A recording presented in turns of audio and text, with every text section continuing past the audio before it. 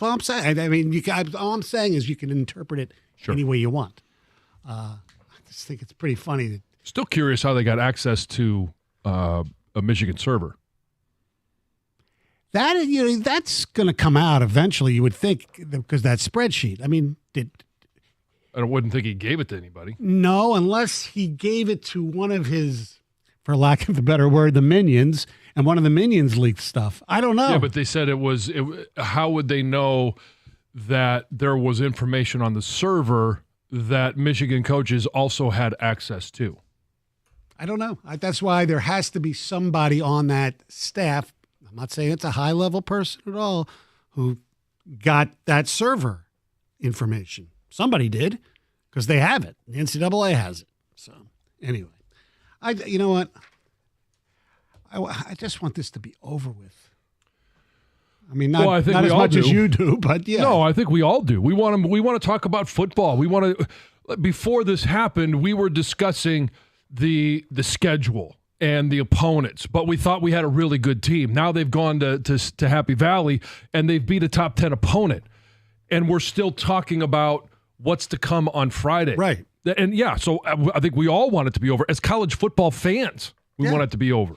But we got to come to a resolution. We got to find out what happened so that when something is determined on what happened, who knew, that there can be something that is fixed. Obviously, there was something broken, needs to be fixed. Correct. 248-539-9797. All right, coming up after Chris Villar's update. Speaking of which, Jim Harbaugh referred to his football team in a strange way yesterday. We'll discuss whether he meant it or whether he was trolling. 97 won the ticket.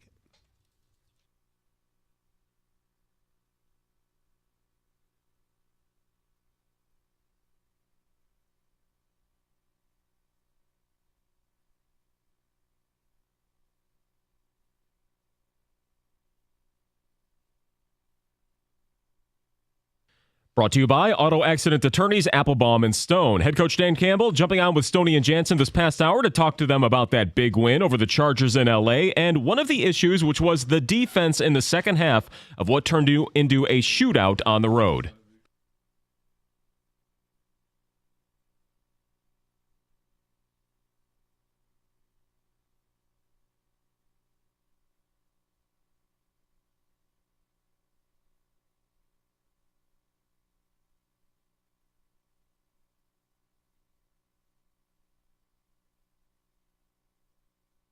As for the uber-aggressive 4th and 2 call at the end and multiple other gambles, coach recommends that you throw on a diaper before the games and get ready to roll. As heard last night on WWJ, Michigan basketball with nearly another 90-point effort. They blitzed St. John's at Madison Square Garden 89-73 and are now 3-0. They're still not ranked in the AP, although Michigan State did drop 15 spots to number 18 in the poll, but will play Duke tonight. Jim Harbaugh says he wants the opportunity to speak at Michigan's court hearing on Friday before leaving to College Park. He also did not want to elaborate on it before the date, but did call Michigan America's team. And Damar Hamlin played his first defensive snaps for the Bills since he collapsed and was hospitalized last year during a primetime game. He took the field in Buffalo to a huge ovation from the fans and registered a tackle. The Bills ended up falling in that game 24-22 as the Broncos shocked them with a last-second, second-chance field goal. At the Ticket Update Desk, I'm Chris Villar. For more, go to 97.1 The Ticket and Odyssey.com.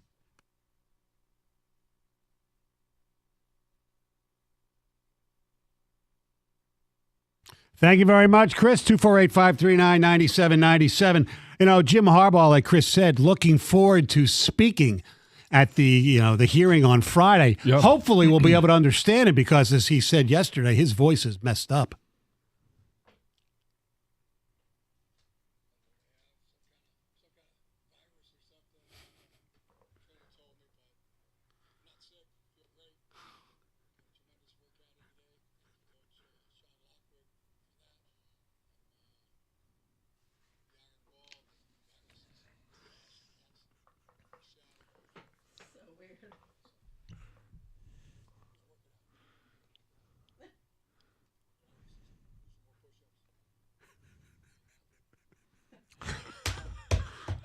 The iron wall, that virus is. That's the mentality that a lot of people have that mentality.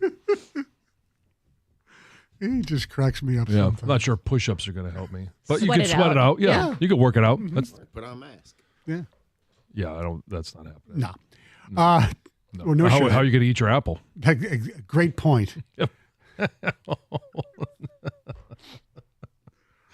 another. Apple a day. He had something else to say on chickens that we'll get to tomorrow. Yes, a tremendous quote. Very quotable yesterday. Yeah, I know. Well, the one quote that got some people riled up a little bit was when he compared the struggles, the adversity that his team had to suffer through, and then because of those, struggles, and able to go through the wall and win a football game. This is why he decided that his team is this.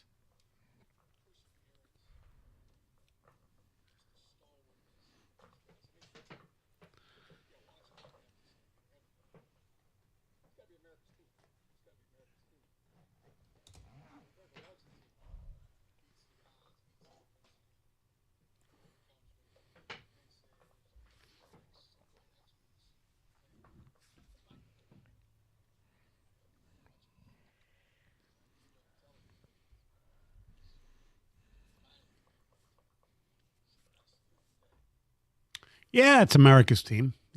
People love in America, people coming back from, adversity when you're accused of having a program that's accused of cheating, allegations, whatever. You want to play the semantic game, whatever. That's not America. Now, I do do believe love second chances. I do believe that he was trolling, and maybe he even, called his buddy Paul Feinbaum in the morning, said, you know what, here's what I'm going to say, Paul, and then I'll troll, you troll back, and this is great. For Yeah, I don't think they're on speed dial. I know. But here's what Feinbaum had to say. He said, I find it sad and pathetic. Why? Because this isn't America's team. This isn't what America's about. Here we are just days removed from Veterans Day, where we honor people who are really representative of America. This team is not representative of anything other than a program accused of cheating. Look, like I said, I think it's trolling. I think it's ridiculous if anybody believes that I don't the think University of Michigan is America's team. I don't think he's talking to me or you or really anybody else that was listening other than his team. I think we were the fly on the wall, and he was just talking to his team, motivating them. And people could talk about whatever they want regarding America's team. And Greg had a great point earlier today.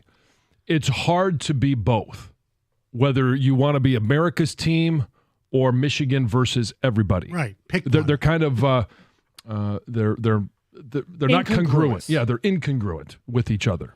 But look, I understand the whatever versus everybody is a slogan for T-shirts and things like that. But does anybody really believe, not just in this case, but in the grand scheme of the University of Michigan history, that it is Michigan versus everybody? Well, if in terms of the grand scheme of the Michigan universe, like are you counting time as well, or just this moment? No, time, basically. Not just this moment, but I mean, to me, Michigan is a very highly respected university with great athletic programs historically, and there is an arrogance, some of it earned, some of it not, from its fans, its alums, and things like that. I don't think that anybody sits there, the Michigan people, who I know, think when who you I have know, success, there are going to be a lot of people that will take shots at you repeatedly. I understand that. Bo but Schembechler winning a bunch of Big Ten championships. People wanted to take shots at him. Lloyd Carr, same thing. You win a national championship. You win, 5 Big Ten championships? People want to take shots at you. I mean, how many times do we talk about this with the New England Patriots? No, but my point is, I don't think Michigan alums, they love their school. They do that. I don't think they feel that people are going after them. I don't. My wife and my friends, okay. they don't sit there and say, oh my God, I went to Michigan. People hate me because I went to Michigan. No, I don't think people do. Stoney, I think people are respected. John, it's a marketing campaign to rally a college football team. Yeah. Oh, God, right.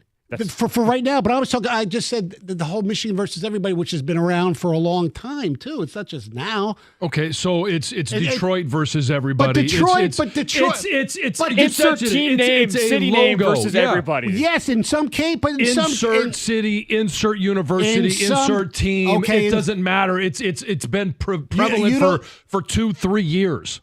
More than that. You don't think Detroit versus everybody has more, I don't know, meaning than some of the other versus everybody's? I've seen it for so many different schools, and like it's who cares? Okay. Like I think you're really putting way too much into this, so nobody really cares.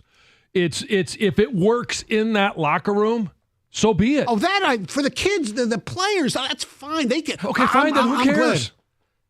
The older you get, the less you should care what people think about you. I know. That's a maturation thing that happens over time. For 18 to 22-year-olds, you can make them care about this. You can get them motivated by this. It's using a tool, and a resource. I'm more pointed towards the alums who are just the all-time crazy thing though, Stoney. It goes to Feinbaum kind of nailed it. You've won 1.5 national championships or whatever in modern college football history. Yeah. Michigan, when it comes, you want to look at it long term. Michigan has always failed just about all the time in the biggest games. Pretty much. That they've accomplished many, many, many things. But there is a kind of a just quote second place thing. That's kind of been over the course of time where Michigan's always just been right there and left some championships on the table probably. Yeah. But acts like they've got Bama's and Oklahoma's hardware. Right.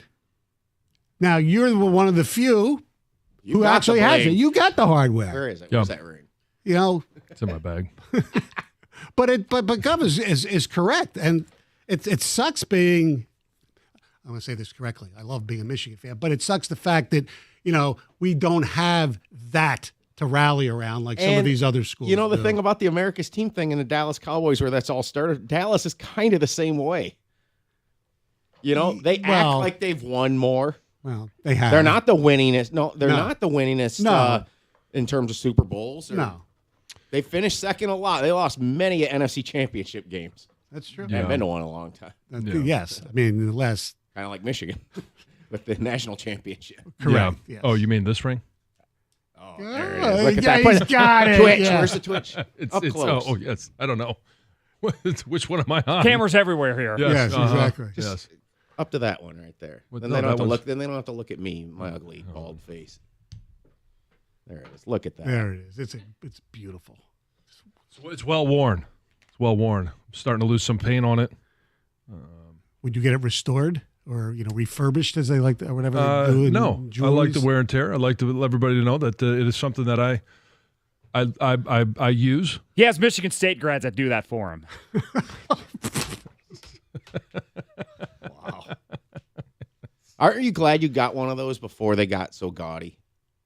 Yes, because it's one I can actually wear. Yeah. The ones now are more. I call them more trophies, individual trophies, than they are actual rings. It's unbelievable because you open the top of these things and there's replicas of stadiums inside. Well, those are the pro ones, yeah. The college ones are just big and gaudy, right? And you there's so many of them now that go around. Some schools give them for just winning bowl games. It's right. I'm not going to go down the road and say they're meaningless bowl games because that would go against what I believe. Correct. But I don't think they are ones where you deserve to get a ring for. So, conference championship rings. Big Ten championship rings? Certainly, okay. Yeah. You won a championship. Okay. What about winning the Cheez-It Bowl is not a Cheez-It Bowl championship. The Duke's Mayo Bowl, yeah. Yeah, I mean, we could design that ring, put a jar of mayo on your finger. Isn't there a new one being named after a... There's Pop-Tarts Bowl. No. And the 68 That's Bowl. right. Well, there was the Pop-Tarts Bowl used to be the Cheez-It Bowl, right? Or is it still the Cheez-It Bowl? There was the Jimmy Kimmel Bowl, I believe is still he still has his own bowl It's game? the L.A. Bowl sponsored by Gronk. Okay. Oh, okay. So it's course, Gronk Jimmy Kimmel was the presenting sponsor of it's always been the L.A. Bowl. Okay. So it's now the Gronk Bowl, so to No, speak? it's the L.A. Bowl, but Gronk is the presenting sponsor. Like the Rose Bowl presented by AT&T. So you get a bowl, you get a ring with a picture of Gronk on it? If you, I guess. I don't Hey, man, know. these rings, you can put whatever you want on them. Yeah. For whatever it's you want. It's your win. I know. Is Scooter's Coffee Frisco Bowl new? I remember the Scooters? Frisco Bowl, but not Scooters. No, I think that might be new. Scooters is that they just put one in Plymouth. I haven't stopped yet. Scooters. Scooter, never heard of it. The It's a sponsors little, they're change. little drive-through coffee stops. The sponsors change all the time. The bowl themselves are there. Like the Right. Frisco Bowl Right. has been around for a few Correct. years. Correct. What if all the bowl games are named after Stoney?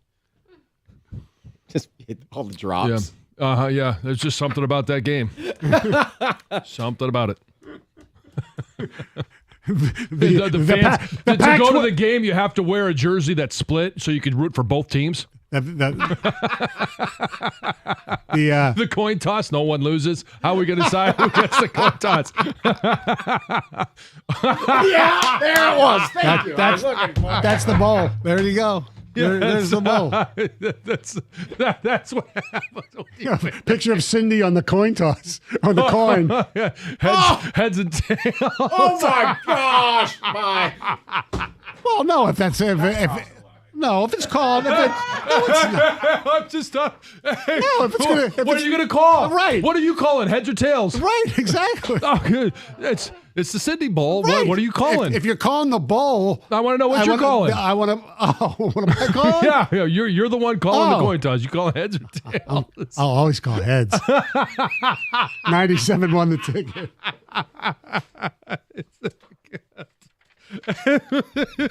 Come on, big guy, get through this live read. When I have a question about my finances, I turn to my bank, and that's First Merchants Bank. I You're know that they're you're attentive. America's sponsor. Local bankers are 100% interested in listening to my situation and helping me find the answers that I need. First Merchants doesn't provide cookie-cutter solutions or check-off boxes when it comes to financial advice. They take the time to learn about my life, my personal and financial goals, and they work with me to build a plan that fits my situation. And that's because First Merchants Bank really cares.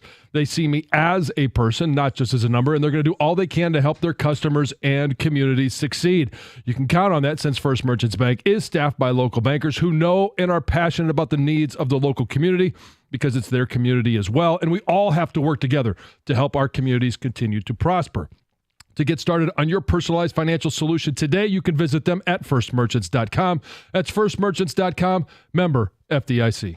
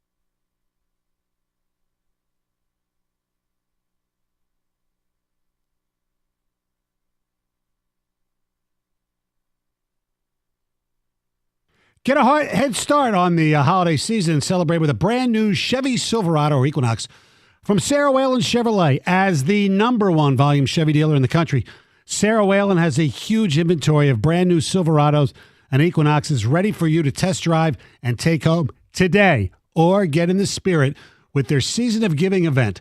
Beginning November 13th, Sarah Whalen will be collecting new toys for local children with cancer. Plus, their final blood drive for 2023 will be taking place on Friday, December 1st. Whether it's a great deals or a great community service, hurry in today to Sarah Whalen Chevrolet. Great people. Ben Brown and the staff take great care of you, whether it's in the sales room or in the service department. 17.5 in Van Dyke and Sterling Heights. Call 800-WHALEN-1 or go to sarahwhalen.com. Find new roads.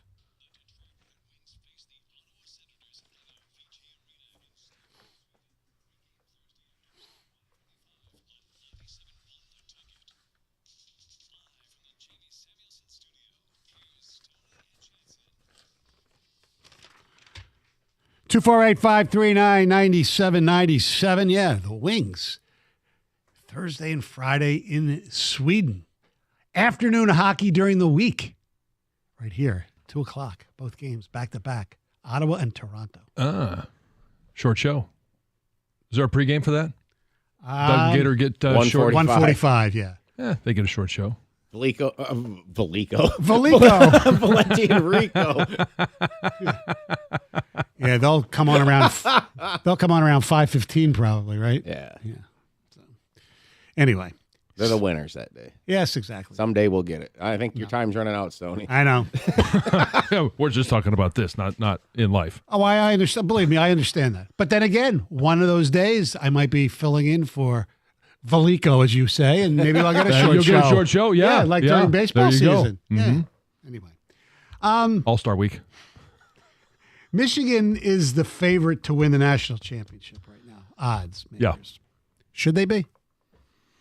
If you're looking at the bumps in the road along the way, I think Alabama, Georgia playing in the SEC championship game is a bigger bump for both of them than Michigan has remaining. And I'm not discounting the game, Ohio State. But you're claiming that, let's say from the Georgia perspective, Alabama on a neutral field is a tougher opponent than Ohio State playing in Ann Arbor, basically. Yes. Yeah. Okay. I think get that. I think everybody would probably agree with that. Mm-hmm. And so if you're looking at the road to get to the playoffs, because if Michigan does take care of business, at College Park and then obviously in Ann Arbor, whoever it is that comes out of the West, most people, I would be pretty shocked if that's not a double-digit line on that game. Oh, Michigan versus the West. Oh, absolutely. It's going to be double Just digits. not everybody, just the West. Yeah, I know. Of course it's going to. Michigan versus anybody in the West. Or, Yeah. I mean, if you're looking at Ohio State as the team that would come out of the Big they'll be Ten, the same thing. it would be the same thing. Yes. Yeah. Ohio State versus anybody in the Yes. West that's going to be a double-digit favorite. Could it possibly be like... You know what they should do? Obviously they can. Whoever goes to the Big Ten championship game, Michigan or Ohio State, the Western Division should form their own all-star team and see if they could actually keep the game competitive. They wouldn't. So here's a question, because I don't remember what the line was against when Michigan played Nebraska. And I haven't paid much of attention to the Ohio State lines when they played teams out of the West. I don't even remember who they were. They played Purdue. They play Minnesota this week, right?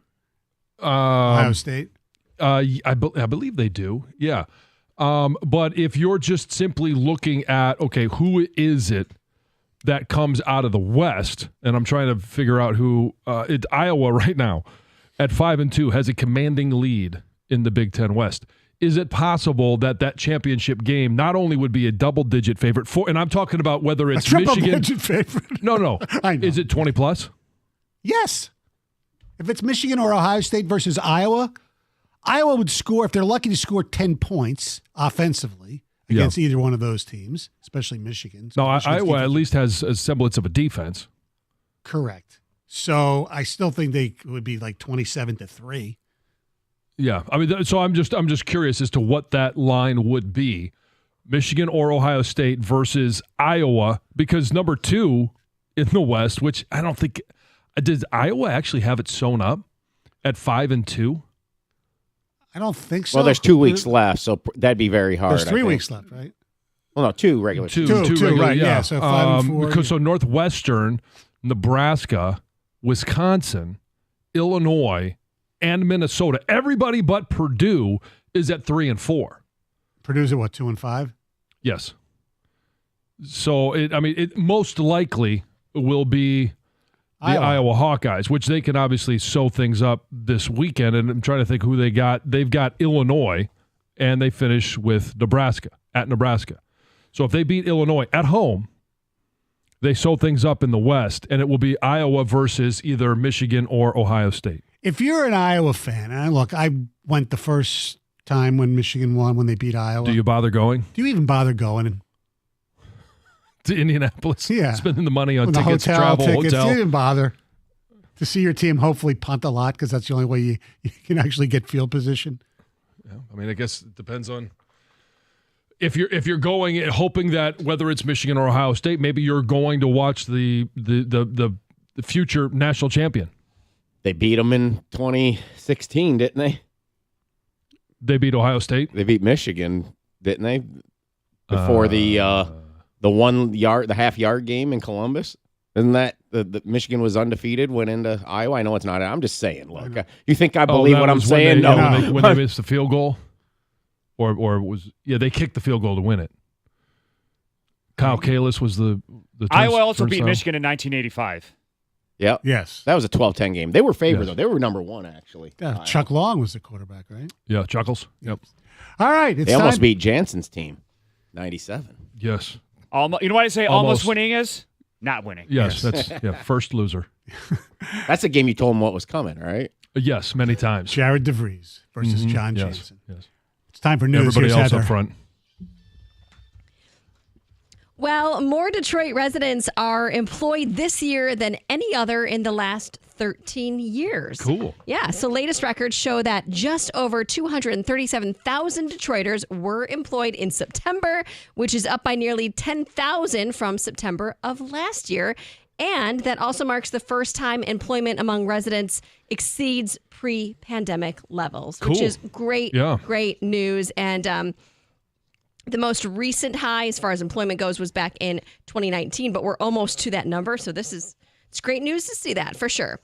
Clinton Township Police are expected to be providing some extra security today at Clintondale Community Schools after the district was closed on Monday due to threats of violence. So last week, some sort of fight broke out, and district officials said that multiple reports of additional threats were directed at the school over the weekend. So they decided, you know what, it's in our best interest if we close the school on Monday so police could investigate. They didn't go into a lot of details about the investigation, but they did say no arrests have been made. An Upper Peninsula teenager pleaded guilty to a federal crime on Monday after admitting to sending multiple Instagram messages about planning to attack and kill people at an East Lansing synagogue. So this 19-year-old pleaded guilty to one count of transmitting a threatening communication, and he faces up to 5 years in federal prison. He did have other charges pending against him, but with this guilty plea, those were dropped. He would have faced a lot longer behind bars. Aaron Rodgers, he is hoping to make his big comeback following that Achilles injury in mid-December, which is right around the corner. Time is flying by. During this interview with NBC's Melissa Stark, he did say he knows that it sounds insane, but he says when you have a good surgery and you have a good patient, anything is possible. And he also talked about his workouts. He's working out on this weight-limited treadmill at about 50% of his body weight right now. He says he plans to bump that up to about 75% this week. And if he does make his comeback before Christmas, it would be a lot faster than the typical at least 9 months or more that the average athlete would take to get back to 100% after that type of injury he suffered. So we'll see what happens. So the thieves who stole items from Colorado's locker room at the Rose Bowl last month were actually UCLA football recruits. We knew that they were young. I know we'd heard the police report that said they were juveniles, right? But we didn't know anything about them. Well, police have confirmed that the items taken were taken by high school recruits who were there on this official visit to the university. The names of these recruits have not been revealed, but they attend Beaumont High School in Riverside County. Police do say the stolen items have been returned, which is great. But there's still questions remaining. Yeah. How did these kids Get in there just get in- unsupervised. Yeah, and have time to rummage through lockers and pick out jewelry and cash Yeah. or whatever else they took? That's the concerning part for sure. So there's this, I think, pretty ridiculous study that's just been done at Michigan State, and it found that having pets might not actually make you any happier, Oh, which I think is ridiculous. added stress in your life. Because Got to let the dog out. Got to find somewhere for them to stay But when they you're going bring so much vacation. Cleaning up joy their to your poop. Got to clean up home. their poop. Yeah, see, gotta let them out. yeah. Yes. You- I think the pros Cruella's outweigh over the there. cons. I 100% agree. So they did this study early in the pandemic, and these researchers talked to over 750 people 3 separate times to kind of gauge how well they were coping back in 2020. And in general, pet owners said that their pets were definitely helping them, right? Like they offer companionship and affection. Right, because they weren't allowed to see anybody else. But then they also mentioned all the downsides, like the cost of owning a pet and worrying about their health. And, you know, they can be a nuisance while people are working from home. Well, in the end, basically, people who didn't have any pets were just as happy overall as the people who did have pets. So to each their own. But to me, Yes. the more I want to live on a farm, the more the merrier. I don't want to, but I also want like a farmhand. Like I want Well, somebody your to farmhand could be Jim Harbaugh. I That's want- right. Yes, he can tend to the chickens. Exactly. We'll get into that heavily tomorrow. All right. Thank you very much, Heather. Hey, congratulations to John in Dearborn. He was the correct caller when he heard me say, you can bang my wife one time. He wins the 4-pack of tickets to see Bye Bye Barry, hosted by the Lions and Amazon, Friday, November 17th. You'll hear from all Barry's family, friends, and more on his sudden retirement. Plus, he sets the record straight for himself. It will be released globally on Prime Video November 21st. All right, coming up next, hear from Lions head coach Dan Campbell. 97 won the ticket. So, talking about that Michigan versus Iowa Big Ten championship game, I got a picture after that my daughter sent me, and I thought, my God, who is that chubby guy? That's when I decided I was going to call Ideal You.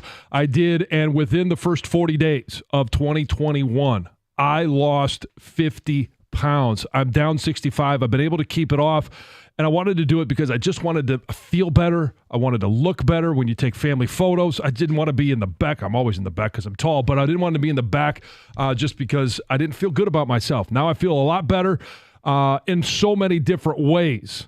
And you're not alone in this trek because I went through it. So many others have gone through it, and they're going to give you a weight loss coach along the way to help you and show you the way. If you want to change your life, go to idealu.us right now and schedule your free consultation. You could be 20, 30, or even 40 pounds lighter by Christmas.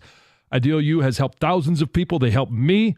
They can help you as well. If you want to weigh less, go to idealu.us.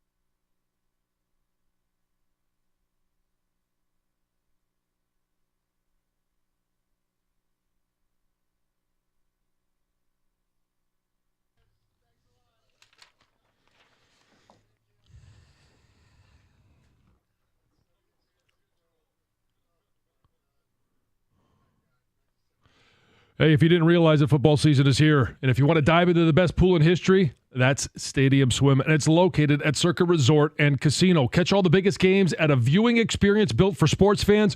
Chill in one of the 6 pools on 3 different levels for a perfect view of the massive 40-foot tall, high-definition screen that's called Stadium Swim. It's America's favorite place to watch football. You got swim-up bars, Insta-ready selfie walls, and a one nonstop football party going on. Score your perfect game day spot with cozy day beds, private cabanas, or grab a lounge at the center of the action.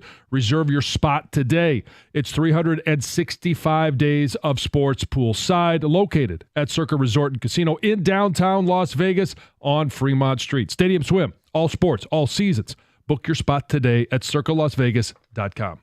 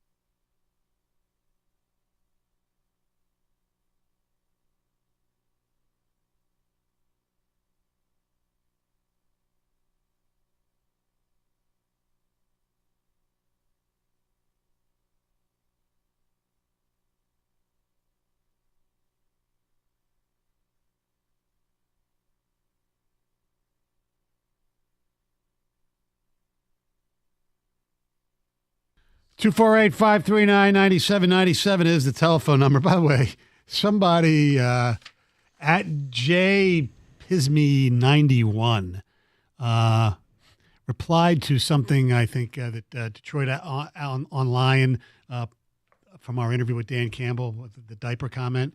Yeah. He put, I just retweeted it. It's a picture of a guy with a ski mask and a diaper. You know that diaper comment might Go viral. go viral a little bit, but Sure. love talking to Dan Campbell. He's a treasure. Well, it's not He's that far off. You know what? He's America's coach. It could be. Who else would be? I don't know. Oh, it's not our boy with the Patriots anymore, Belichick. No, He's holding on with on the last threads. You're right. As this season plays out. I don't have the numbers in front of me, but it's becoming more and more obvious that it was your buddy that was the reason that they were so successful. The main reason. Look, Belichick's still a terrific coach, but his record without Tom Brady is way below 500. Yes, it is. But your record, any coach's record without a franchise quarterback is most likely below 500. Correct. But I mean, duh. You go from Tom Brady to Mac Jones. I know, but even before that, I mean, when there was a 1 year where they actually, when Brady got hurt, that they still had a good record with Matt Castle was the quarterback. Yeah, it must be all Belichick. Nah. I just think the game's passed him by too, a little bit, which is hard to say because he is. I still consider him the greatest coach of all time. Sorry, Lombardi. Sorry, Shula. I think it is still Belichick, but you have to. There comes a time and a place where it's time. Yes, there is a time. And they just look completely out-schemed. He was too loyal to a lot of his assistant coaches. I mean, when they Sunday, when they had nobody back receiving a punt, I mean, I don't know what the hell they were doing. There are many questions about what's going on in New England. They make the quarterback change on the last drive. Bailey Zappi throws an interception, does the fake spike. Things have gone from bad to worse. And then you see Mac Jones getting chewed out by Bill O'Brien on the sidelines. Like it's got nowhere to go but continuing to go down.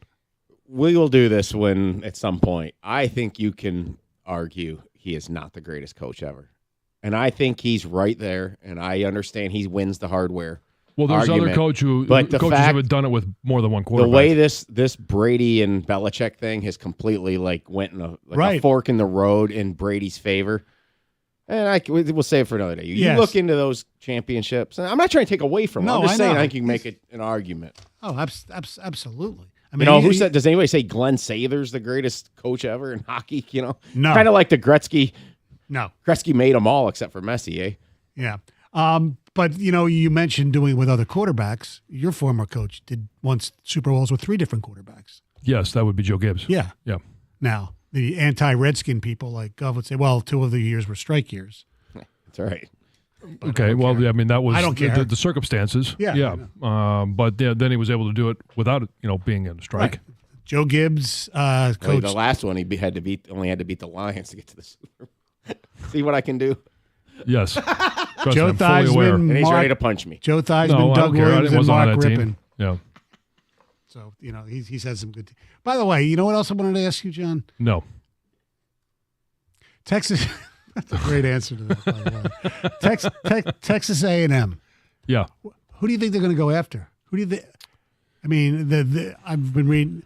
Urban's name has come up again. That would be Sure, almost, it's going to come up every time, especially for an SEC team. I think Elko fits really well there because I think I get the impression they want to low key it a little bit, and he was a pretty good DC there, right? Yes, he obviously has ties to it. It would be a good fit. It'd be a step up for him.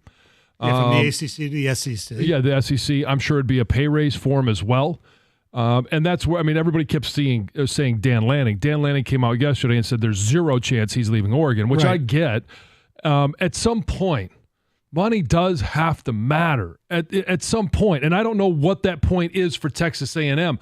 But if it were Dan Lanning, before he would even step on campus, it would cost Texas A&M $100 million with the payout or the buyout for Fisher. and then the buyout of Dan Lanning at Oregon, it's going to be $100 million before you even start to talk about what you are going to pay him next. I know.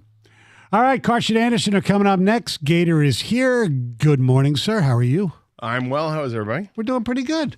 We have the 2 Grand Slam coming up. So our contestant this morning, Gator, got 4. Yeah, I'm going over for you. All right. All right, here we go. Here we You go. ready? Yeah. Mike Loxley is the head coach of this college team. Maryland.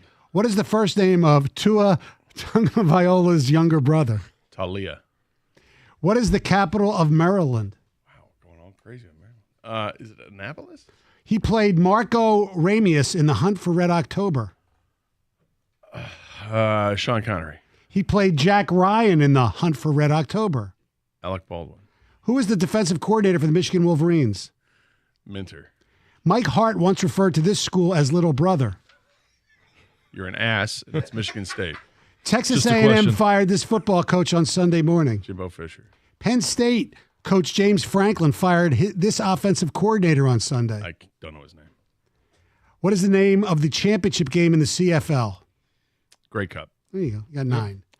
Mike Yursich. Yeah, I know. You said Mike, didn't you? No. Oh, I thought he said Mike. I don't know his last name. Oh, No, I did not. Oh, okay. All right. So 9. No, don't know. yeah. Say 9. Well done. And you obviously had to see the Hunt for Red October to get that. Yeah, Like when you Doug first probably said it would was have like- done well. Doug may have gotten those. Oh, you can ask him when he comes in. I'm curious if he would have known those. I started to, because you had the weird name. I'm like, oh, and I started thinking of the other characters. I'm like, wait a minute, Sean Connery was the guy. So, Yes. What do you guys got going today?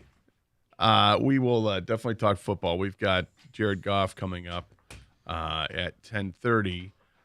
Doug, yeah, who was the captain of the Russian ship in Hunt for Red October? Sean Connery. All right. He played. Who played Jack Ryan in The Hunt for Red October? Denzel Washington. No. Alec Baldwin. So you got one of those two. Very He good. is, though. That's a good call. Yeah, that's right. Tom says, Jared Goff, It's a tie. 10:30. You said. yes. Carson Anderson coming up next. Have a wonderful day, everybody. 97 won the ticket.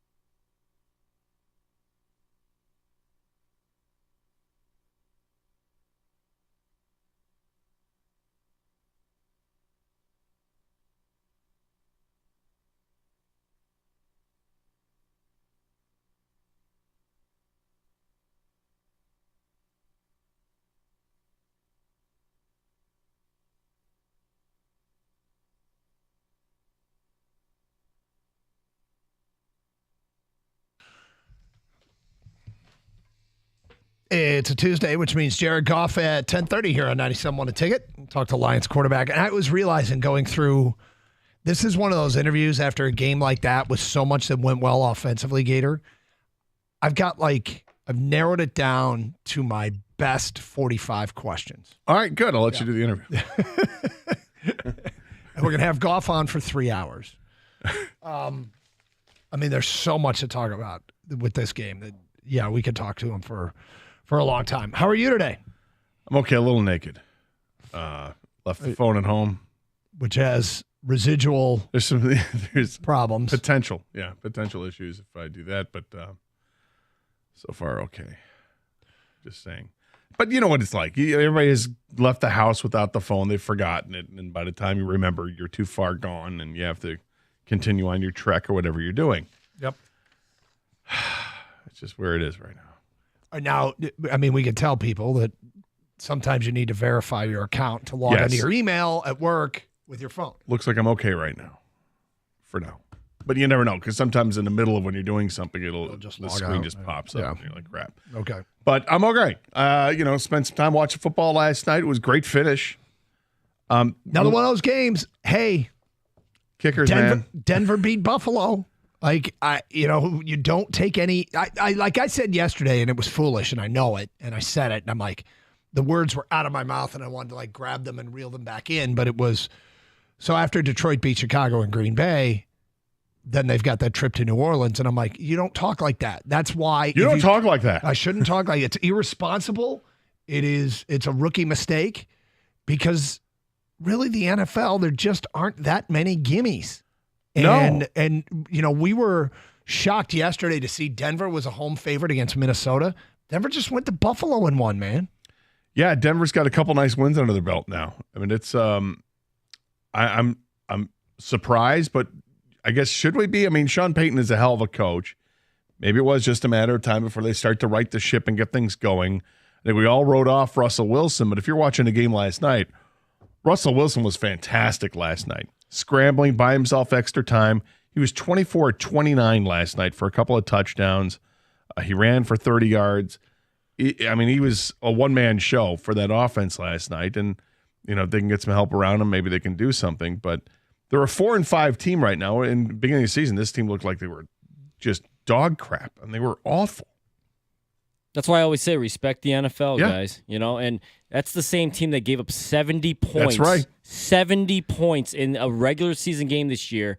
And it's a week-to-week thing in the NFL. You got to remind yourself that any given Sunday, hey, the Lions lost 35-0, right? You move on. Hey, yuck, throw it in the garbage. The Broncos gave up 70 points. It's funny you say that because this is also the week that I guess Devin Achane. How are we pronouncing it? Achane? He said Achane. Achane? Yeah, that's Devin what A. The Devin Achane is coming from back. Texas A&M is coming back. The speedster. He's coming back perhaps this week for the Dolphins, and we know how blazing that guy is. He was off to a tremendous start before he got hurt. Yeah, it's just this is the NFL. Dan Campbell talked about it after the game. We talked about it. I'm sure he talked about it with Stoney and Jansen this morning that it's hard to win in the league. All right, you can't take anything for granted. A 7-2 start is awesome, but it's not easy. Every win is hard fought. Getting a win on the road at Los Angeles, it's not an easy thing to do. Nope. We've all said, and look, the Chargers, they're not likely to be, but before the season began, that was your pick for the Super Bowl. I'm not saying that to rub it in. I'm saying it because that's a legitimate team over there. But the NFL, it is so hard to win. The line between winning and losing is so fine. We know it comes down to a play or two, right? Yep. Ask the Vikings what it was like for them last year en route to a 13-win season. It came down to one play every game. So getting a win, improving the record, continuing to stack them on top of each other, you'll take them no matter what it is. You'll take an ugly win. If you win it 12-6, you'll take it. And you'll take it if you win 41-38. Well, bottom line is we make bold proclamations early in the season. And by we, I guess I mean the media. We all make these bold proclamations early in the season, and we think we've got it all figured out. To our credit, Gator, we have said week after week, seasons are long, lots can change. And there's no better example than we shouldn't need to be reminded of that because what happened last year in Detroit? The Lions started out terribly and finished strong. Finished in a flurry. And really kind of turned the entire program around, right? It wasn't just, hey, great, they got the win. They got this win, they got that win. Oh, they flirted with it making the playoffs. No, the momentum truly did carry over. They got the players, they had the resources, they had a good offseason, and here they are looking like they are legitimate. But how legitimate are they? That is one of the questions that gets debated all the time. There's some conflicting opinions out there in the national media. We had a call yesterday, somebody doubting their legitimacy. I tried to do a little bit of deep dive into finding out whether a team like this truly is a contender. So we'll get to all that coming up. And as we mentioned, Jared Goff coming up today at 10:30, the Detroit Lions quarterback who had a great game on Sunday in Los Angeles against the Chargers. Michigan State, Duke tonight, college basketball. Michigan, they took it to St. John last night. I was a little bit surprised. I don't mind when Pitino loses. A Pitino team goes down, I'm okay with it. He's aged. Well, yeah.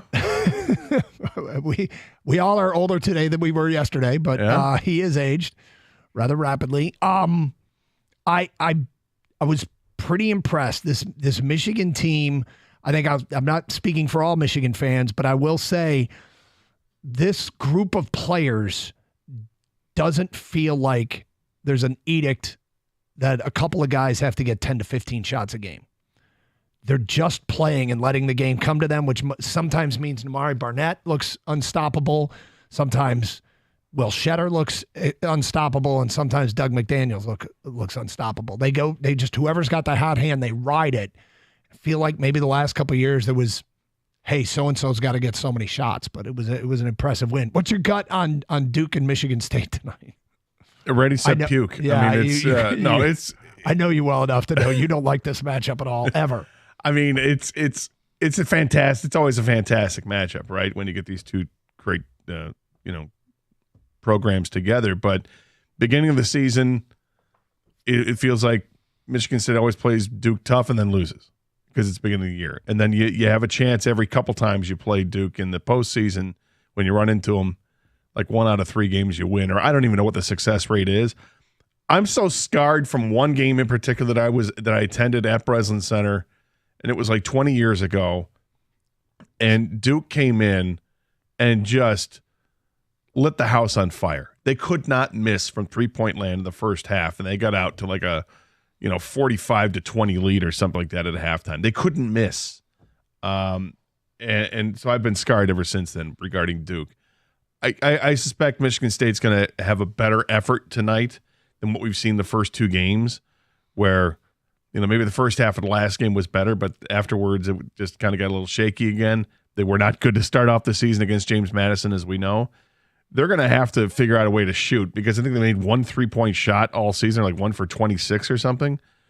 If you don't have that in your bag of tricks, you're not going to be a contending team. And Michigan State has always been a pretty good 3-point shooting team, always been a really good free throw shooting team, always been a really good rebounding team. And those are 3 areas that they're not exactly lighting the world on fire right now. So they're going to have to figure out a way to knock down shots. Oh, that's tonight, 7 o'clock. 248-539-9797. Got a couple follow-ups from my trip to Penn State, some off-the-field stuff, Gator, I want to get into. Then Jared Goff at 10:30. Then how legit are the Lions? We'll get to that at 11 here on Carson Anderson on 97.1 The Ticket. Hey, if you're getting tired of dry and itchy skin, the colder weather, get a Kinetico purification system installed by CGC Water. And if you're tired of running out of hot water, do what I did. Call CGC and ask them about the Navien tankless water heater. We love it. We no longer run out of hot water. And we are reducing our energy consumption. Plus, we are reducing the floor space of an actual hot water heater. This thing just hangs on the wall. It's great. Plus, we save money. Call CGC Water and tell them Carson sent you, and CGC will offer you 10% off the installation of a Navien tankless water heater. Call 855-339-4242 or visit cgcwater.com. CGC Water Treatment and Plumbing, your authorized independent Kinetico dealer.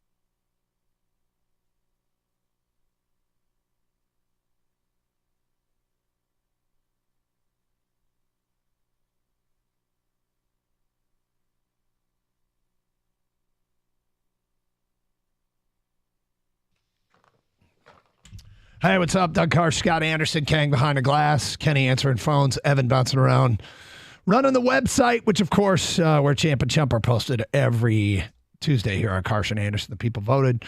Check it out for yourself at 971theticket.com. You can stream the show through our website, 971theticket.com. You can stream the show using the Odyssey app. Download it for your mobile device today, AUDACY. You can also stream with video on twitch.tv and YouTube. Go to twitch.tv, search up 971 The Ticket, and go to YouTube and search up 971 The Ticket, youtube.com. And bam, there we are. All ways you can take it in. Follow us on Twitter at DunGator971. Have we checked all the boxes? What are we on Snap? I don't think we're on Snap. Oh, no, we got to get there. Something we can do next. And we're not on the gram either, No. although the station is. And the station will put stuff out on the gram. Did we do? Yeah. To check that out. Kang, did you get Kang's plug-in? For his podcast? I did not. And his Twitter, Kang Collects.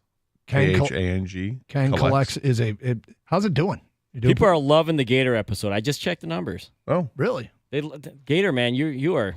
I'm gonna have you on again. I'd love to. It was fun. Doug, maybe. I don't know. Yeah, I don't really collect anything, so I'm kind of useless. But I would hats. I do have hats. We could do the hat collection. That would be funny. Baseball hats. All right. So, just a quick follow-up. Two things about the Penn State trip off the field. One that I found curious, and maybe everyone will find curious. And the other one was just a follow-up. I said that my daughter and her friend were killing time in State College while I was doing the show. Yeah. And they decided they wanted to explore campus, and then they decided they wanted to sit in on a class. They ended up in like the Eberly Science Building at roughly 1 o'clock, and they saw people walking into an auditorium. So they went in and they sat down in the auditorium. Now, first of all, there's a couple things about this. This is the most anti-Gator move ever. This is. They are away from their college, on the campus of a different college. They're killing time, and they went to Starbucks. Of course, very college girl thing to do. They go to Starbucks. Did they hold their cups out? Yeah, they made Oh, sure. I'm so tired. I don't know how I'm going to get through the day. Thank God I got my cafe mochaccino. I got my Starbs. They did schoolwork at Starbucks. I had to get a grande. And then they decided to sit in on this class. So they make it into a couple of buildings, but they can't find anything. And they're like, maybe it's because of Veterans Day. There's no classes. But then they see all these people filing into this auditorium, and they go and they sit down in the second to last row. Smart. And they're sitting in the conspicuous there. Yeah. They're sitting in the second to last row, and some girl comes in and kind of looks at them, and then goes and sits in the last row behind them. And another girl comes in. Oh. And they overhear this conversation. Apparently, we've been bumped to the last row. Like, what is there, assigned seating, or are they just these girls always go to class and that's where they sit, and nobody dare sits in their seats? I don't know, but I'm dying laughing because I'm like, ooh, catty. Yeah, very catty. But I'm like, maybe stuff goes down. Hopefully they're wearing cleats. No, so they're smart. They're sitting there and they weather that. They're actually doing schoolwork while they're sitting in this class. And here comes there's TAs up front. The professor comes up and flips on the overhead, like the screen, and it says exam 3.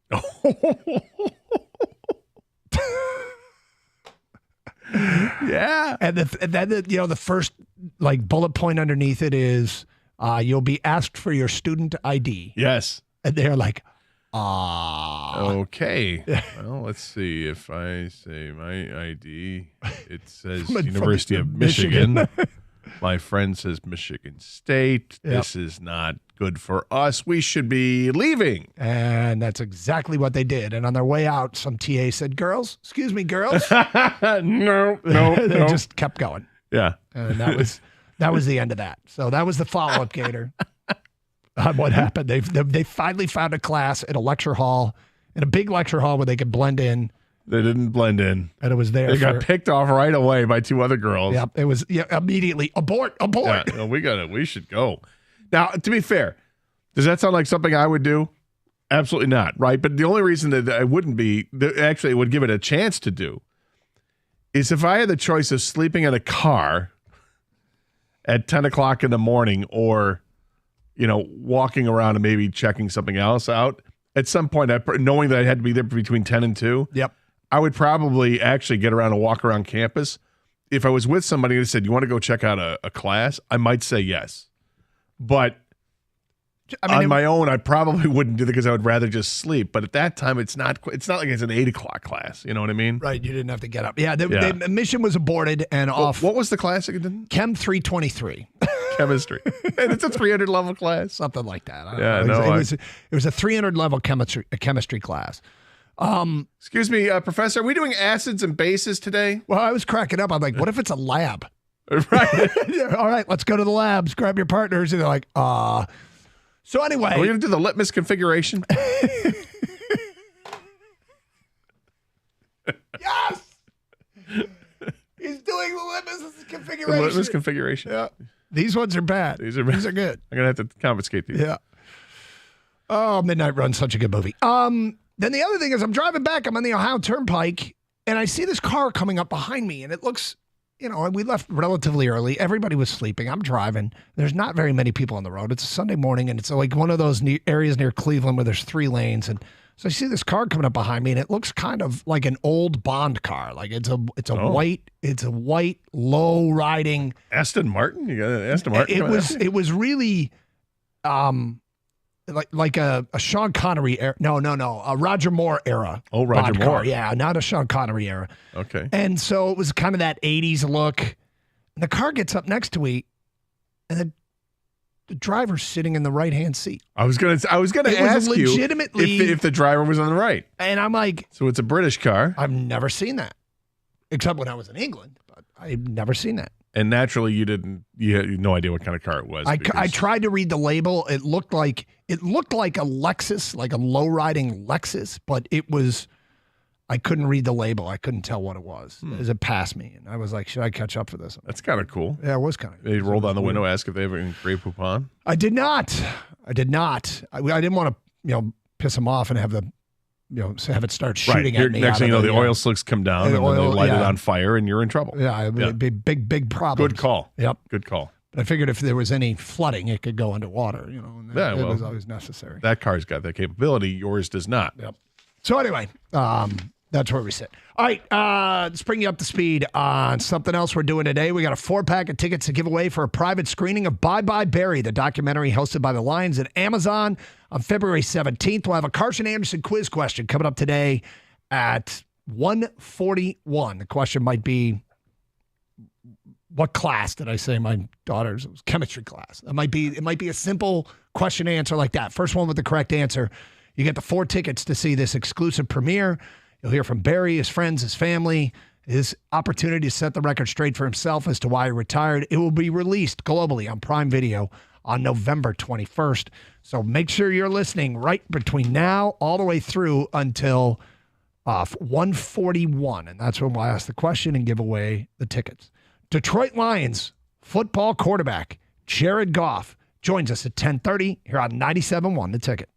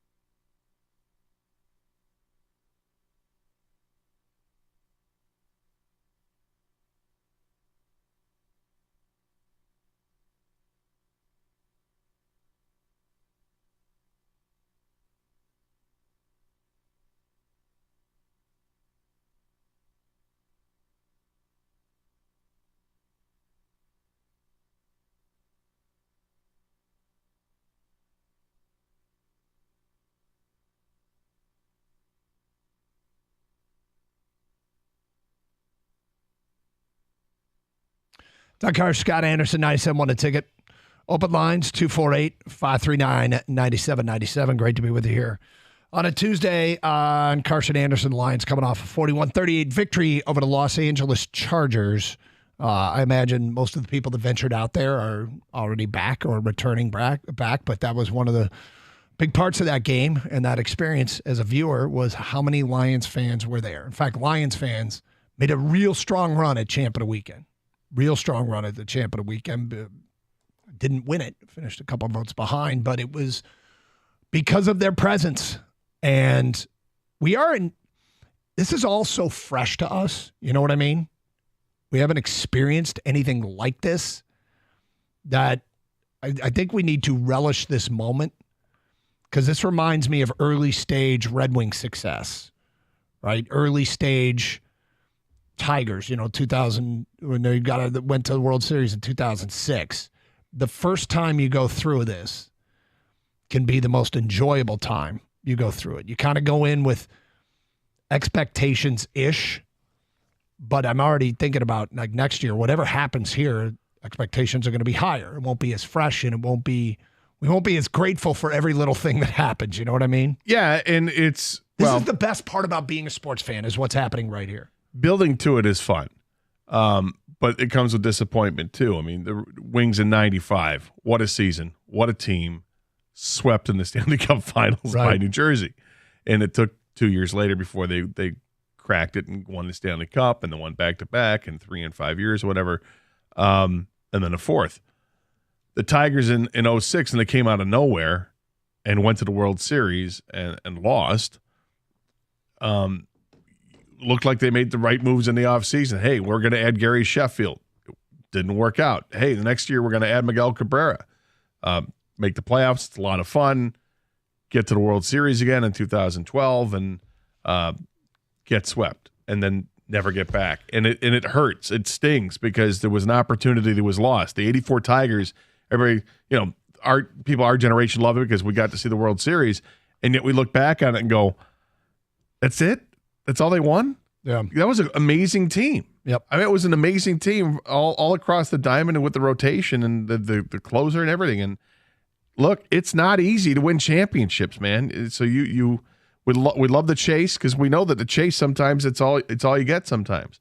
But when they win, boy, is it sweet. And I'm trying not to think that far ahead and thinking, oh, this is that team. But they're on a great ride right now. And I think the thing that has us kind of grounded as fans right now is knowing that there are holes in their game. Yeah. And you just get done with a game on Sunday, and you come away like, all right, good, they won the game, but ... So they've got stuff to work on. They know they've got stuff to work on. The coaches know they've got stuff to work on. Is it going to be enough? It's a long season. We talked about it. It's a long season, and teams can go through a lot when it comes to that. Well, I've always felt like when reality exceeds your expectations, when you are better, when things are going better than people expected, that first climb is to me the best. It's just the best. And we're living it right now. And so I'm trying to embrace every single moment of this, not take anything for granted. Because if this season does end with any kind of success, division championship, playoff win, maybe a couple playoff wins, whatever it might be, next year, it's going to feel different. Next year, the climb to the top it's expected, and hence not just as a fan, just the part of it just isn't rewarding. Like, I was thinking about like the Fab Five. When the Fab Five, and I know not everybody loves that group, but when the Fab Five, people who lived it, their freshman year was incredible. It was quite a run. Their sophomore year, it was like, okay, when's the tournament start? Right? I mean, it's this team's great enough to get right back. Let's get to the finals. And the expectation was so high that the game 1 to 36 wasn't nearly as much fun as it was. Suit up against Carolina. Let's go. Does that and so I mean that's the example I thought of. There's multiple examples. I mentioned Red Wings Tigers. I guess you could say with the Pistons too, with the Bad Boys. I mean the Bad Boys, the first climb of the Bad Boys. I remember thinking, God, that Atlanta Hawks team is really good. And could Detroit ever get to be able to play with Atlanta? And they did. And then it was Boston. And You even thought the Hawks were good with Dominique? Well, I knew that the team won a lot of games. I thought he was an overrated player. That is one of your funniest answers. In games I watched. Right. Games you watch, which I would assume would have been most of them. Typically like 8 for 32. And or not. I'm like, big deal. He scored 24 points, a bunch of free throws, and missed 24 shots. Yeah. just the outright refusal. It's funny to me. It was an outright refusal.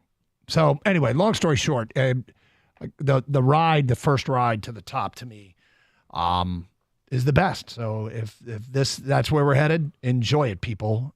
Enjoy it.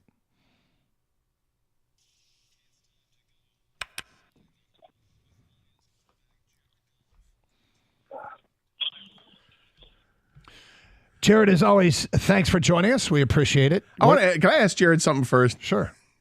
So, Jared, Doug, we just got done talking. Doug's got this take from years and years and years ago that he's held on to. And I'm just curious if there's anything that you as a fan of sports has held on to, something like this.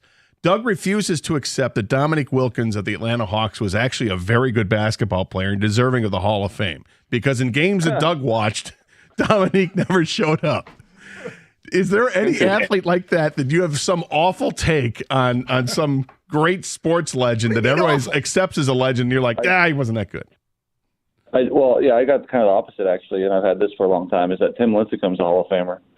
Oh. Growing up in the Bay Area, he won one or two Cy Youngs. He won Rookie of the Year, led the league in strikeouts. He won two World Series. But he's not talked about as a Hall of Famer, but I think he is. I like you making the case for your guy. He's your guy. Yeah. All right, you're coming off this incredible win. I tried to narrow down the list to 45 questions I wanted to ask you. So I'm just going to give you the best ones. And my favorite answer, listening to you post game, was the 4th and 2. That your read was 1, 2, 3, 2. So when you guys came up short, can you take us through that play from? Are we going to go for it? What was the play call and how you executed by going back to your second option on that play?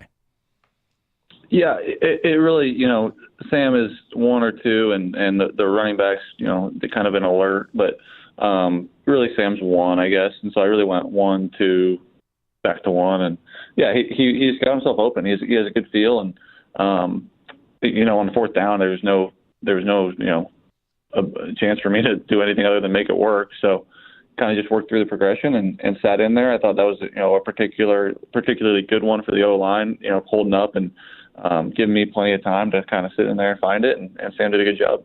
Did you have any doubt that you guys were going to go for it? I mean, you were in field goal range. It would have been a long field goal, but did it seem in the moment like you were thinking, let's go for this?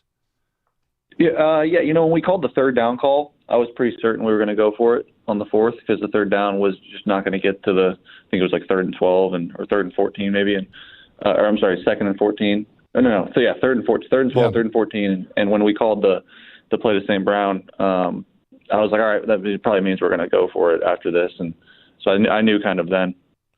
Can you just take us through what it was like for you on the sideline before you get the ball with 3:34, and then when you actually get into the huddle and you're ready to mount that drive? Can you talk us through what it's like for you on the sideline and in the huddle? Yeah, felt pretty confident. We'd been moving the ball all day and kind of getting anything we wanted, and Ben was in a really good rhythm as well, calling it, and I felt great, felt in a really good rhythm. The O-line's protecting. We kind of knew we were just going to remain status quo and move the ball down the field. Another play I want to talk about is the 4th and 5 draw play. Was that something that when that call comes in, was it something you had to do at the line of scrimmage to check into that? Was that the call? What was your thoughts? Because, I think it was Tony Romo who said nobody does that on 4th and 5. And not only you guys did it, it worked. Yeah, it was a trap. It was a trap play, and we had it on a couple of plays there in the play call. And if we got the look for the trap, we were going to run it. And sure enough, we got the look. They gave it to us. And we ran it. Yeah, we trust our guys up front, and when we get the right look for certain types of runs like that, they typically work. And it may look like a like a risky decision, but the way that that play goes against that front, it really isn't if we execute like we know we can. I think it also speaks to the confidence in the offensive line, who, by the way, pushed him across the first down line. Ragnow was down there. I think Sewell was down there. But, I mean, that group was so good this weekend, finally back and healthy. Yeah, they were. They really were. And getting them to gel together and getting Graham back at right. He's been bouncing around a little bit, getting him at right, getting Jonah back, and obviously our tackles and Frank have been as consistent as anybody across the league. So, yeah, it's a great group, and I'm thankful to be behind them. The touchdown to Jamison Williams was called back. Were you lobbying the officials on the bogus call, and how would you describe your relationship with the officials in general? I got a good relationship with them. I try to keep it civil.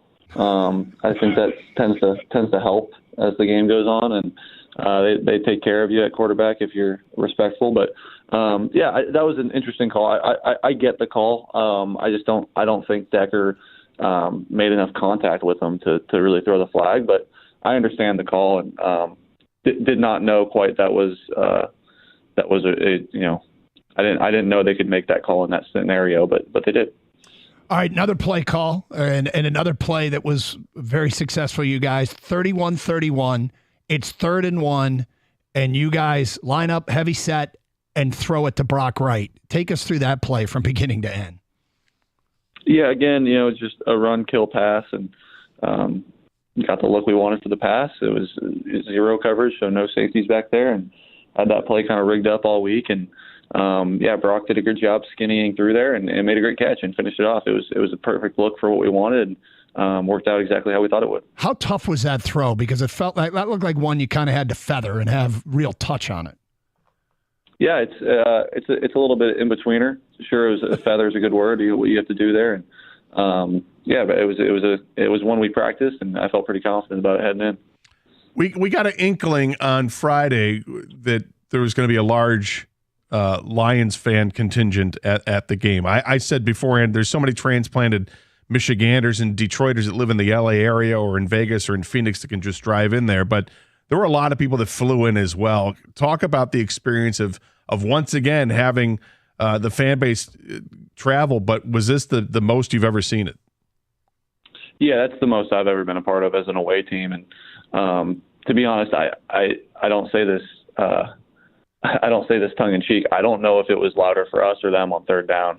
And it was at least even. And it's just a testament to our fans and how loyal they are and how excited they are, and we love it. It's pretty special to see, and then you get the Charger powder blue and the Honolulu blue are pretty close in color, so you can't quite tell who's got more. But it felt about even at the very least for us, and those guys brought some juice for us too. Do you kind of wish you had an extra day there so you could have the whole team and maybe bring fans back to the nice pad you have out there in Los Angeles? No, I don't wish I could do that, but it would be nice to get an extra day with my friends and family maybe. But the fans, I'll just see them at the games and enjoy my home to myself. So Jared, we don't have experience with what we're going through here, which is having a team that's looking very much like a Super Bowl contender. You have experience. You've been on one of these teams. You've led a team to the Super Bowl. Is there a similar feeling right now with this Lions team in 2023 as there was with your Rams team that you took to the Super Bowl? Yeah, it's so hard to compare. It's such different teams and different players and different ways that we're winning. But I think what you do feel that is a little bit similar is the belief in each other and the belief that you're going to win, that you're walking into every single game believing you're going to win and believing in each other to make those plays throughout the game, and specifically late in the fourth quarter, making those plays that matter. And that was something we had in LA, certainly that one year. But it does feel that way, yeah, that we can make those plays in the fourth quarter when they matter and that we can match up with anybody. Now that you're past the halfway point in the season, is it fair and appropriate at this time for you guys to actually talk about the end of the season goals and playoff seeding, or is that still kind of off limits? I guess, that's a kind of nuanced.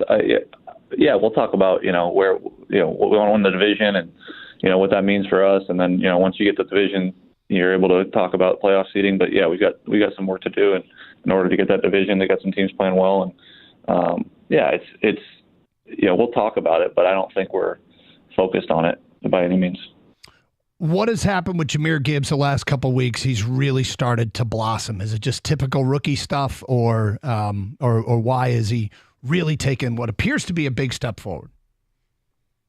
Yeah, he's just been working really hard, and it just finally is starting to click for him. And I think it's just like any other rookie and in any other spot around the league, and happens every single year where these guys they're learning, they're young, they're figuring things out, and people don't have any patience anymore, unfortunately. But it's starting to click for him these last few weeks, and I think you can tell he's seeing things very clearly, and has a great feel for our O-line right now, and has a great feel for these holes, and obviously his speed is pretty special. But yeah, he's getting a really, really good feel for what we're trying to do, and is helping us a lot.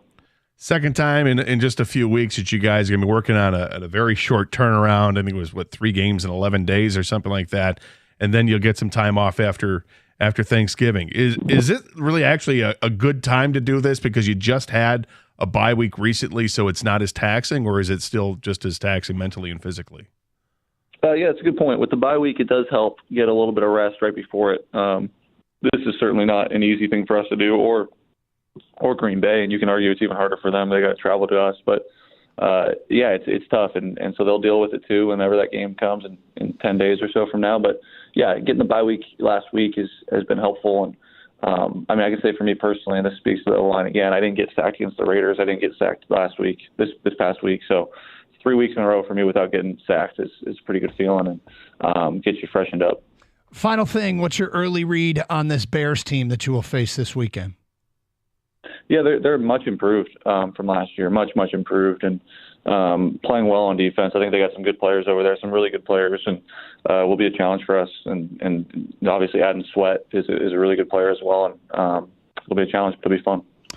There he is, the president of the Tim Lincecum fan club, Detroit right. Lions quarterback Jared Goff. Hey, we'll talk next week. All right, guys. Thank you. Jared. There he is, Jared Goff, Lions quarterback. You're on 97.1 The Ticket.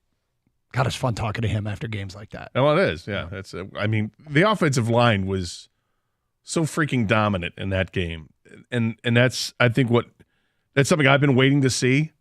All season long, what's it going to be like when they actually are healthy? And I think that bye week came at a great time for this team, so that they could, get everybody healthy and geared up. And when you see a healthy Jackson and Ragnow working in the middle, it makes a world of difference. And then to hear that Glasgow is overtaking Vaitai at the guard position, and then your tackles are just studs.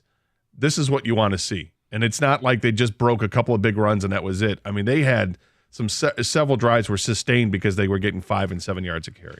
All right, it's Carson Anderson, 97.1 The Ticket.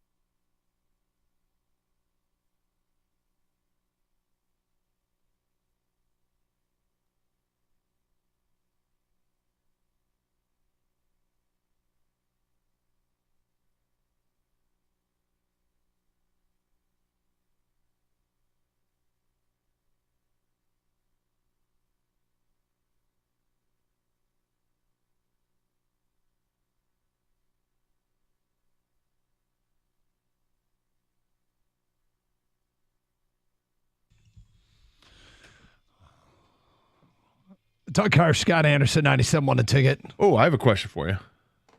Which is? So yesterday, driving home, did you listen to Call of Cthulhu?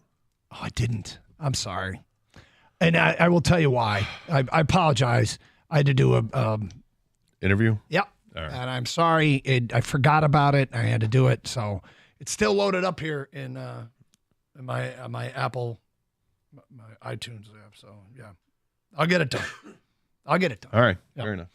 But no, yesterday was not the day. Thank you for reminding me, though, because I got sidetracked and then never went back to it. Here's the thing, too. You tell me if this makes sense. I went home and I worked out at the little home gym. Does it make sense? Yeah, you should absolutely. Well, yeah. I mean, Metallica and working out are synonymous. Yeah. Yeah, so big mistake there. Now, usually when I work out, I just fire up that TV and I watch like Netflix while I'm working out. But maybe today I'll change it up a little bit.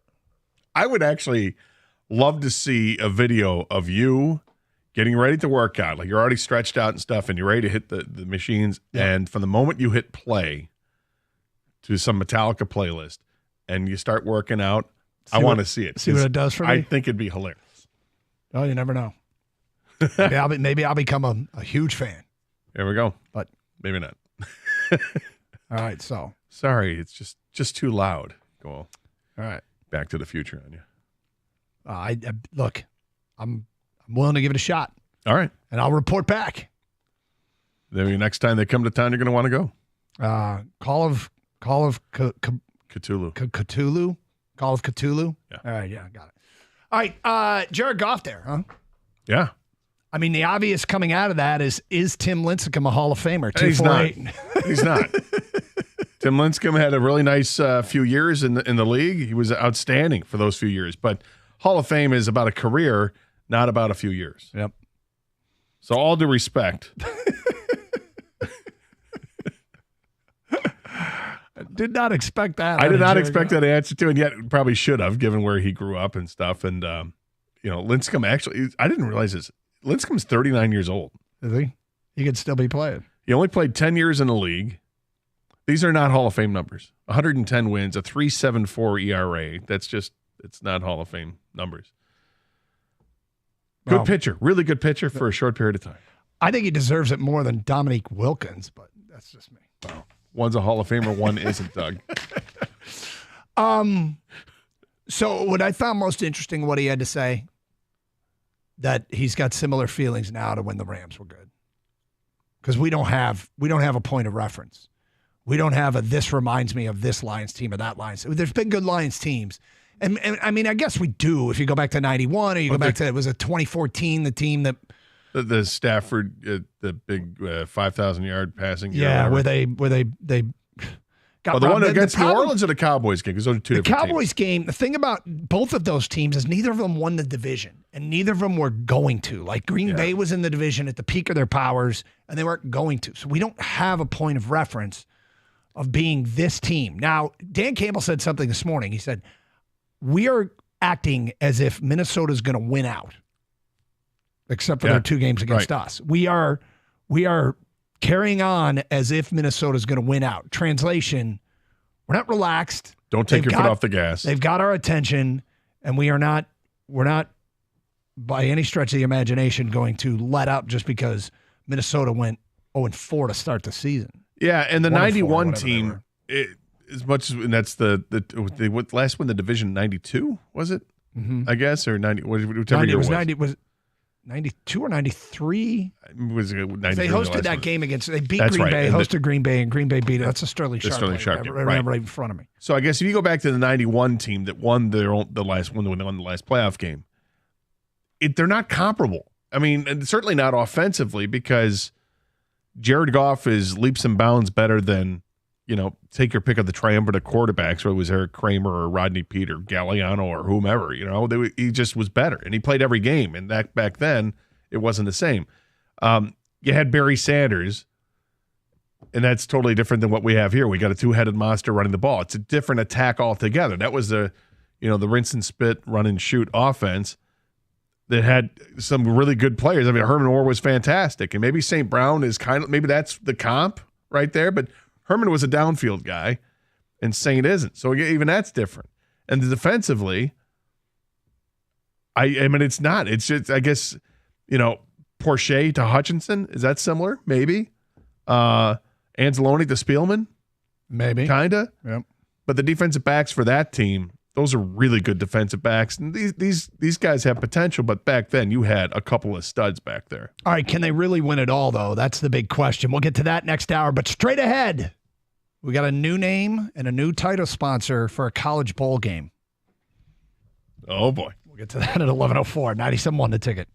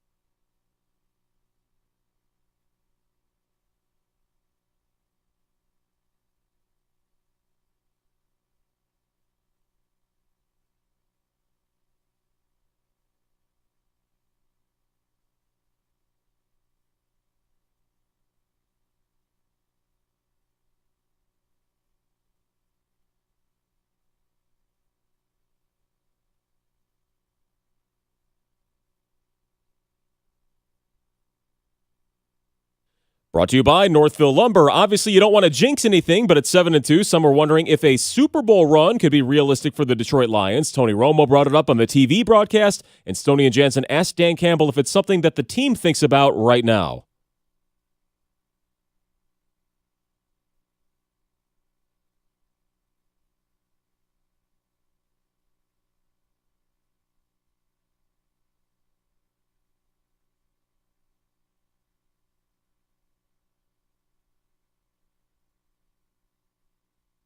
And Coach also says they need to get back to the basics on defense after being unable to get important stops in the second half of that Chargers game. He gave the O-line the ultimate credit for that win. The latest college football playoff rankings will be revealed tonight. They were Ohio State 1, Georgia 2, and Michigan 3 before the weekend. Also, hoops tonight. MSU will try to take down a top 10 team as they face number 9 Duke in Chicago for an invitational at the United Center. They tip at 7 o'clock. Also, a second in-season tournament game for the Pistons. They face the Hawks at Little Caesars Arena. Trae Young up in the air to play after the birth of his child. No Jalen Duren for the Pistons as they're hoping to snap an 8-game losing skid. Mark and Rick's call at 7 o'clock. I'll be with you on the pregame show at 6:35. And Netflix has a brand new live sports event this afternoon, F1 Golf, featuring pro drivers and pro golfers teaming up for a match play event in Vegas. That's a 3 o'clock start that will feature Ricky Fowler and Justin Thomas, among others, and Marshawn Lynch, a part of the commentator team for some reason. At the Ticket Update Desk, I'm Chris Villar. For more, go to 97.1 The Ticket and Odyssey.com.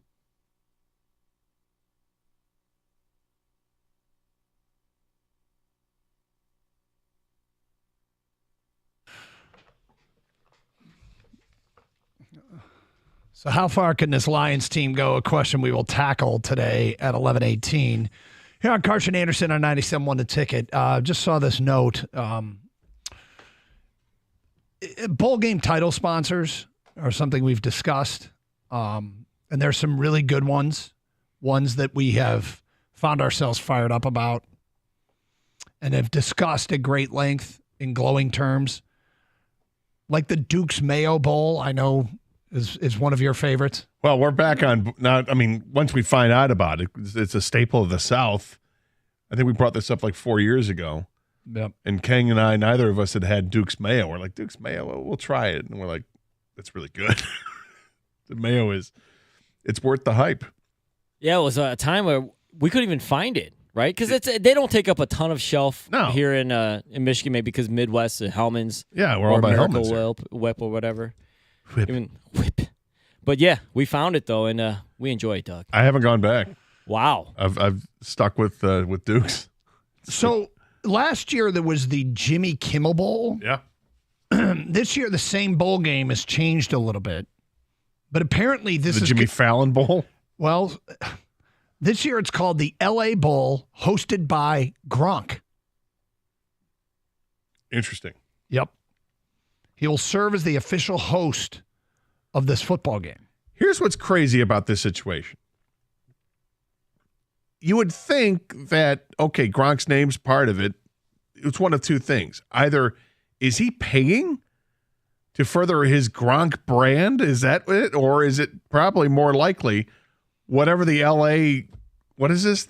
It's the LA Bowl hosted by Gronk. So I don't know why does the LA Bowl need it to promote Los Angeles tourism?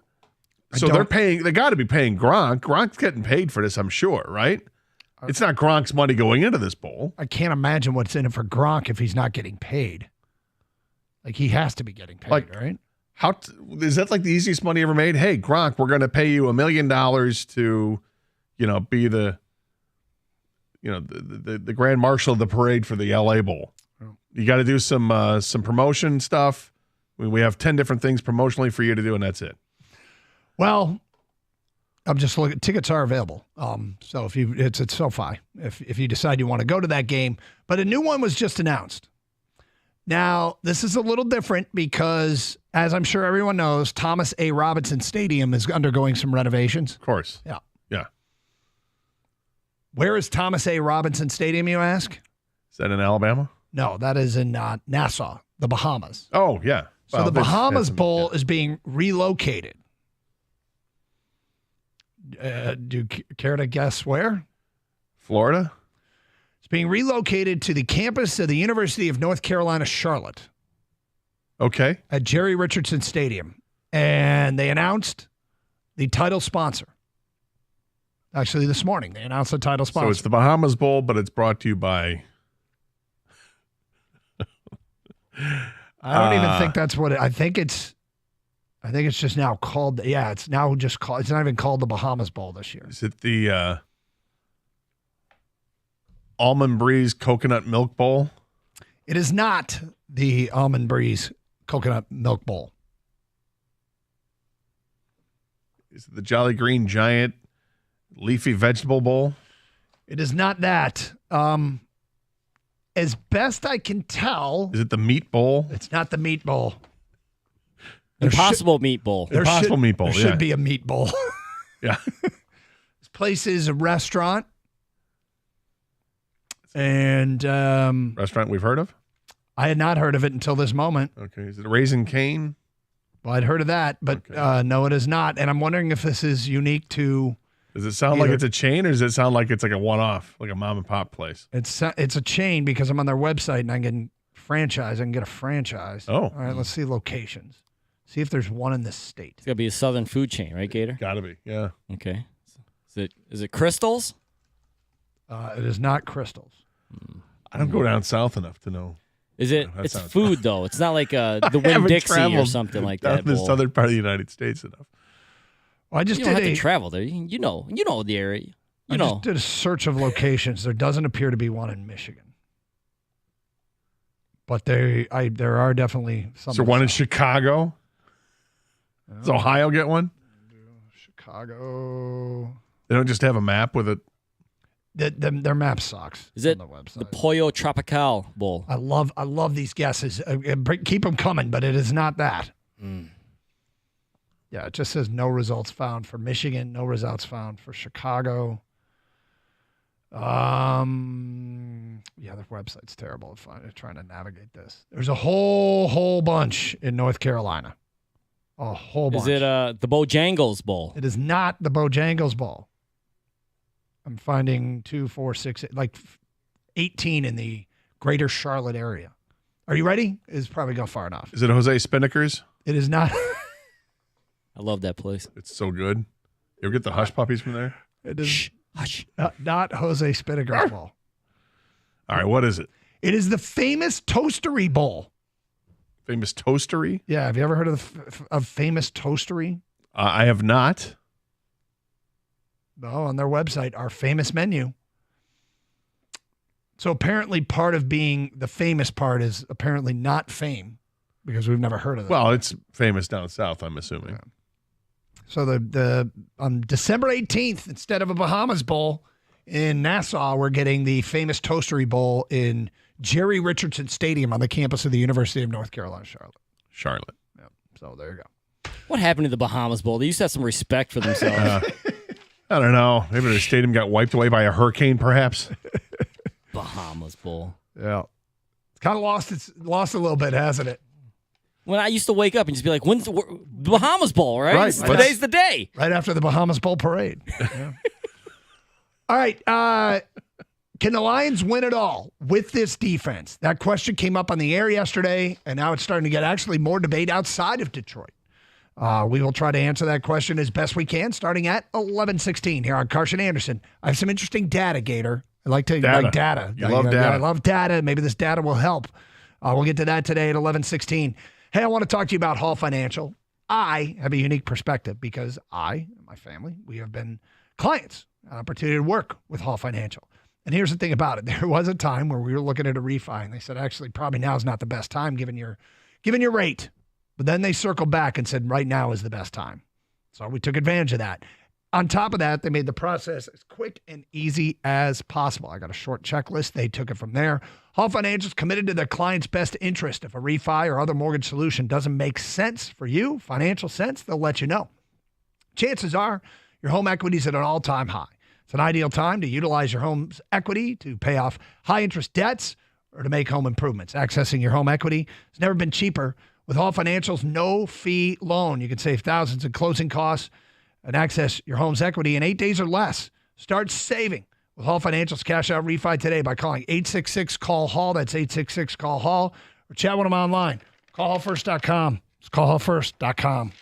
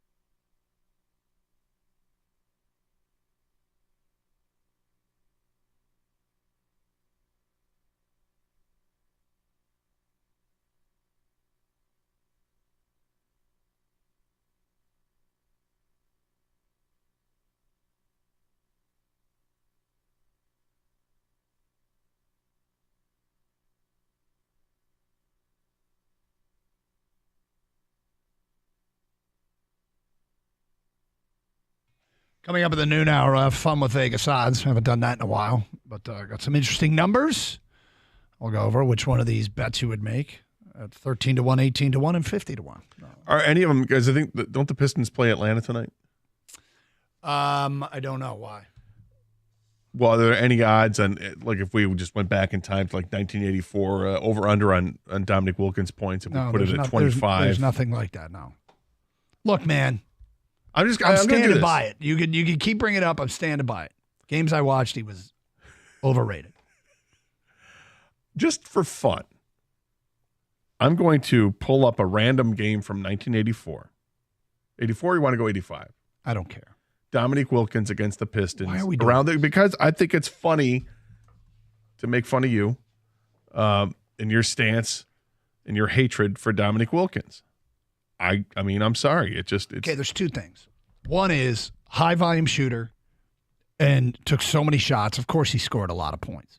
Secondly is, as a dunk contest participant, easily the most overrated dunk contest participant ever. He did the same dunk. He just approached the basket from one baseline down the middle and the other baseline. It was powerful, but it was two hands. He would go up with two hands, double pump. That's all anybody did back then. Yeah, but that's all it. He did. That's all anybody did. No. Others did more. Nobody. I mean, Jordan finally decided to do something a little bit different, but that was what you were supposed to do. Spud Webb was a little bit different. Spud Webb couldn't do anything. Spud Webb could just dunk, and it was amazing because he was like 5'3". Look, I'm just saying, Dominique did the same dunk. He just approached the basket from a different angle, and everyone was like, "Oh!" And I'm like, "No, it's the same dunk." Okay. So I pulled up. Listen, this is good for you. Okay. All right. January 4th, 1985. Yep. Atlanta at Detroit. At Detroit. Yep. Pistons won the game. Yeah, Pistons won. 124 to 117. For whatever reason, it doesn't have the score of the game. It was 124 to 117. I remember it distinctly. Okay. Dominique played 29 minutes, shot 6 of 19 from the field for a 316 percentage there. Yep. Had 18 points in the game and was minus 23. I think there is a strong probability that I watched that game. I think there was too. Yeah, without question, you watched that game. We're not going to launch into a full argument the next over two games, the he scored 32 and 37 against the Pistons. But yeah, I hear you. Yep, I hear you. I'm picking up what you're putting down. Dominique, I'm pretty sure he's in town too because of the game. He does. He works the broadcast. Does he? This is awesome. Mic drop. Yeah. Would you say 6 of 19? Yeah. The 3 games after that, he scored 32, 37, and 48 against the Pistons. How many shots did he take in those games? Well, the 48-point game, he was 16 of 32. Oh, it's a pretty good game for him. The 37-point game, he was 14 of 33, so not very good. 424. There you go. And the 32-point performance, he was 11 of 19, so 579. So, yeah. He played within himself that game. Look, I'm This is the greatest hate take ever. Are you? See, now people are calling up. We're not going to do this. How did this come up today? I'm not even sure. Oh, because actually, I'm not sure how it came up. You said something going into the break. Then you asked Jared Goff about it. Because you had said something right before we went to Jared Goff. Oh, whatever.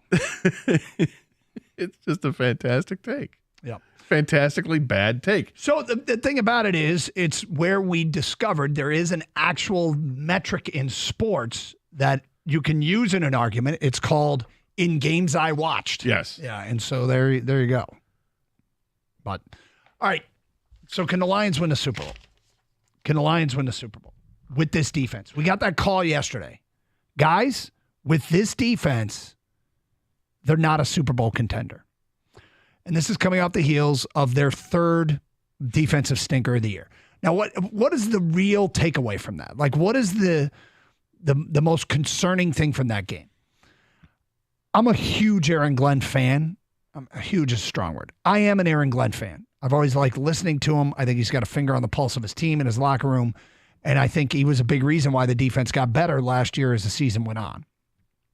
However, probably my biggest thought today is when you have a team in the Chargers that isn't doing much and the Lions are looking like they could run away and hide, and then the Chargers score 1 touchdown, 2 touchdowns, 3 touchdowns, 4 touchdowns, 5 consecutive touchdowns on 5 consecutive possessions.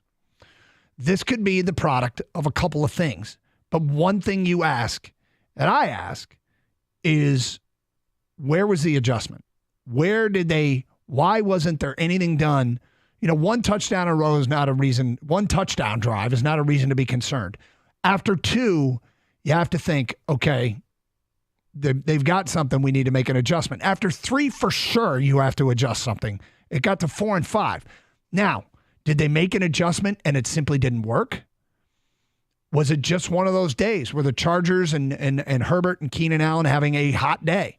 All possible. It's all possible.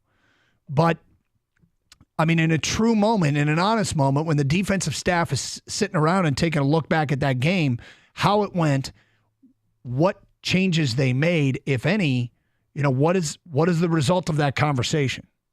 Did they really make changes in that game? Were they too stubborn? Did they make the wrong changes?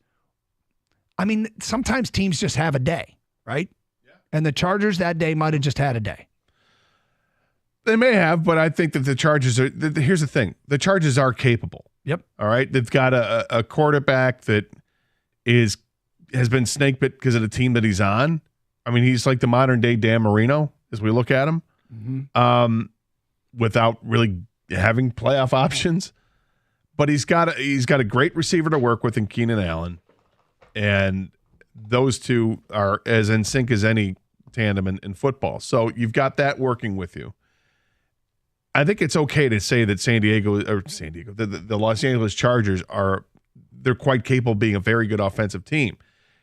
And the Lions, unfortunately, are also capable of just laying an egg sometimes, and sometimes they can't get out of their own way.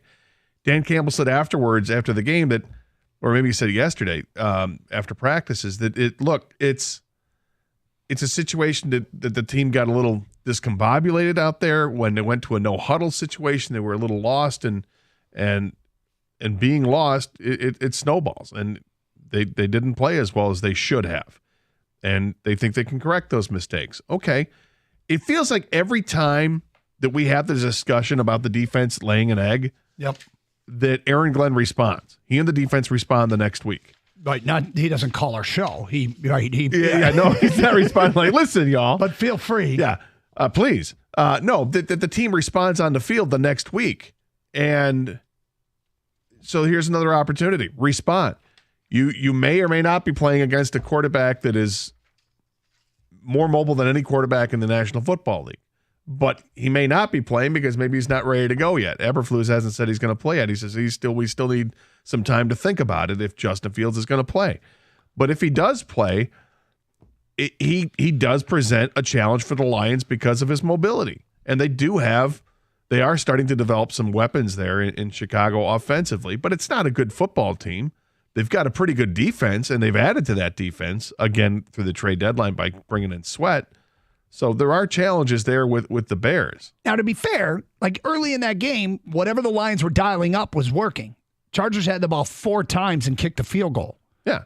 Then after that, over on their sideline, did they do something and the Lions had no counterpunch? Because the Chargers went 10 plays, 75 yards, 10 plays, 75 yards, 10 plays, 77 yards, 16 plays, 68 yards, 7 plays, 68 yards. The 16-play drive. And that's where I was actually impressed with the defense and how they bowed their neck, Doug. Looked like they had a 3rd down stop. No BYN. Pass interference. They BYN'd. They looked like there was 2 pass interference calls on Cam Sutton in that drive. And the other thing that I look at too, though, okay, it was not a very good game overall defensively, but they left some points out on the field offensively too. Yeah. And probably at least another 7 points were left on the field. Does that change things for what the Chargers do? Where, do they maybe not have as much faith in being able to come back, or what? Is that a possibility? Or even if let's say the Chargers still do what they do, if you add 7 more points to that, it's another double-digit win. 248-539-9797. I'll get to the data that I got, and maybe this will make you feel better. Maybe it'll make you feel worse. I don't know. But can you win the Super Bowl with this defense? Can you win the Super Bowl with this defense? All right, before we get to that, Mel, you're on 97 a ticket. Hi, Mel. Hey, how you doing? Good, Mel. I had to call and defend my first ever favorite player in my childhood, Dominique, man. How you going to hate on Dominique like that? Give it all my reasons. Listen, Dominique is the reason the Pistons drafted Rodman and Sally because they didn't have no young athletic guys to guard them. Every time they played the Pistons and he would see Kelly Tripucka was guarding him, his eyes would light up. You know, he wasn't overrated. I mean, and his dunks, yeah, he did the same dunks before at the time. You know, it was kind of ahead of his time for that time period in the 80s. He's a trailblazer. I want to say yeah, and they had some cool ass jerseys too, I might add. But well, that seals it. but I mean, Dominique, is he one of the top 5 small forwards? No. I say, as far as people who I've seen actually play live, I say he about top 10 as far as scorers of all times. I give him that. But to say he's overrated, I don't think he was overrated. Mel, thank you. Listen, I'm firmly entrenched. Mel brings in up my a great point. Uniforms? Uniforms, A, but 2, more importantly, maybe we should thank Dominique Wilkins. Because if that's the impetus to go out there, we need to get more athletic and we need to get tougher. Let's draft Rodman and Sally. For us, championships, man. Thanks, Dominique. And we move on. Carson Anderson. John Koncak next. 97.1 the ticket.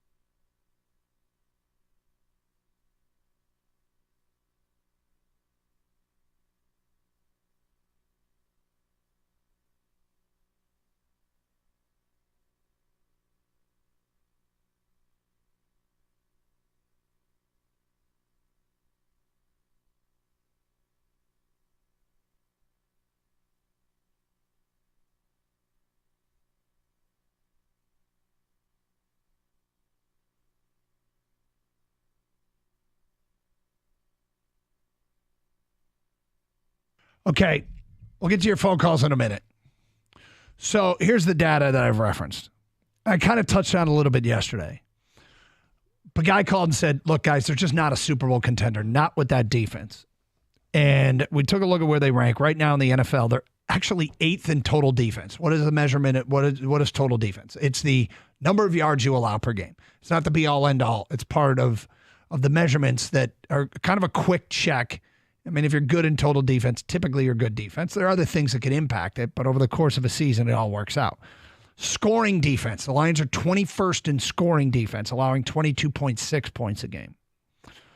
So you look at those numbers and you compare them to recent Super Bowl participants. Last year, Kansas City was 11th in total D, allowing 328.2 per game. So they allowed basically almost 18 yards more per game. They ranked worse than the Lions did, relatively speaking. In scoring defense, they were 16th in the league. Lions were 21st. They allowed 21.7 points a game. The Lions are at 22.6. So Detroit allows essentially one more point a game than last year's Super Bowl champion did. So there's the first obvious comeback that I used, right? Is, well, Kansas City won a Super Bowl. Yes, they have a transcendent player, but that transcendent player is what makes their offense exceptionally good. The Lions don't have a transcendent quarterback. They got a really good quarterback. But, I mean, you can make a case he could be playing at Mahomes level right now, but whatever. The point is, if your offense is great, you could still win a Super Bowl. Kansas City just did it. Now, last year, Philly had a great defense. They were second in the NFL in total D, 8th in scoring D. They allowed, but think about this, being second in the NFL, you know how many yards per game they allowed less than Detroit's allowing right now? 9. 1 first down a game more Philly kept teams from getting. Points per game, Philly was 8th at 20.2. That's 2.5 points less than the Lions allow per game. Okay? So is it really that big of a deal? 2 years ago, the Rams allowed 344.9 yards a game.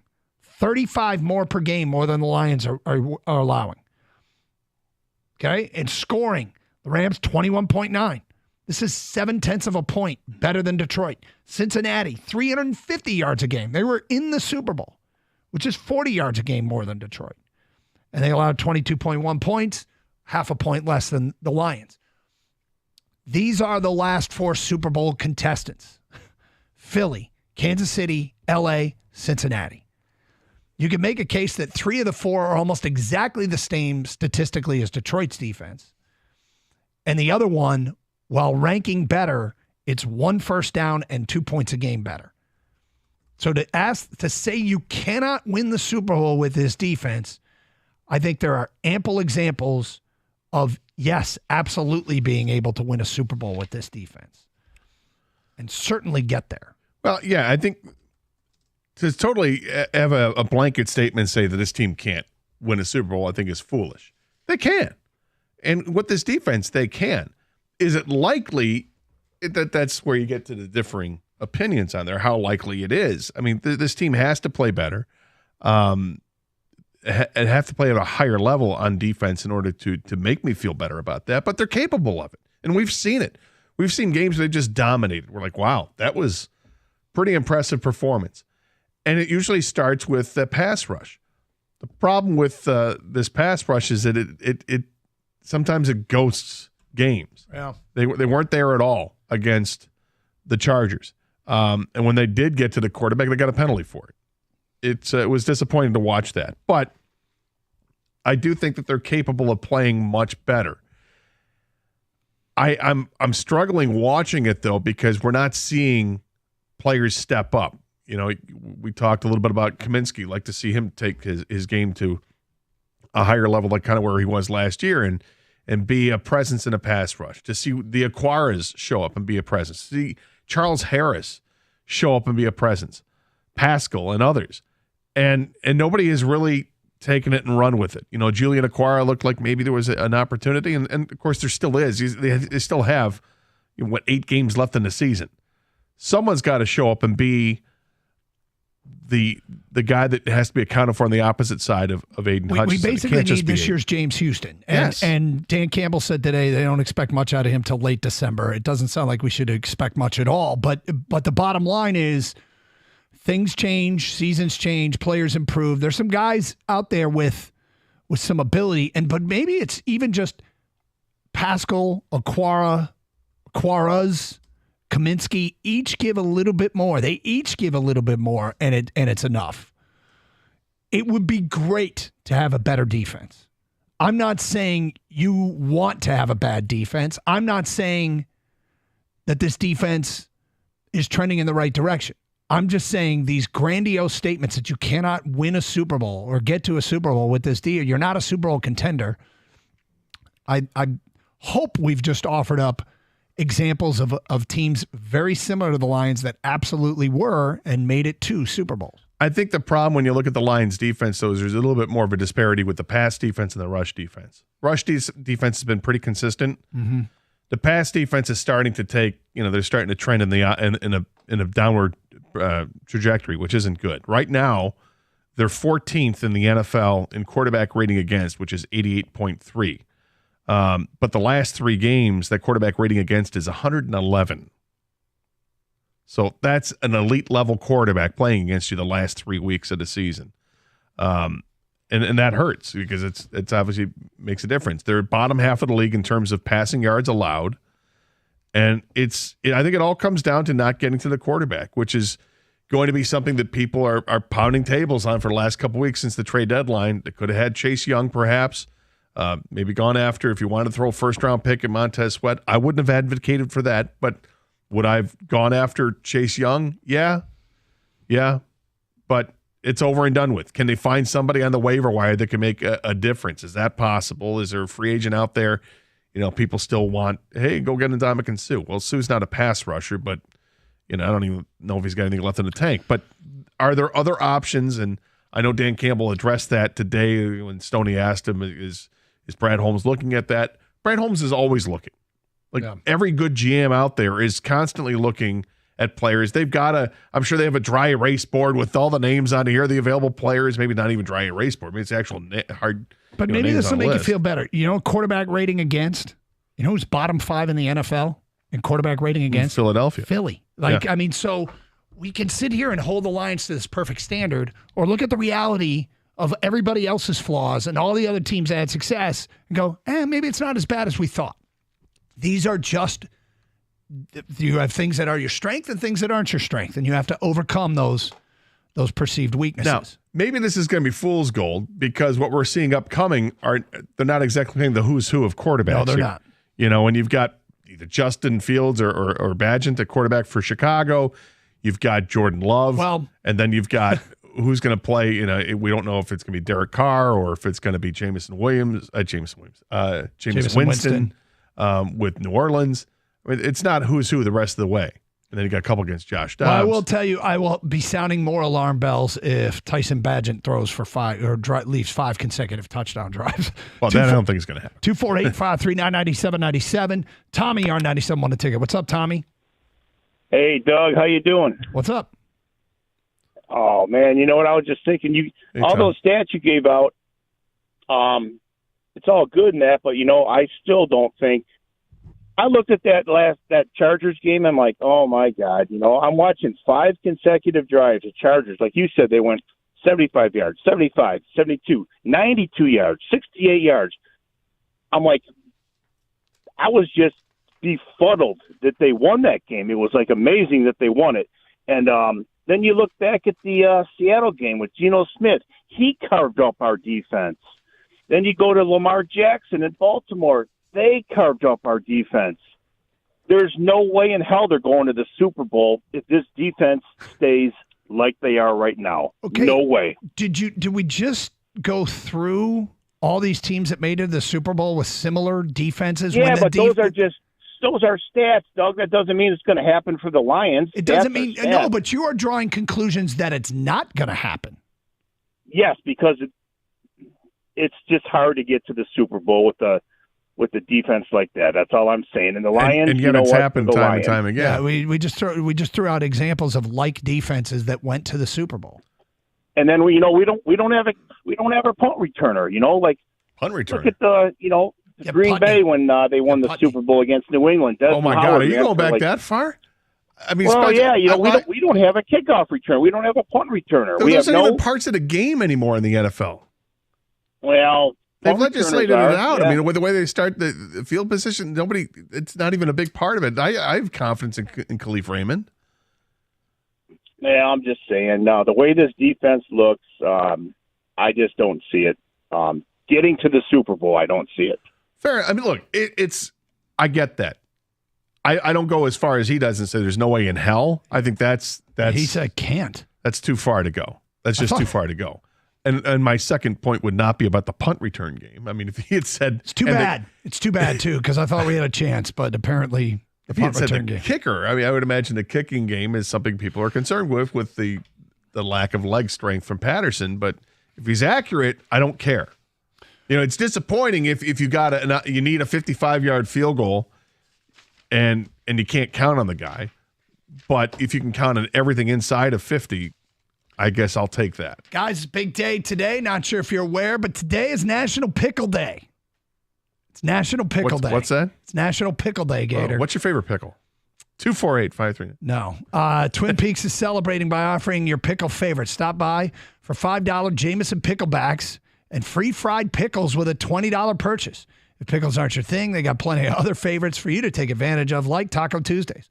House smoked chicken and brisket tacos, blackened fish tacos, or double stacked nachos, smoked chicken quesadillas, house made queso, avocado smash, and fire roasted salsa. Wow, pair it all with a spicy margarita or a tall Modelo draft.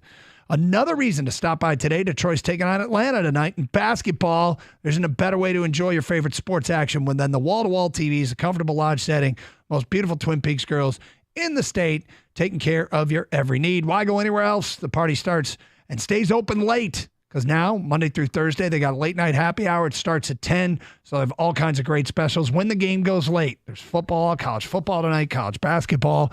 Take it all in and take advantage of all the great deals on National Pickle Day. Find a location nearest you. Go to TwinPeaksRestaurant.com. That's TwinPeaksRestaurant.com.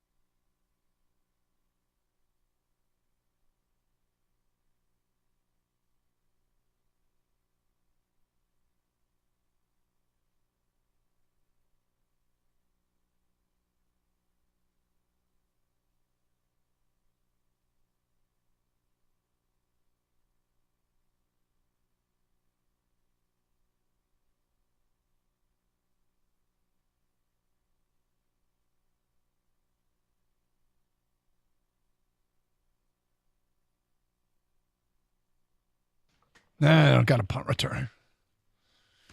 Look, They need to find their Pete Manley. that's 2 calls in 2 days saying they can't do it because, and he cited the defense, to be fair. And I'm not loving that game. I'm worried about 5 straight touchdown drives. I'm worried about where were the adjustments. And if there were adjustments made, I'm worried that those adjustments were just the wrong ones. Well, so the other thing is, how much is this is going to be fool's gold because of your upcoming schedule? Game you got, here's the next few weeks schedule. Home against Chicago, home against Green Bay. Yep. And you have some time off, and you come back and you play at New Orleans, at Chicago. Then you're home against Denver on the 17th. Now, Denver's trending in the right direction. They played a really good game last night offensively. They didn't get maybe as many points as they'd like to, but they got enough points to beat Buffalo. And Russell Wilson looked really good in that game. And then you got a tough game at Minnesota. They're at Dallas. I mean, all of a sudden, this is looking like a tough stretch the last 4 weeks of the season. Home against Denver, at Minnesota, at Dallas, home against Minnesota. That's a tough stretch. Yep. Now, if they can use these next few weeks to amp it up and play better defense, I'll feel better about it going into it. But if the defense just looks good but not dominant against Chicago twice, Green Bay, New Orleans, 248-539-9797. Let's get back to your open line calls. We go to Jacob. You're next on 97.1 The Ticket. What's up, Jacob? Hey, there's one key stat you're missing from 2021-22 is Kansas City and Philadelphia are number 1 and number 2 in sacks. 21, the Rams were 3rd, and Cincinnati was 9th. We're like 22nd. We need James Houston to come back, and a good quarterback is going to just step away from Hutchinson and just flow away from him. He's going to know where he is on the field. That's where our hole is, and that's what I think will keep us from getting to the Super Bowl. So I'm not expecting much out of James Houston based upon what Dan Campbell said today, but I would add this, Jacob, and I guess I'm reiterating something I just said, and that is, man, if everybody else can give a little bit more, I feel like they have a bunch of guys that are capable of more. None of them are capable of being an elite pass rusher, but if everybody up front does a little bit more, it can help. It might not check that box, but it can help. It can help. Well, that might come to matchups not in the Super Bowl because, like I said, the quarterbacks that have killed us have been the more mobile ones, the ones who can step away and get away from Hutchinson and flow away from him better and then take off and run. So it might come down to matchups on who we play because we play a mobile quarterback that's good, like Hurts. I think we're going to get killed.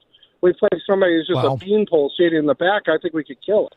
I don't think they'll get killed. I think they will give up a bunch of points, and I think they'll score a bunch of points. Like if the Lions, the way they're playing, they are the classic modern-day contender. They score a ton. Yeah. And they don't play great defense. Well, but they're not always going to be able to score 30 points a game. They're not always going to be able to do that. So can the defense be good enough in those games that the offense? I mean, I expect this team to fully score 20 points a game. That's just their MO. They've done it all but one game this year. But you'll have tougher. That game at Dallas. Game at Dallas is going to be interesting. Dallas gets after they get after the quarterback. Minnesota gets after the quarterback. Danielle Hunter and Micah Parsons, for their teams respectively, they get after quarterback. You know who else really gets after the quarterback? It's just a problem. Joey Bosa and Khalil Mack. They're a problem. Yeah, they did. And I love the fact that the Lions have a counter to that in Penei Sewell and Taylor Decker. But if you shut down the other team's pass rush and render that moot, it changes everything. You can, but the thing is, Parsons and Danielle Hunter are in a different stratosphere than those guys. 248-539-9797. Scott is next. Hi, Scott. Gentlemen, how are you? Okay. All right. Good. Hey, I heard Devin Hester's available. You think he's a fit? Hey, I just wanted to piggyback on kind of what Doug said. I mean, who's the consensus number one right now in the NFC? Right? It's probably Philadelphia. Yep. I mean, they played Washington Commanders, and they won 34-31, 38-31. I think we can all agree that the Chargers have a little better offense than the Washington Commanders, right? Sometimes it's just game script. sometimes that's just the way the game's going. I think the Lions have shown us that they can win in both a shootout now and they can win in a grind them out kind of a game. It's just going to be different in every game plan, everything that's going on. I just don't see it. I mean, could they be better? Yes, and I think they definitely need to improve. But, to say that they can't win, that's just nonsense. You know what it is? To me, and this gets misconstrued as, you don't need any defense. No, I'm not saying that. I'm saying the primary requirement you need to compete is a great offense. And then whatever you can do defensively to stay in games, to help create separation, to harass other quarterbacks. Turnovers are a big part of it, like turnover margin. The Lions are a little bit down in turnover margin over a year ago. Maybe that corrects the second half of the season, but there are variables here that play into winning and losing, and stats don't tell the whole story for sure. But I'm countering these. All I'm doing is countering these blanket statements that they just can't compete with this kind of defense. Right. Well, that's what I love about the Dan Campbell realized, okay, what's our strength this game? It's our offense, right? So instead of taking that field goal, right, when he could have, he's like, you know what? I need to put it in the offensive hand this time. Let's go get the 2 yards. Yep. Let's bleed out the clock, because guess what's going to happen? We're going to kick this 3 points, and then Herbert's going to march down and win it with that. That was SOL, right? So Herbert would come down, march down, and win it with a touchdown at the end. So he's playing to his strengths. Yes. Do I think we can get better? Of course we can improve. I think, obviously everybody's been clamoring for another pass rusher, which, do I wish they would have gotten somebody? Probably. But, as far as it goes, I think they're playing to their opponent, what they need to do. It's a great offense that you're playing against. Your offense played a little better, and you won the game, and that's all you can ask. 248-539-9797. Kang, what do you make of all this? The data. Well, I think I mostly agree with you, Doug. Like, you read off the stats that back up, your statement. And I've always said this in the beginning, too. Before that, is I always think that offense is where it's at to get to the Super Bowl and win it. That doesn't mean you don't need a defense. I think what you need is timely stops and big plays, momentum changers. What the Lions didn't do against the Chargers, even though they won the game, is the last 5 drives, they never got that stop. They never got that play. They never got that sack. Yeah, and that would have changed a lot in that game. It just never happened, and they were still able to pull off the win. I think that when you brought up the Bosa and Mack didn't get a sack, which obviously they didn't, but they're also going against 2 really good tackles. There's going to be games when you don't go but see, that's my point. My point is, when they face these guys, the Lions can take them on. No, but the other way around, I'm talking about for Hutch and whoever's on the other side. They have to, they're not going against their own offensive line. They're going against a lesser offensive line. So they got to get to the quarterback at some point, is what I'm saying. Yeah. The Lions have a really good offensive line. So there's kind of an excuse why Mack and Bosa didn't get there. The Lions have a top 3 offensive line, right? Yes. Is Hutch and Pascal or Harris going against a top 3 offensive line every week? Not every week, no. They got to get to the quarterback. Practice, yeah. 248-539-9797. Get to more of your phone calls and feedback. Got a Fun with Vegas odds we'll get to next hour. 12:35, 97.1 The Ticket.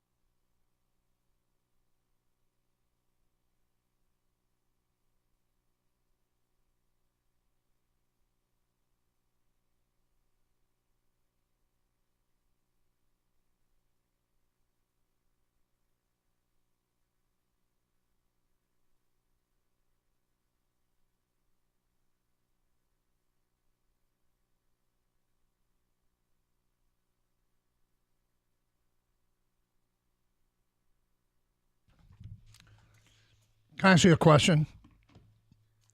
Doug, I'll answer almost anything. Yeah. Was that lunch too stinky? I did notice it, but it's not stinky in a bad way. It's like, oh, Doug just had lunch. Yeah, it was a reheated burrito bowl. Made a burrito bowls last night at home and a lot of onions. Well, I like onions. So Okay, it's good. okay. No, I felt guilty. I thought I'd bring it up before I did it, but then I didn't, and now I felt bad because I didn't. And I mean, it smells like a cafeteria in here, but it's okay. yeah, well, Yeah. I just had a peanut butter sandwich for breakfast, so, I'll be all right. you had a peanut butter sandwich for breakfast. Yeah. That was my breakfast. Just peanut butter? Yeah. What, did you toast it or did you just? Nope. Wow. Yeah.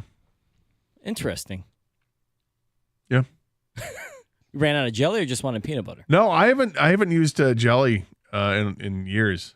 And when I use jam, if I do, because jam spreads and the jelly doesn't. But I've just been a peanut butter guy lately. Okay. Well, there you go. Yeah, Jif Natural peanut butter. Just The natural one? Mhm. Sounds like something I'd do. It is something. yeah, Doug but would do. something tells me you don't use anywhere near as much peanut butter. I go both slices of the bread. Licks the knife. Yeah, 100%. Yeah, dog's looking up. I'm like, "Oh, no, this is mine." So creamy, not crunchy. Absolutely not crunchy. Okay. I'm dead against crunchy peanut butter. Touch the nerve. I mean, I get why some people it's fine. If you like crunchy peanut butter, it's great. Have at it. I'm a creamy kind of guy when it comes to peanut butter. But I do not. Crunchy kind of tears at the bread, and I don't like the texture of it. It's like there's gravel in my sandwich. It just doesn't seem right. And There you please, go. God, for the love of God, do not put your peanut butter in the refrigerator. Don't. No, I don't do that. We have some food takes that are similar or the same, and that's one of them. Okay, so the debate started yesterday. We just got one of these calls that guy said, you know what, guys, they're just not a Super Bowl contender. You can't be with that defense. And we've tried to point out that similar defenses, 3 of the last 4, in terms of yards and points allowed, very similar defenses, some better, some worse than Detroit, have made it to the Super Bowl. If you made it to the Super Bowl, you're a contender. But not everybody's buying. We already had a call today saying you just can't, this team cannot do it with that kind of defense. The debate just isn't local. It's national as well. I was at CBS Sports today, and one of the writers did a story. Jeff Kerr, has this fiction or reality piece. The Lions are the biggest threat. The Lions are the Eagles' biggest threat in the NFC. Overreaction or reality? And he says reality.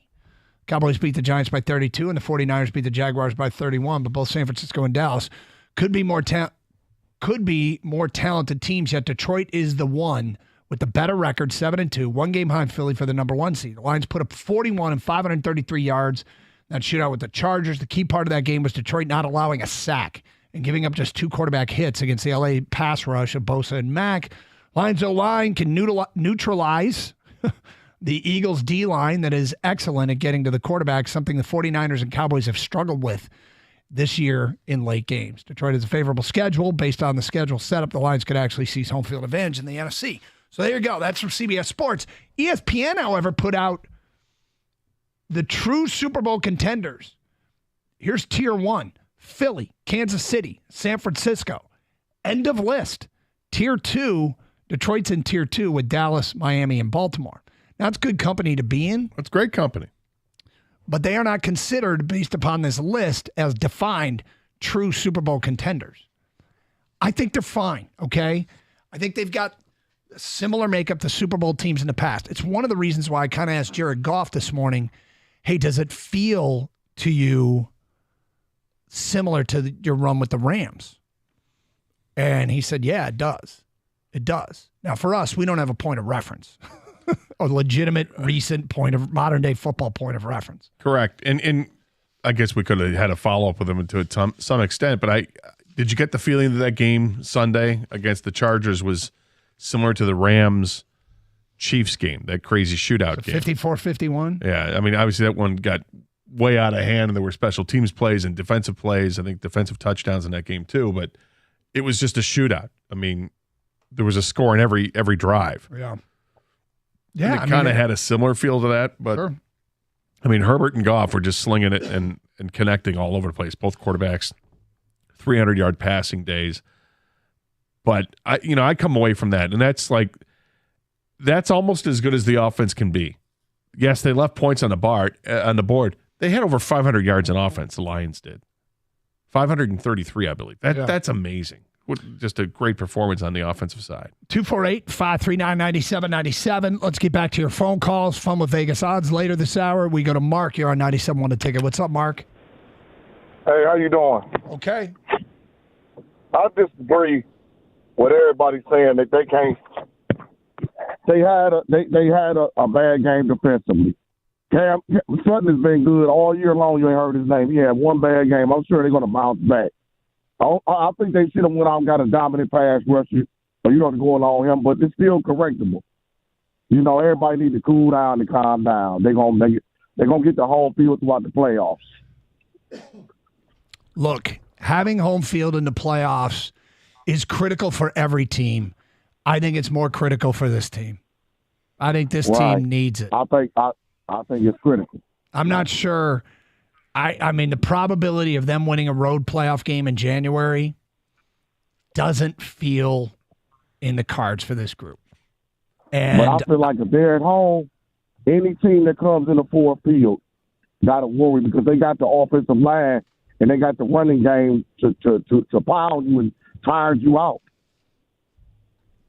I can see Philly coming in here and winning. I can see San Francisco coming in here and winning. I'm not sure I can see Detroit going to Philly or San Francisco in January and winning. Wouldn't be impossible, but it's a big deal. It probably matters more to Detroit than it matters to others. The problem with those offenses is that they have great weapons at all levels. Like both teams, Philadelphia and San Francisco, are getting really good play from their quarterback. Jalen Hurts looks like he can still give more than what he's given this year. They both have good play from the running back, more so from San Francisco than what Philly's getting, and they're both getting really great plays from the receivers. San Francisco, it seems to me like it's a step above Philly with what they have when they're healthy, and now that they're healthy, they can be a problem if they get on a run. But hopefully, their 3-game losing streak. Well, maybe that gives the Lions an advantage and the impetus to say they got to win out, or maybe not win out, but you can't afford to lose too many more games because San Francisco is clicking on all cylinders now. Now that their left tackle is back, now that their wide receiver Deebo Samuel is back, now that they've added Chase Young to the defense, that's a team that's set up.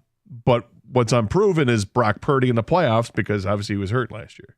And also, don't forget, just because I agree with you, Doug. I don't want to go on the road. I think it's more difficult for the Lions to go on the road and win a playoff game. Jared Goff, he's been good all year, but he's better at home. Yep, he's just better at home. It is what it is, and I want that advantage. I want Jared Goff at home. I want the fans. I want everything. Same thing's probably true at Dallas, right? Dallas doesn't want to go on the road. No, but the last time they were on the road, Dak had a hell of a game. 248-539-9797. We go to Eric next on 97.1 The Ticket. What's up, Eric? Hey, good afternoon. Trying to fire up the Lions fans. It's almost like we can't handle success. We're 7-2, and the game we won, we went to the world champs and beat them. San Diego was LA. They were a playoff team, and we had the kicker to knock them out the playoffs, beat them, and you figure they were fighting for their life. They were at home. Anytime you can go on the road and beat a playoff team, that's pretty good. And we won games this year with our defense. If I'm not mistaken, when we beat Kansas City, the defense stopped them at the end. We've had defensive wins this year, but we got to get behind this team. If we don't do nothing else, we got to throw that dot out there. And I'm glad that the players are responding, the coaches responding. And shoot, everybody's trying to win this thing. We got a good enough team, and still got more games to play. So I wouldn't have all that negativity in the air. Well, we got to get behind this team. I sit here and talk about how they have to have home field, and yet their road record is really good. Aren't they 4-1 on the road? Yeah. And we put the points up. Well, and 41 points and 500 yards is yeah. I mean, that last performance, it's on the road. And I mentioned Dak Prescott. His last game on the road was outstanding. So was Jared Goff's. I mean, so it can't happen. Now, the difference is playing in Los Angeles. Yes, it's on the road technically, but the Lions fans showed up, and it's also an indoor facility. And the indoor facility favors the Lions certainly. Yeah, I want them to have home field advantage as much as they can, and they'll have a chance to beat anybody. I hope if people they're a don't number one seed. misinterpret this as like the dumbest take ever. Oh, do you want to be at home or the road? Oh, we want to be at home. No, it's that the Lions might need it more than other teams. Yes. 248-539-9797. More of your phone calls and feedback coming up, plus the latest NFL power rankings. Where do our guys rank? It's 97.1 The Ticket.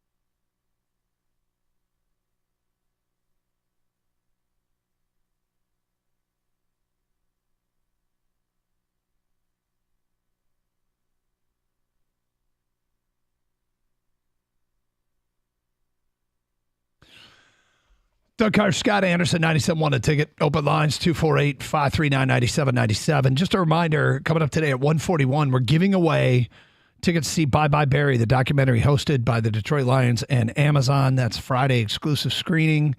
This coming Friday, you'll hear from Barry himself, the real reason behind his retirement, family members as well. It'll be released globally on Prime Video November 21st. The way we're giving away is a Carson Anderson quiz question. Just whatever that something said on this show. It's usually very easy if you've been listening and paying attention, so hopefully you have.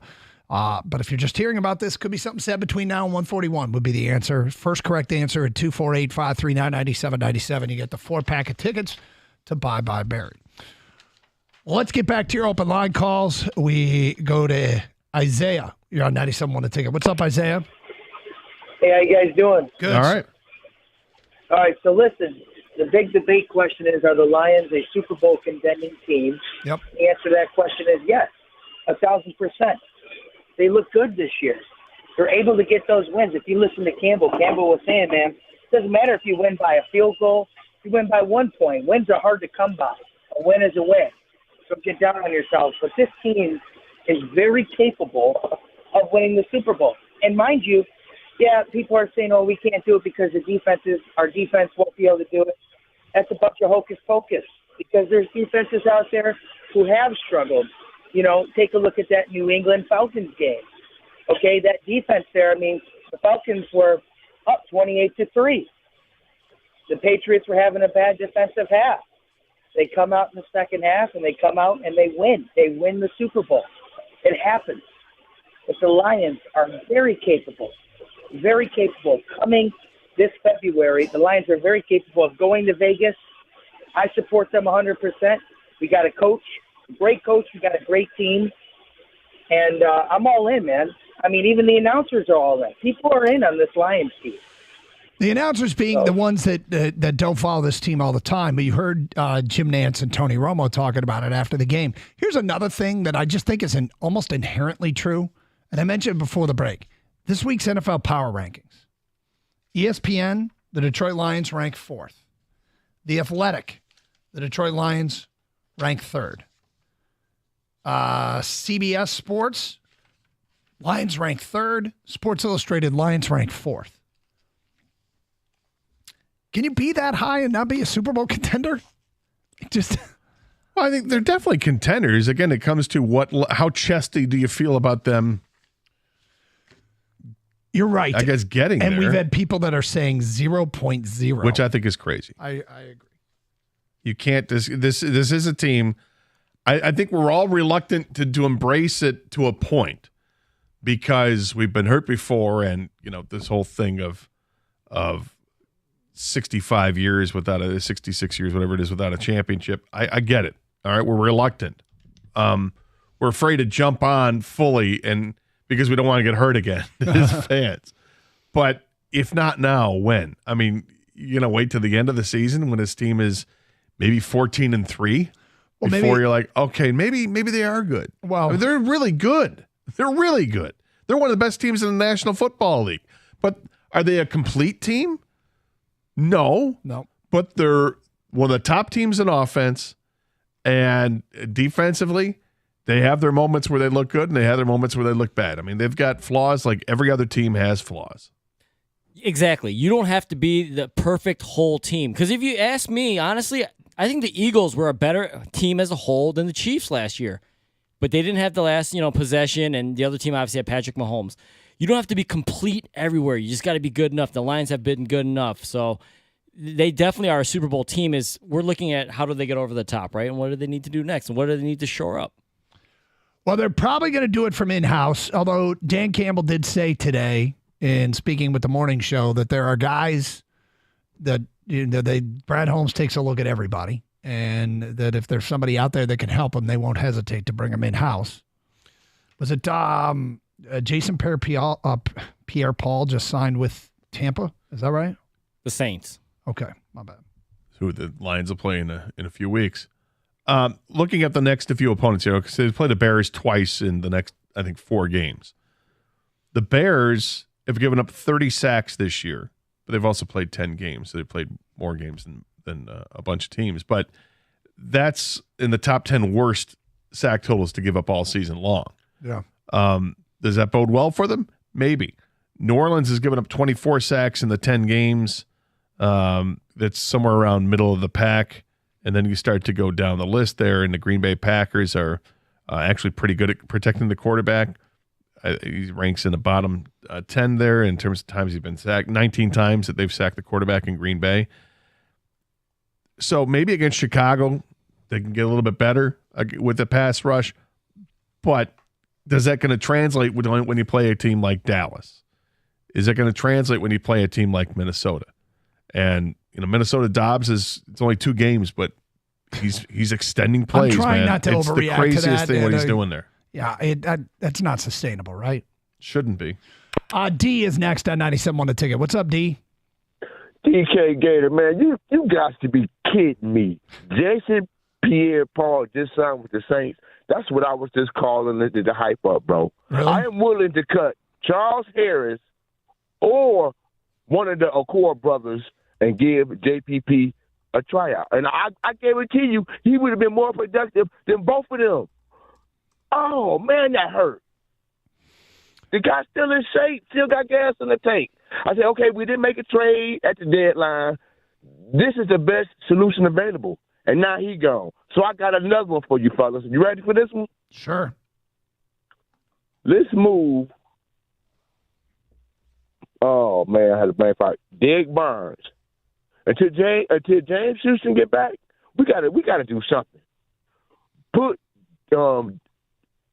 Barnes on the edge. I don't know if you guys noticed, but he can get to the quarterback, bro. He's not Micah Parsons type, but he can get around the edge. He can get low. He got a little speed, and he got a lot of strength. Well, they have thrown. I know Jack Campbell has played out there a little bit. I don't know if I paid enough attention to see if Derek Barnes has been out there on the edge, but they do that with the linebackers occasionally. But I hear what you're saying. I hear what you're saying, D, because Derek Barnes does get after the quarterback, or that's what he was known to do. He do, and like I said, I look at him and Micah Parsons. Only thing different, Parsons may be 3 inches taller, but that explosiveness and that. Micah Parsons is all pro player. I mean, I think there's more than that. But come on, babe. Hey, come on. I'm all in like that last caller, baby. So one more thing. On that game-winning field goal, I thought for sure guys weren't able to just jump over the center and the guard like Derwin James did and completely almost block that kick. I thought they changed that rule, bro. So you can still jump over the guard and center, time that jump. You definitely can't do it over the center. Can you do it over the guard? He did it over the center and the guard, Gator. Derwin James timed that jump just right. Look at the replay. He timed it just right. NFL owners passed a rule prohibiting players from leaping over offensive linemen during kicks. That was several years ago. Have they had a change? I thought the same thing when it happened. Then the kick went through, and I completely forgot about it. But I think as long as you don't use the other players as if you touch them, you can't. You can clear them on your own. If you clear them on your own, that's one thing. If you use them for leverage, I think they look down on that. I think that's what gets a personal foul if you do that. 248-539-9797. More of your phone calls and feedback coming up. Fun with Vegas odds at 1238, 97.1 The Ticket.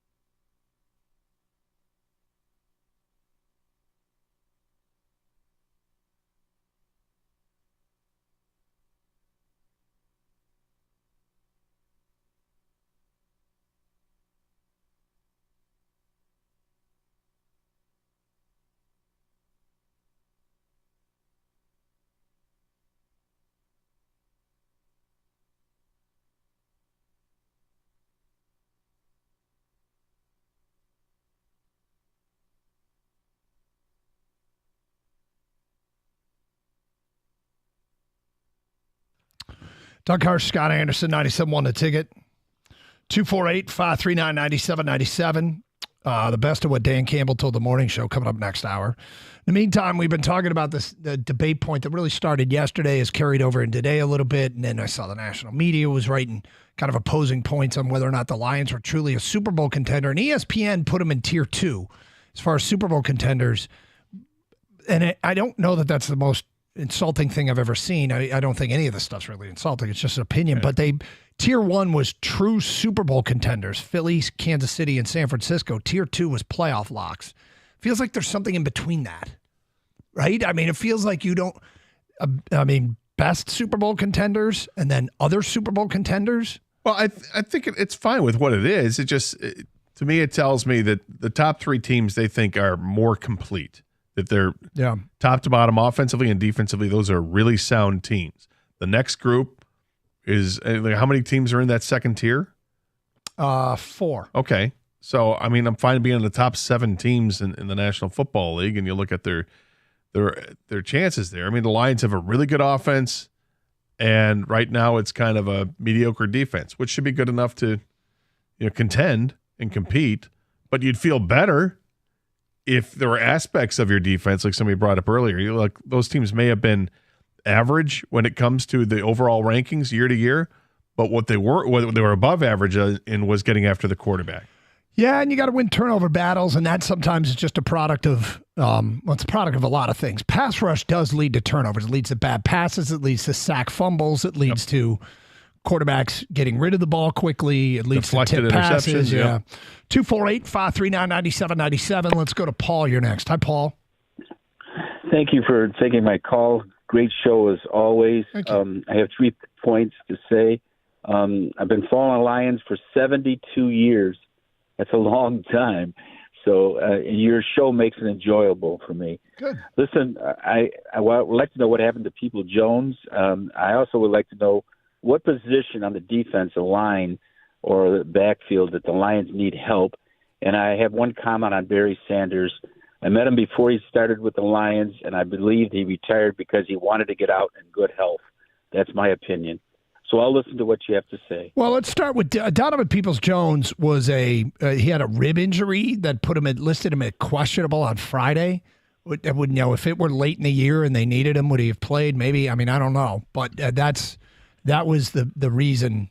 Well, he's a guy who's there to replace Marvin Jones on the roster, and Marvin Jones wasn't a huge part of the offense, so I don't expect giant things come from Donovan Peoples-Jones, but I think he might be an upgrade over Marvin Jones at this point because he's got a lot left in the tank. I mean, he hasn't reached his ceiling. He had a really good season last year, but it's just about getting him back on the field and getting him acclimated. But I can't imagine that he's going to get huge snap counts from here on out because the Lions have their rotation of guys. He's in that rotation, but behind Reynolds, behind Raymond, behind Jameson Williams.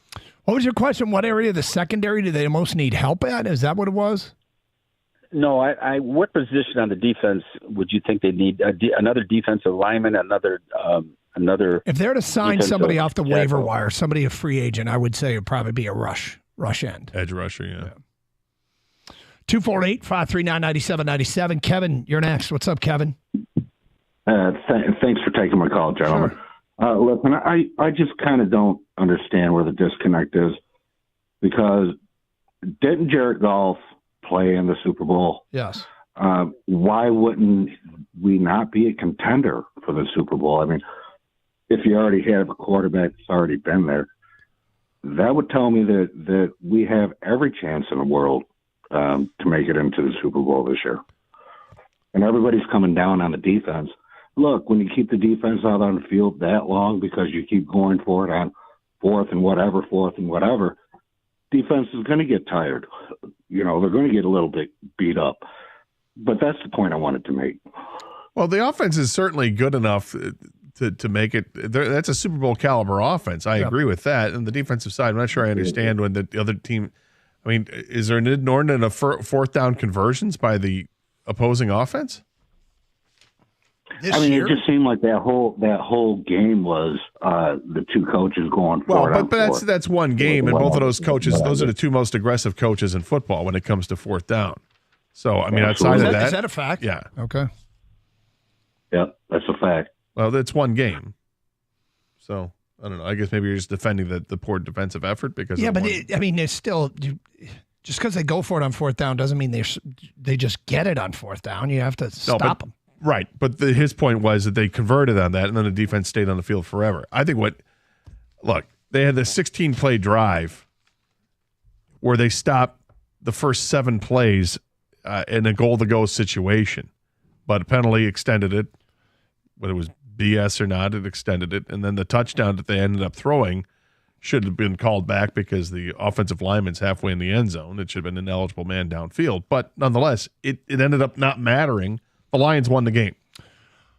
All right, let's have some fun with Vegas odds. It's been a while since we've done this. Are you ready, my friend? I am. Kang, are you ready? I'm ready, Douglas. Okay, so we find things with the same odds at Cross Sports. We use odds put out there by betonline.ag and FanDuel. All of these things are 13-1. 13-1. 13-1, okay. The Detroit Lions to win the Super Bowl, 13-1. The Edmonton Oilers to win the Stanley Cup, 13-1.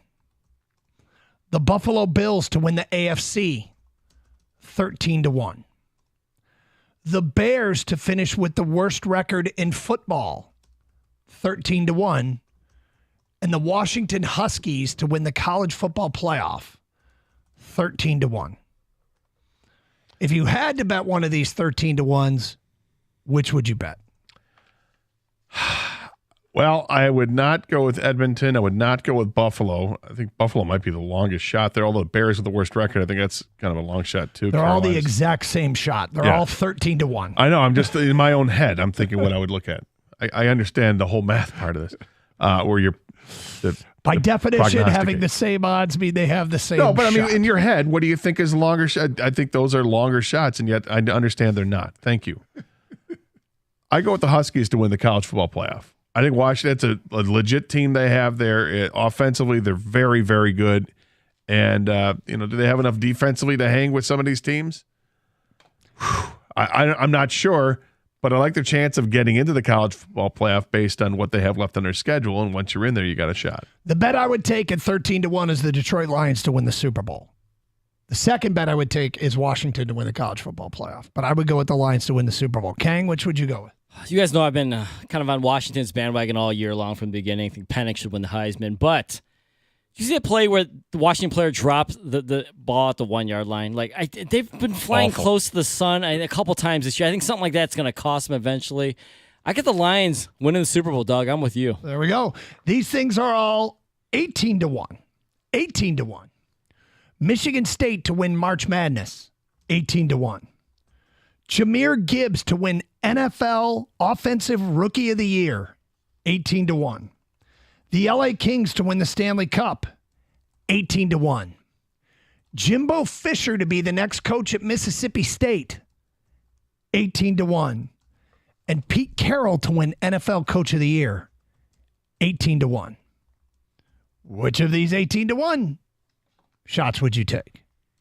You want me to go first? Why don't you go first? I would take Jimbo Fisher to be the next coach at Mississippi State. That feels like a Mississippi State type of move. Wasn't good enough over there. It's good enough here. And I don't think they have to pay him. I mean, they surely pay him, but you don't have to break the bank to get him. The bank is already broken with him. So I'm going Jimbo to be the next coach at Mississippi State. I kind of like that, but I'm going to go with the LA Kings to win the Stanley Cup. Ooh. It's a good hockey team. It's a complete hockey team over there. And we know when you get into the playoffs, anything can happen. Well, this is a team that should definitely make the playoffs and be one of those favorites. And as you said, 18-1, I'll take the LA Kings to win the Stanley Cup. Kang, which one would you take? The LA Kings, just because it's hockey. All right. I don't even care if they're a complete team or not. It's hockey. All right. Come on. I do like what you said about Jimbo, though. It just feels like a Mississippi State does move, feel like a doesn't it? Mississippi. Just go get It's like, let's continue on. Let's do what other teams don't do. All right, these things are all 50-1. 50-1. Oh, these long shots. Shohei Ohtani's next team being the Detroit Tigers. It's 50-1. The next coach at Texas A&M is Bill Belichick. 50-1. The Chargers to win the Super Bowl. 50-1. Illinois to win March Madness. 50-1. And the Buffalo Sabres to win the Stanley Cup. 50-1. All right. Want me to go? Because it's fun. Welcome to town, Shohei Ohtani! Woo! Yes! Love it. Let's go. Let's get him. LFG. That is it, just to make sure 50-1 odds. You said there's a chance. It's 50-1. Same odds as Illinois winning the NCAA. That is Why true. not? Let's have some fun. Again, because to me it's on brand. Texas A&M offers Bill Belichick $100 million over 3 seasons, and he is the next coach at Texas A&M. I'll take that one. You said Illinois to win the tournament? Yeah. Absolutely. That's the one, man. Come on. The other one, you guys are just literally just burning money. Yeah. Illinois has actually got a chance. King. I wish the Tigers would burn money on Shohei Ohtani. 50-1. Let's go. Let's make it happen. Oh, you're asking me? Yes. The answer is yes. All right, You're asking Illich. The answer is no. Oh. You're asking Vegas. There it is. Fun with Vegas odds, all same odds. We will continue with your phone calls and feedback. Gator, I want to be educated on something I know nothing about. It's a hole in my game. I will admit it. I know absolutely nothing about this. Do you think it's in my wheelhouse? More so than mine, for sure. Okay. For sure. We'll get to that at 101 here on 97.1 The Ticket. Hey, as the weather gets colder, the NFL offers stay hot on FanDuel. Right now, new customers get $150 in bonus bets with any winning $5 money line bet. That's $150 if your team wins. If you've been thinking about joining FanDuel, there's no better time to get in on the action. The app is so easy to use. There's a wide range of betting options, spreads, player props, over-unders, futures, things that are 50-1 and more. So visit FanDuel.com/Doug and kick off the NFL season. FanDuel, official partner in the NFL, must be 21 or older and present in Michigan. First online real money wager, only $5 pregame money line wager required, $10 first deposit required. Bonus issued as non-withdrawable bonus bets that expire 7 days after receipt. See terms at sportsbook.fanduel.com. Gambling problems? Call 1-800-270-7117 for confidential help.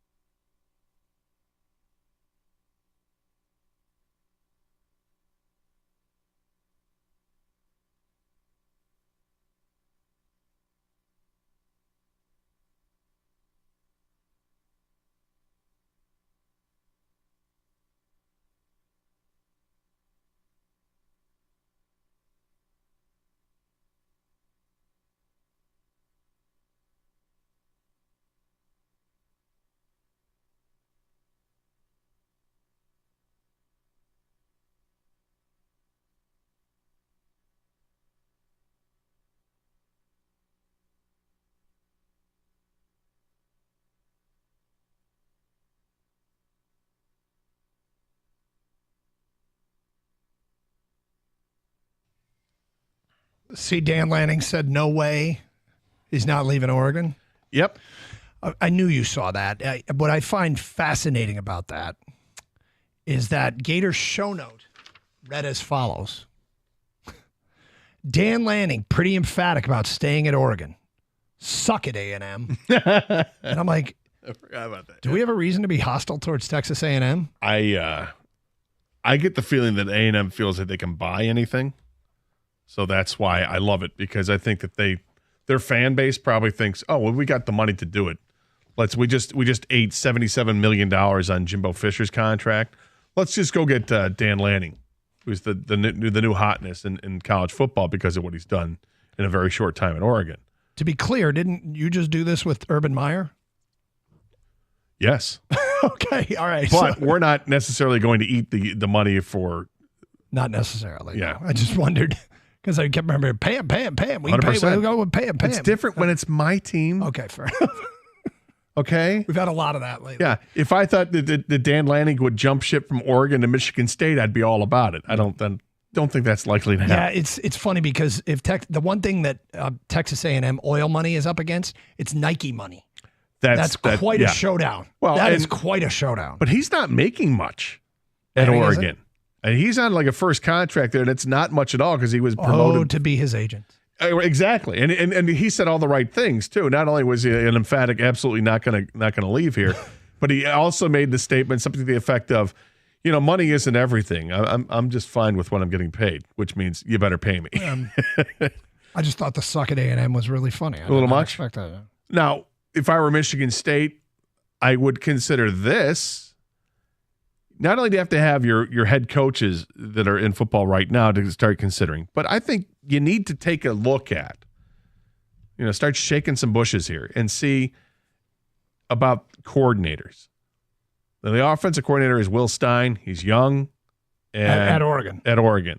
Is that a guy you look at? Do you look at Ryan Grubb at Washington? Like if you can't get Kalen DeBoer, if money isn't enough to get him over there, what about his offensive coordinator?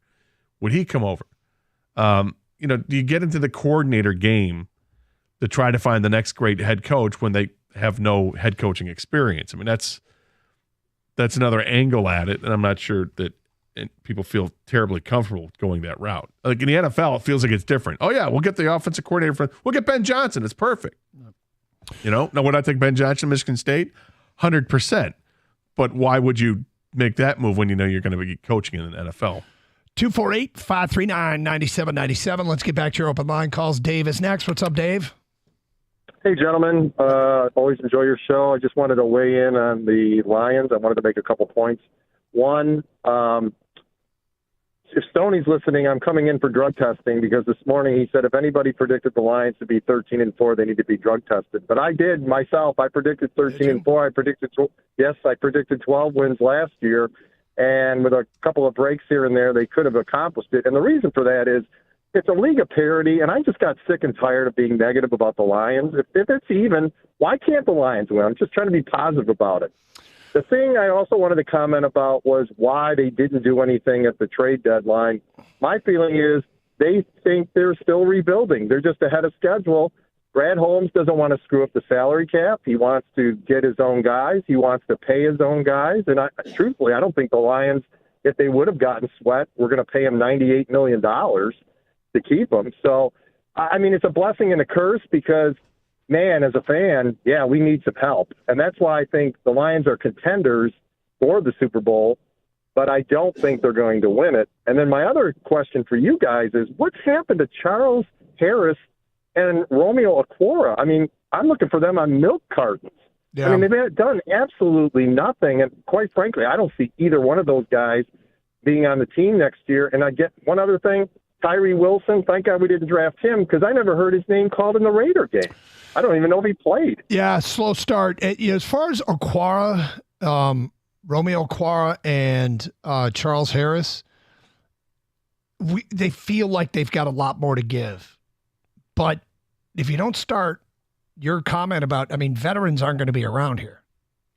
If you're a veteran and you're not contributing, you're not getting another contract. You're not getting No, but it's disappointing with Romeo because he had gotten the contract and then got hurt immediately. Yeah. And now he is pretty healthy. He's played 8 of the 9 games, and he has been almost a complete non-factor. No sacks. He's got 6 tackles in the 8 games.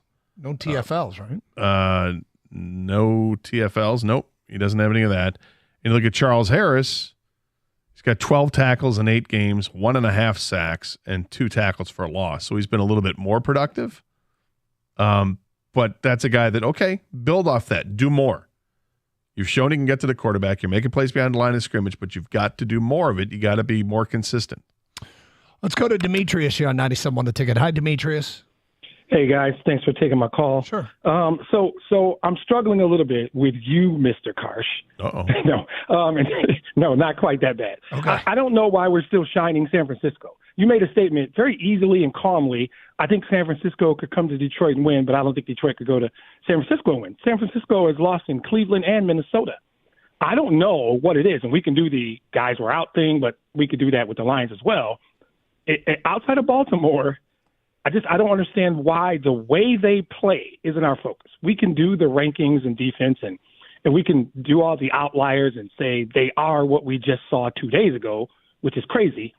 But the way they play football, meaning they can beat you in different ways. They're always playing. Why can San Francisco? Why are they still so unbeatable? I know that San Francisco's been there and done that, and yes, they have gotten guys back, and they look like a completely different team. And to go on the road and do what they did at Jacksonville, a team that had won 5 in a row. Yeah, I mean, and then the other thing is Baltimore is, and this is the factor, Baltimore is the worst weather game Detroit has played this year. And they looked brutal offensively in that weather. And between the Bay Area, although they've moved off the Bay, but between the Bay Area and Philadelphia, I could see there being terrible weather games. And maybe there wouldn't be. And maybe we'd be all fine. But I would like those teams. I think those teams at home. I don't disagree. I don't disagree with most of what you just said. I think the first part you said, you could say the same thing about the Lions. They got healthy. They looked really good on the road against a Charger team. Same thing. Yeah. I think the thing I take umbrage with is why do we think anybody is going to just walk into Ford Field and beat this team? The way they look at home. Because even against Seattle, there was a half of really bad defensive football. Outside of that, that's a tough place to win a game. That's just going to be tough for anybody. Oh, it'll be a tough out, but I mean, San Francisco is a better team than Seattle is. Philadelphia, I think, is a better team than Seattle is. I think that those teams have a pretty good chance to do it, but I do like the Lions at home. I mean, it's a so do I. It's a factor that is definitely in their favor. Demetrius, you said it too easily. I did. Come yeah, on. You're right. You're more right than wrong. We have yet to kind of see Ford Field in a playoff style game. It might be the toughest place to play in the NFL. I mean, it might be. I mean, you know what was a tough place to play?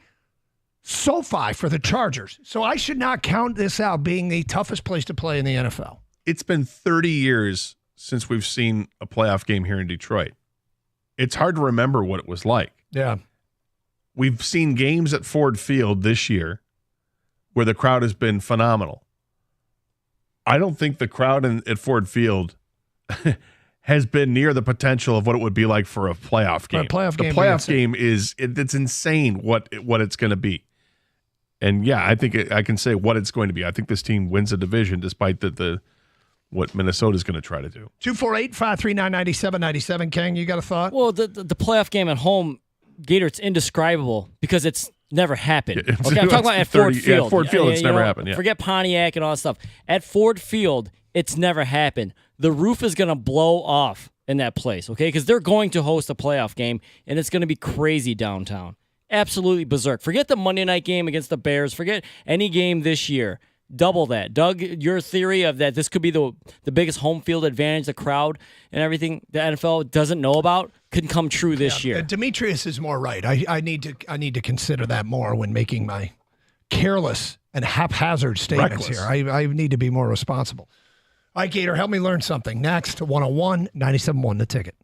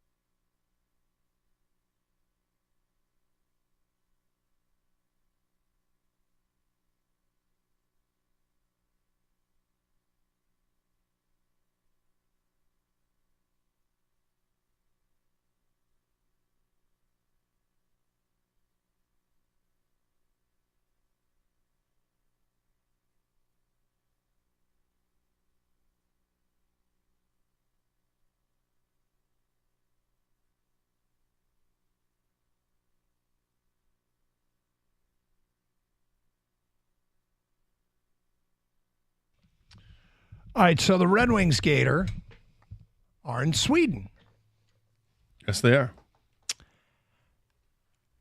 I don't think I know anything about Sweden. I know like the Sedins and Peter Forsberg and Nick Lidstrom. Like players, yeah. Yeah, but that's kind of it. And I was like, what do I need to learn about Sweden? And I read some very good things. I don't know, like, what else is Sweden bringing to the table? Because you have Swedish roots. Yes. My mother is a first-generation American, but her parents were both. It's probably an unfair from Sweden. Yeah, it's probably an unfair question because I mean, the name Karsh is German, and I can't tell you a ton about Germany, so I don't know that. Well, I mean, look, not that I know a ton, but I probably know more than the average person, I guess. I don't know. Yeah. Monarchy, Doug. Used to be monarchy. Did it? Think might still be. The whole Scandinavia area is beautiful with Sweden, Denmark, fjords, Norway, Finland. Elite Yes, they're fjords. Yeah, known for its elite fjords. If you look at their geography, it's amazing how many like tiny little islands there are in that whole area between and all of Scandinavia. Though it's land, they've got the northern part of Sweden gets into the Arctic Circle. That's how north it can get. Yeah. So they have parts of that country that don't see that see daylight all day long at certain times of the year. That's kind of cool. Mm-hmm.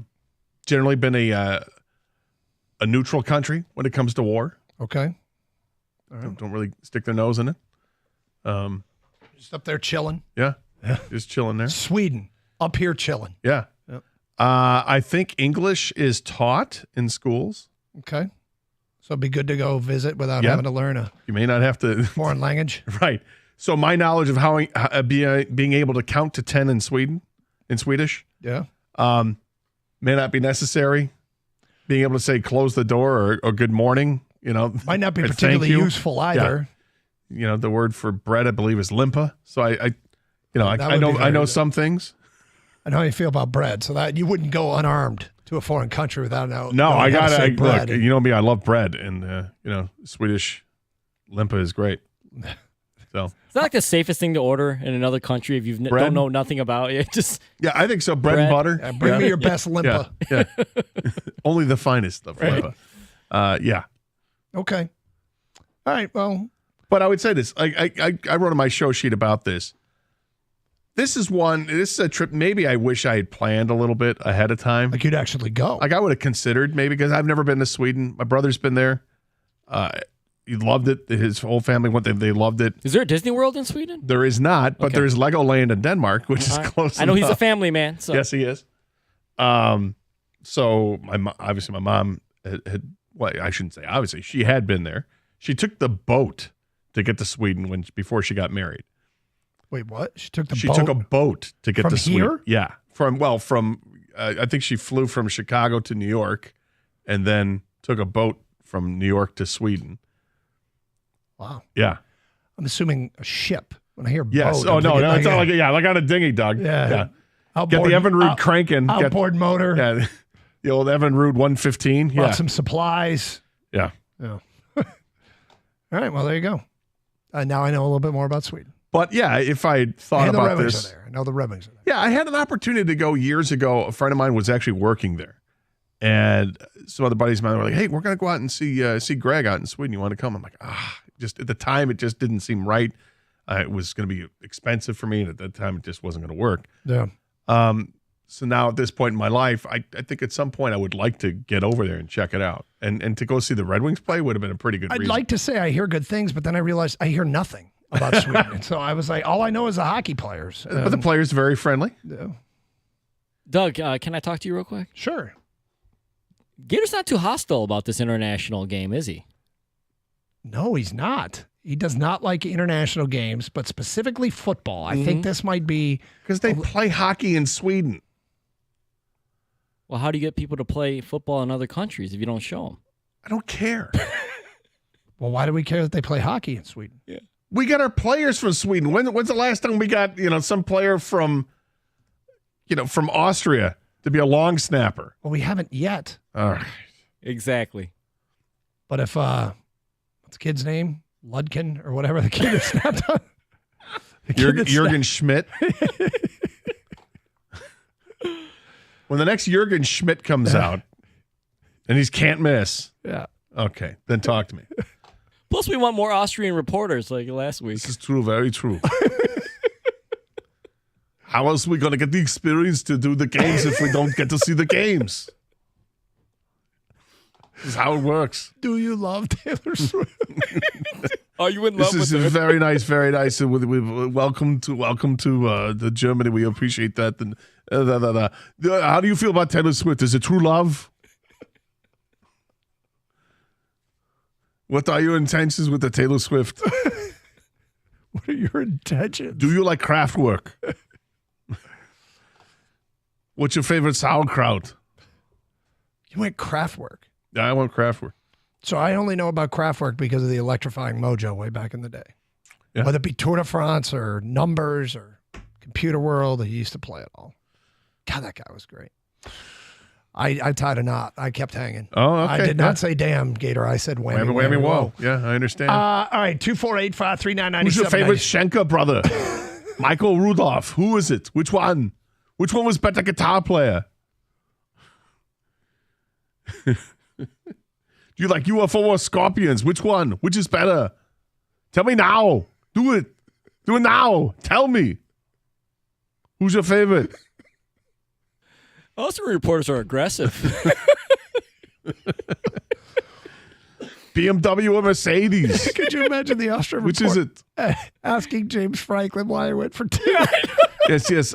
Question here. Yeah, from the Vienna Press. Oh, what the hell happened with that? Why you go for 2 points? Who does that at the beginning of a football game? It doesn't make any sense. Why do you keep chasing the points? I mean, if you kick the extra point, you'd be down 14-10, and yes, it's not the field goal difference, but it's still one score, and you got time to make it up and worry about it later. But why now? Why do it now? There's 14 minutes left in the first half. Why do it now? Why are they such girly men on the field? Why can't they protect the quarterback better? What's going on there? Why are you unable to penetrate the defensive line of the Wolverines? Why are they so good? Why are you so overrated? Why are you wearing sunglasses? You say, one more question, Mr. Franklin. Why do you have to be first on the field? Why you pretend to hold your team back like they're a bunch of crazy wolves, crazy dogs? Why? Why? Are you phony or are you real? Asking for a friend. And, oh, wait, it's me. I'm asking for me. Yes, in the best interest of world relations between Austria and United States. Why are you such a phony? Yes, when you played Indiana and you shook hands with Tom Allen at midfield, who's phonier, you or Tom Allen? When you guys pay off bet with each other and you make a $10 bet, do you give them $3 bills because you're that phony? And then they give them $1. Is it Susan B. Anthony dollar coin? Do you use the coins? He's really turned on James Franklin catching a stray. So you disagree with my theory? Okay, it's fine. You're right. My decision. Don't understand why you went for 2. Yes, you said it, but that doesn't make no logical sense. I stand with Dave over here. Dave was right. You got to answer the question. Why go for 2? It makes no sense. Let's get back to your open line calls. We go to Julian here on 97 a ticket. Hi, Julian. How you guys doing, man? You guys are cracking me up right now. It's great. So a couple of things I want to say. Any fan that doesn't think this Lions team is a Super Bowl contender is just out of their mind, and I can't really understand it.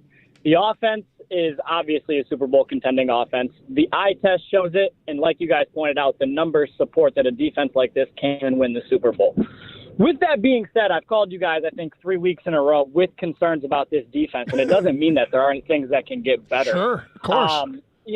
Decent quarterbacks that we've played against, it looks like we are getting completely out-schemed and not making mid-game adjustments to where it causes concern. I mean, you can play that Chargers game 10 times in a row, and it doesn't always end up like that. You can lose a game like that and that can bite us in the butt when we get into these playoffs. And I'm not 100% confident that I trust Aaron Glenn as is right now to go up against a top 5 offense, consistently in the playoffs and come out where our offense can put up 38 and we can just do it like that.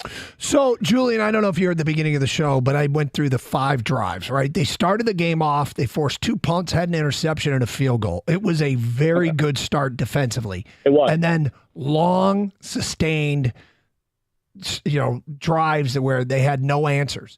And I'm like, okay, so if Aaron Glenn sits down with his staff and says, here are the changes we made. These were simply wrong, weren't enough. We made bad changes. Or did they not make changes at all? Do they sit down and look in the mirror and go, we were too stubborn. We should have changed this. We should have changed that. And those are conversations that have to be and better be taking place down at Ford Field. The best of what Dan Campbell told the morning show next. Jared Goff 130, 97.1 The Ticket. So, Flying A Spirits Bourbon, it's made in Holland, Michigan. No, it's not from that Holland. It's the west side of the state. It's good stuff. Try it now. It's from the Coppercraft family. You know it's quality, of course. We've been talking about this for years. It's good stuff. All right, I'll stop with that. It's really good bourbon. I've been drinking this for a long time now, and I like it for many reasons. Of course, the best is the taste. It's very smooth. It's got hints of vanilla and ripe stone fruit. It's just the right mix of sweet. It's something that you can drink any way you want. You want to do shots with your friends before a game? Go ahead and do that. You want to drink it straight, neat, on the rocks? That's fine. You want to mix it up with some ginger ale or some cola? Have it that way too. I happen to really enjoy bourbon and ginger ale. I think it's a great drink. It's a good long haul drink. Kind of mellow it out the rest of the way. Have it however you want. And next time you show up to a party or a tailgate, don't show up empty-handed. Don't do that ever again. In fact, show up with a bottle of Flying A Spirits Bourbon, and your friends will be happy that you did, so you can see smiles on people's faces when they finally try this. If you haven't tried it, ask people and then see if they've tried it. And you know what they're going to tell you? If they have, they love it. Give it a shot. Try it yourself. Follow them at Flying A Spirits on Instagram and stay up to date on all of their upcoming releases. And as always, please drink responsibly and never drink and drive.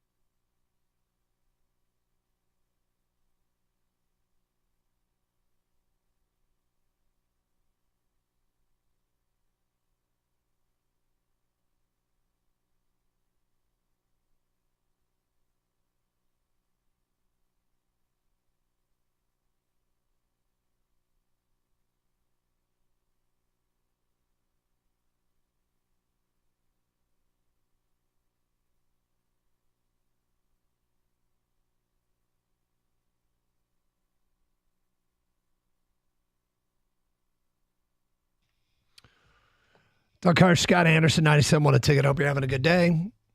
We are. Okay, so Dan Campbell on the morning show. I'll get through some stuff here. Really interesting things he told the guys. We always like to play the best of, including the play that everybody was talking about yesterday, the 4th and 2. And he talked about it after the game. We have discussed it. And here's what the head coach told the morning show about any more reasons why they went for the 4th and 2. And here's what he said.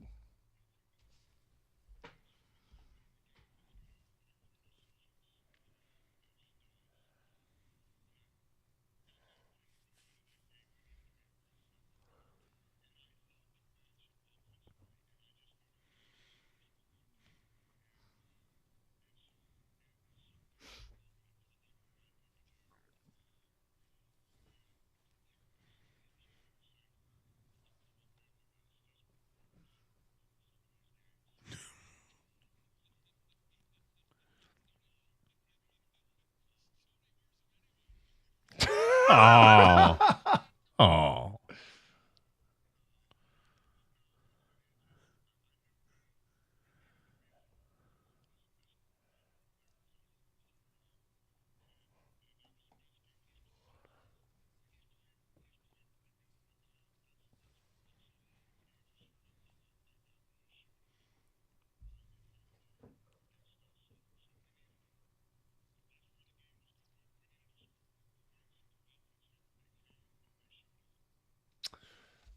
Our offense had the big hat.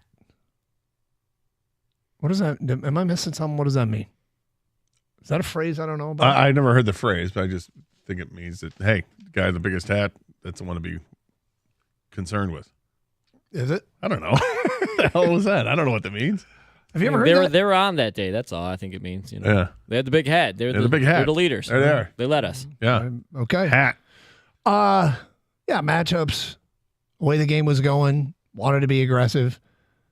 It's funny. It's a lot of the same things James Franklin said as to why he went for 2 early in that game. But let's not get started there. No. So, I mean, we know why. They weren't going to get a stop. It's still just such a gutsy call. It's a very gutsy call. And yet, it's the same game where we saw him go for it on 4th and 5 in the first half and run and have a running play on 4th and 5, pick up the first down pretty handily. So we've seen this time and time again. It is who Dan Campbell is. Yep. And it's situational too. The situation in this game, the defense wasn't able to get off the field. And with that clock ticking, whatever it was, 2.5 minutes when that happened or whatever, you needed to make that decision. Are we going to try to kick the field goal and go up by 3, but now you're going to give them the ball with plenty of time left? Are we going to go for it here? And if we look, if we either get it or we don't. If we don't get it, we're in the same situation we were if we had kicked the field goal, basically, except without the lead, and they can still come down and score a touchdown because we haven't stopped them. So I think I have some clarity. Quick Google search. The concept is an old one. I asked, what does it mean to have the big hat? Uh-huh. And the response on Google is the concept is an old one, old enough that rural Texas has a phrase for it, big hat, no cattle. Though the phrase was originally reserved for a person who has a big ego but no property or all the talk and no action, like a cowboy who dresses well but doesn't own any cattle. It applies to our sector as well. And what is our sector? So does that make sense then? Well, our offense had the big hat means our offense had a bit of an ego, I think. Okay. Oh, okay. Hopefully that to cover that. Sure, that makes sense. Big hat to cover the giant head. Yep. All right. So the defense, we've heard of 5 straight drives. How could you how can you get better through a game like that when you're giving up touchdown drive, touchdown drive, touchdown drive, touchdown drive, touchdown drive? Here's what Dan Campbell said.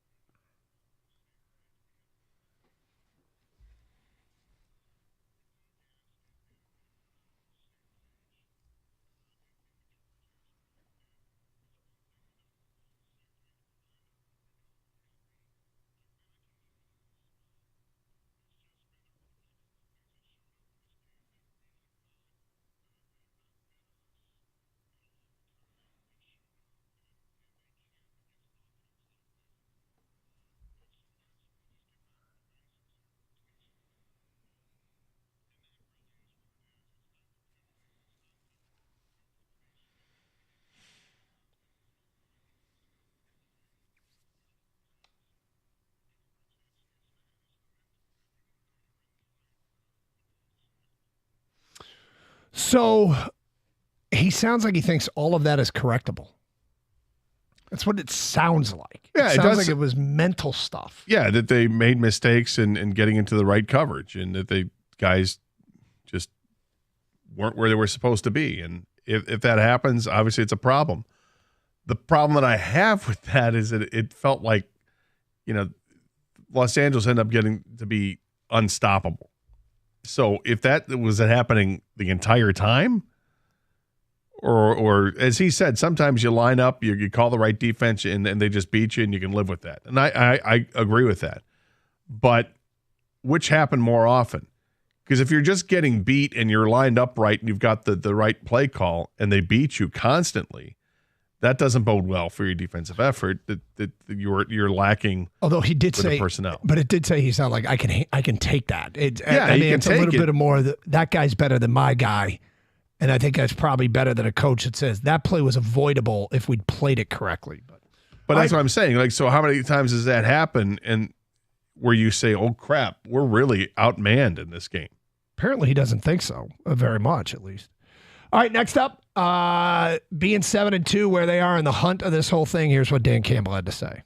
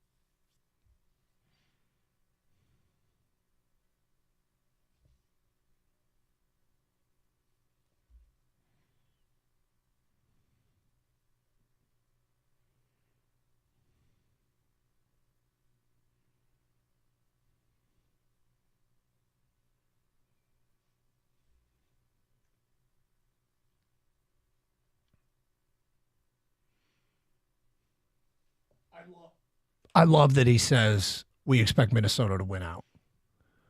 I want that sense of urgency created. Yeah, keep that mentality. And the same thing when you go, if you're going to preach to your team that Chicago is more talented than the Chargers, which I think is BS, but if you're gonna say it in public, means you got to say it to the team in private, and you're saying it to keep that sense of urgency on high alert. Because there is talent on Chicago. For the record, I did not come close to picking Chicago to go to the Super Bowl. I did pick the Chargers to the Super Bowl. Now, maybe I'm an idiot either way, but there was no temptation to take Chicago to the Super Bowl. Well, I've talked before the season began. I thought that Chicago was going to be more formidable than they've been because I thought that their defense, they added to that defense through free agency and through trades, and they've continued to do so through the trade deadline, but they have not been formidable on the scoreboard yet. Couple of newsworthy items that did come out of it. He did say they don't expect James Houston back till December, later in December, and it didn't sound like they were expecting, like they could count on him, but he didn't rule him out either. And people asked the question, he did answer, we didn't play it for you, but he did ask the question, he did answer the question about, and saying, yes, we actually did double team Keenan Allen throughout that game. And sometimes he beat our double team as well. But it wasn't like they were ignoring him. They did throw some double teams at him. Jared Goff, get his take on the 4th and 2, what he saw, the touchdown pass to Brock Wright. And does this feel like it felt when he was with the Rams and they went to the Super Bowl? Straight ahead here on 97.1 The Ticket. Well, it's another big football weekend coming up here in Michigan, and listeners are loving the Play Gun Lake Casino and Sportsbook app. It's the only app I recommend right here in Michigan. They've got odds, bets, slots, and games. Download the Play Gun Lake Casino and Sportsbook app right now and play all your favorite casino games right at your fingertips. The casino and the Sportsbook are right in your pocket and go wherever you go in the state of Michigan. Play popular online slots like 88 Fortunes, Cleopatra's Gold, and Wheel of Fortune. New slots like Atomic Meltdown, Imperial Wealth. Play with a live dealer on your phone and enjoy blackjack, roulette, baccarat. Check out Ultimate Texas Hold'em on the Play Gun Lake Casino and Sportsbook app. Great offer right now for new users. Download the Play Gun Lake app and get up to $1,000 casino bonus back if you're down in the first 24 hours. The Play Gun Lake Casino and Sportsbook app. It's your time to play. New users only. Casino bonus must be wagered. Terms and conditions apply. See website at playgunlake.com for details. You must be 21 and in Michigan. Gambling problem? Call 1-800-GAMBLER or Michigan Problem Gambling Helpline at 1-800-270-7117.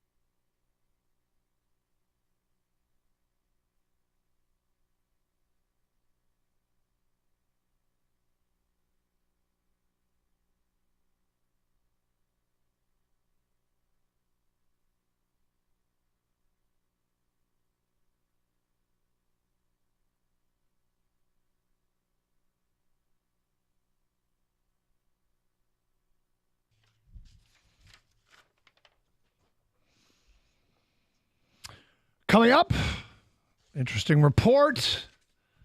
Somebody after our guy.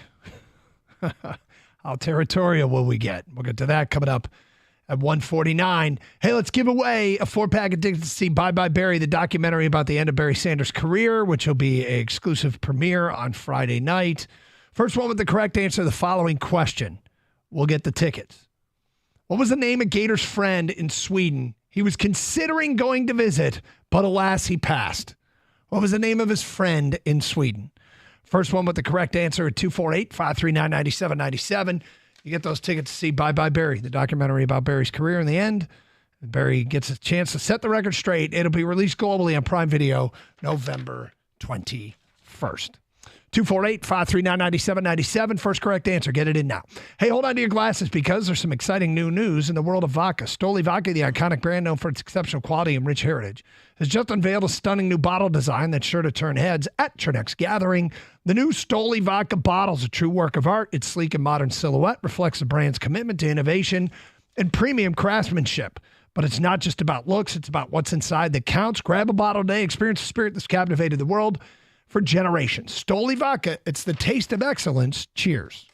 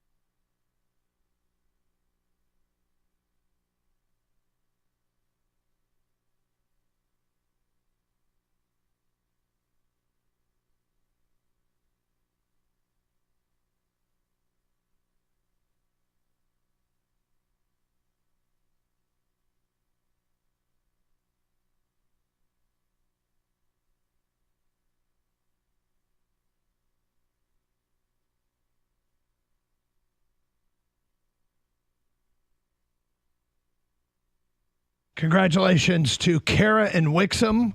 She knew that Gator's friend. He almost went and visited. Almost went to Sweden. It was Greg. Yeah. Catman. Almost went to see Greg. A better answer would have been had you given us his nickname before the question. I suppose. This is a great nickname. Yeah. Cat with a K. His last name's Katanic. Okay, gotcha. So anyway, there you go. Congratulations, Kara. So Pro Football Talk just put out a story. They just published this hour. Mike Florio. Florio hates Detroit. Saying Texas A&M just paid $76 million to move on from Jimbo Fisher. Well, it makes sense. Dan Lanning has said, I'm not going. How about former Texas A&M player and currently making a name for himself in the NFL, Lions coach Dan Campbell? Florio writes, charismatic and successful, Campbell's transformed that team that's been stuck in a 60-year rut. Imagine what he could do with his alma mater. Imagine how much they'd offer him to try. The buyout for Jimbo doesn't deplete the budget. It illustrates the depths of the pockets and from which the money comes. And if they want to bring Campbell home, they'll make him an offer he can't refuse. Yes, they need a coach sooner rather than later. No, he won't pull a Bobby Petrino and walk away. But if any current NFL head coach can make a plausible case for accepting the job pending the conclusion of the current season, it's Campbell. He'd be going home to Texas where he grew up, where he played college ball, where he can make a lot more money than he's currently making.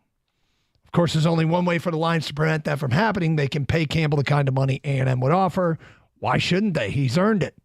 He's made a team that was irrelevant for decades, a potential powerhouse. Everyone loves the guy. He's great for the Lions. He's great for the NFL. He'd be great at Texas A&M too. And he can end up getting the kind of bump he deserves based on 2.5 seasons with the Lions. If in the end it doesn't work out in College Station, he might walk away with $76 million of his own. Gator? I just replied to him. Did you? What'd you say? I said, why do you hate Detroit so much? Just kidding, sort of. #G. So, look. F this guy. You kidding me?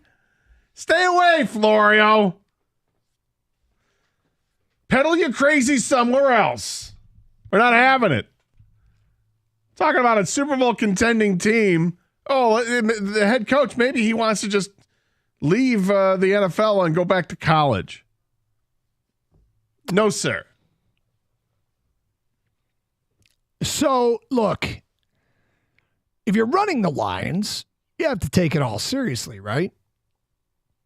You have any potential threat you need to take seriously. We can poo-poo it, but this is what happens. I remember there was a time where people said Jim Harbaugh wouldn't end up at Michigan, and he did. So the question is, are there similarities here? And I think they end over one critical factor. Jim Harbaugh appeared to be near the end of the run at San Francisco. Dan Campbell's at the beginning of the run. Dan Campbell, it all seems incredibly personal. It all seems as if he's vested emotionally into this as much as anything, right? Well, the other difference is stories came out that Jim Harbaugh wasn't exactly liked in San Francisco. Do we like Dan Campbell here in Detroit? Yes. Does it seem like that Sheila Hamp, the owner, likes Dan Campbell? Chris Spielman likes Dan Campbell? Everybody likes Dan Campbell? He's not going anywhere. I don't particularly think he is either, but this is going to get righted about and speculated about. Righted? Written. Roted. Cursived. Yes. Typed. Communicated it. People are gonna have talks about this. Yes. Anyway, the point is, it's cute, but go away. Prepare for it. Lions, be prepared to respond. But I just don't see, it doesn't seem like a Dan Campbell type move. Eventually, maybe. But I mean, how would this even work? If they make a deep postseason run, Texas A&M is looking for a coach now. There's a signing day coming up in a month. They're going to stick around to January, dare I say February, to name Dan Campbell their coach? No. I just don't think it makes sense. No. It doesn't make sense. The only way it makes sense is if you're all about the cash.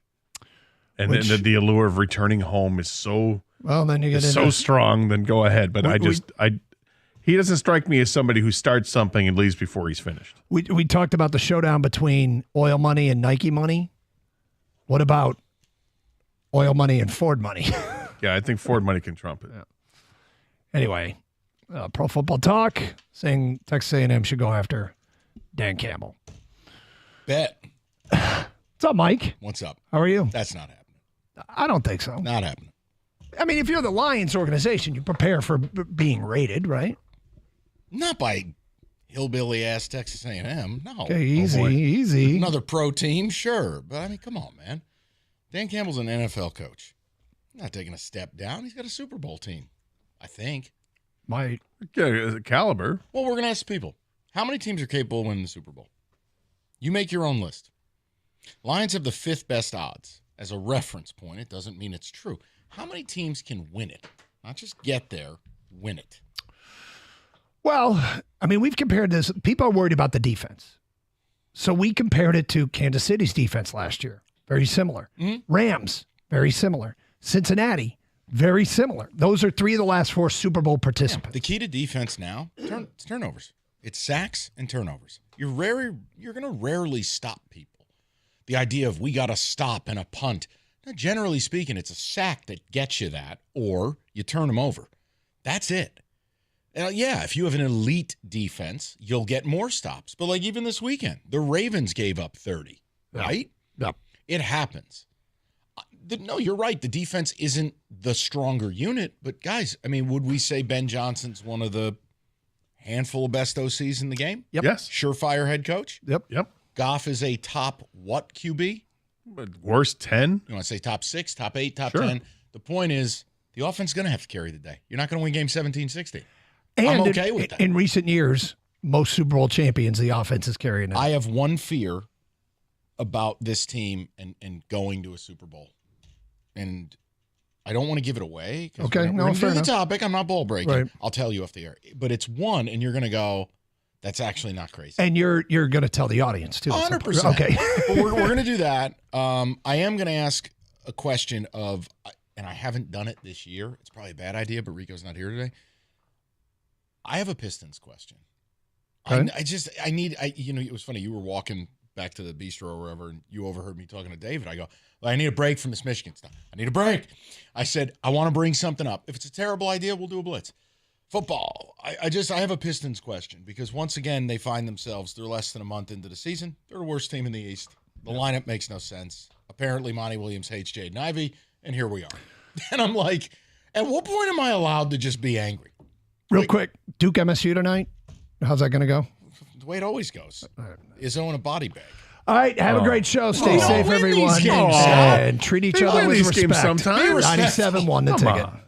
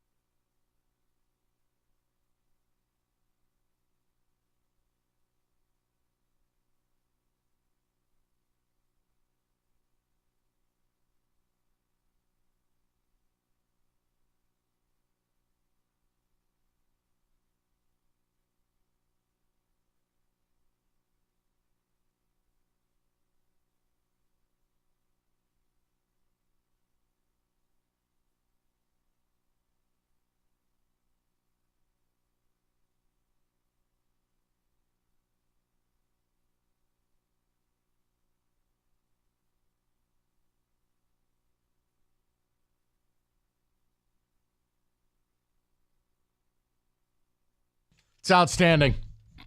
Simply outstanding. Welcome in. Tuesday. Rico, courtside, Duke and MSU tonight. We'll take you to 6 o'clock. We got a lot of ground to cover. And I listen, we'll get to the Lions. We're going to get to Michigan. I may even talk a little Michigan State today. But I have to start with something. This is probably a bad idea. And if it fails, I can promise you that at 2:30 we'll do football. That's my deal I'm making with you today. I want to take this opportunity to ask a question of you because I feel like I've been painted in a very negative light with one specific team. A team that, well, you're hard on them. You're not fair to them. Okay. You're not patient enough. Oh, okay then. I'd like to know when I'm allowed to launch Troy Weaver out of a cannon. I would really love to ask. I don't know, in the midst of the Lions being amazing and Michigan being amazing, plus the scandal of our feelings about the Red Wings, who are much improved and fun to watch, and even the blip of Tiger news you've gotten, it's hiring one of the best play-by-play guys in the game in Jason Benetti. We're all feeling pretty good about ourselves. Unless you wear green and white, then it's just, I can't help you. But if you haven't perused, I mean, it's one thing if you're not good, but do the Pistons have to be the worst team in basketball again? Again? I mean, they're sitting at the bottom of the East. Go look at the next 4 or 5 games. They've lost 8 games in a row. I don't know if they're going to win a game in the next 4 or 5 games. Even if they do, what are you, 3-13?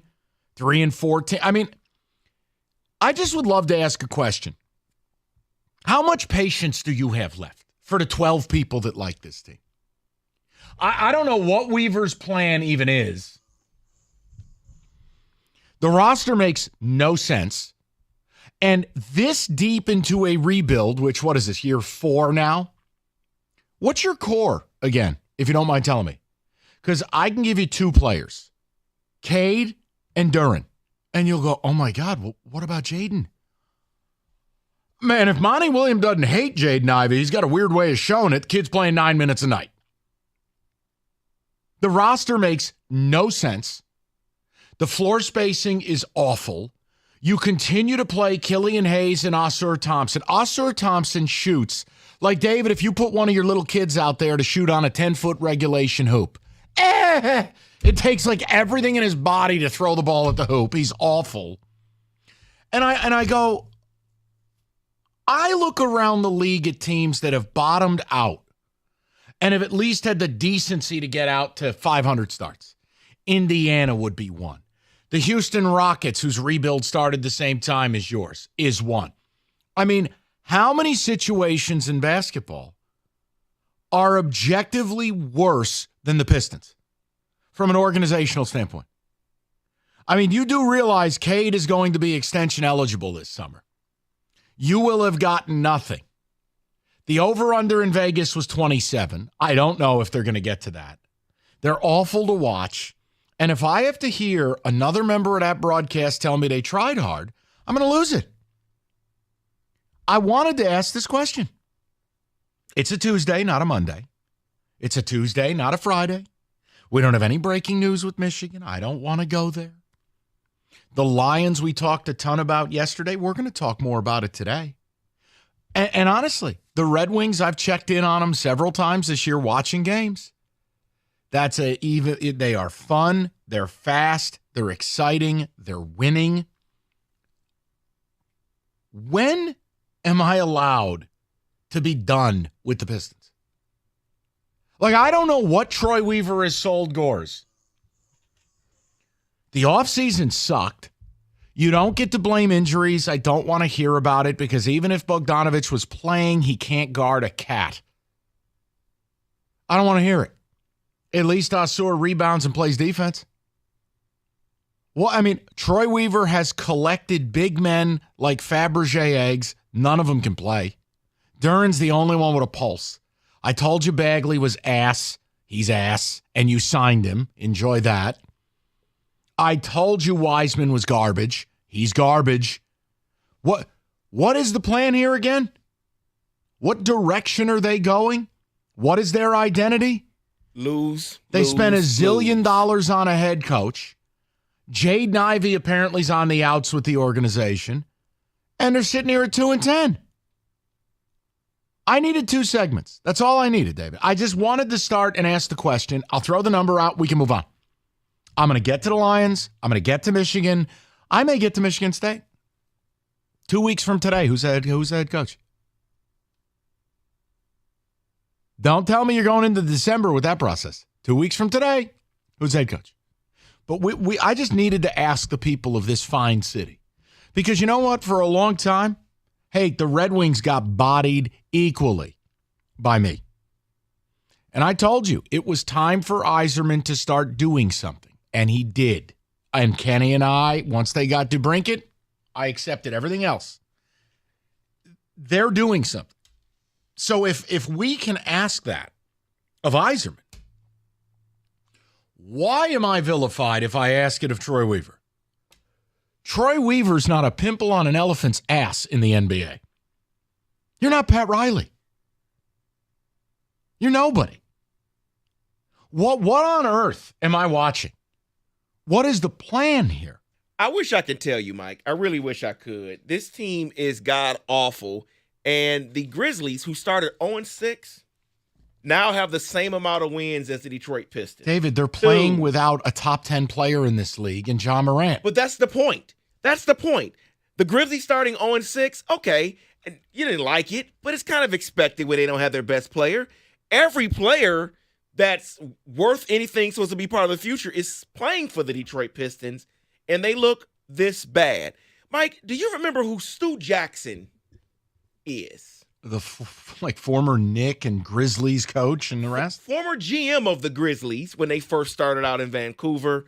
And right now, in the first 4 years, Troy Weaver is on pace to be worse record-wise in his first 4 years as being a GM than what Stu Jackson was. Stu Jackson was the GM of an expansion team, an expansion program, and this team has history. This franchise has a history of greatness, of players that were great, winning championships, and Troy Weaver has come in here and done nothing.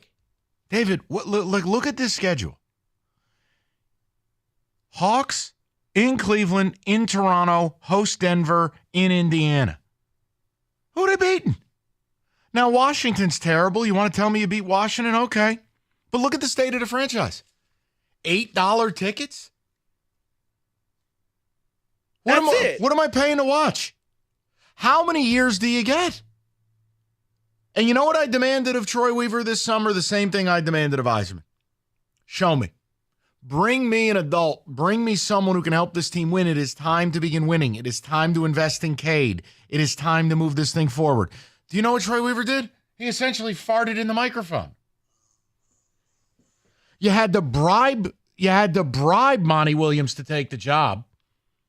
And when I watch them, look, I'm far from Hugh B. Brown here. Plenty of time. If I understand that functionally the pieces you have make no sense together, then what's your excuse? If you have more than one non-shooter in today's NBA on the floor, you're non-functional. The Pistons openly and brazenly start 3 of them. What am I missing here? Jaden Ivey is being burnt to the ground by Monty Williams. It's basically Monty versus Jaden. Okay. Tell me again as a fan what you're watching. What are you paying to see? You taking the kids down there? Because I'll tell you what, I don't shill for anybody. But if you're going to take the family out to see one of our winter teams, take them to a Wings game. At least the Wings are fun. They're exciting. It's worth it. This is what I always say to you. Rebuilds, and you'll go, oh, no bleep, Mike. But think about what I'm saying to you. Rebuilds either work or they don't, and you know it quickly. There is no 5-year build. A rebuild is it's worked or it hasn't in 3 years. Tops. You bottom out and you begin. That's it. I'm sorry. I don't think this team is any better. They have a woeful, and please, I am humbly before you begging you. I am on my knees begging you for mercy from this one talking point. Do not call me about Isaiah Livers. Do not call me about Bogdanovic. Please, please, I beg you. One is a 35-year-old wing who should have been traded 2 years ago. Yes, he can shoot. He can't guard anybody. He'll give you 18 on one end of the floor and give up 21 on the other. I don't want to hear it. You made no meaningful moves this offseason. Your GM has like Rex Ryan had a foot fetish. Troy Weaver's got a big man fetish. What's every broken down guy over 6'10" I can collect? Nothing. Bring back Kevin Knox. Right. Nothing adds up. That's the other thing. I have no issue with reclamation projects. Have any of Troy's worked? I mean, Jahlil Okafor is selling Dippin' Dots at Tiger games. None of these have worked. Kevin Knox, Josh Jackson, Marvin Bagley, and you paid him. James Wiseman, Kevin Knox. I mean, Christ.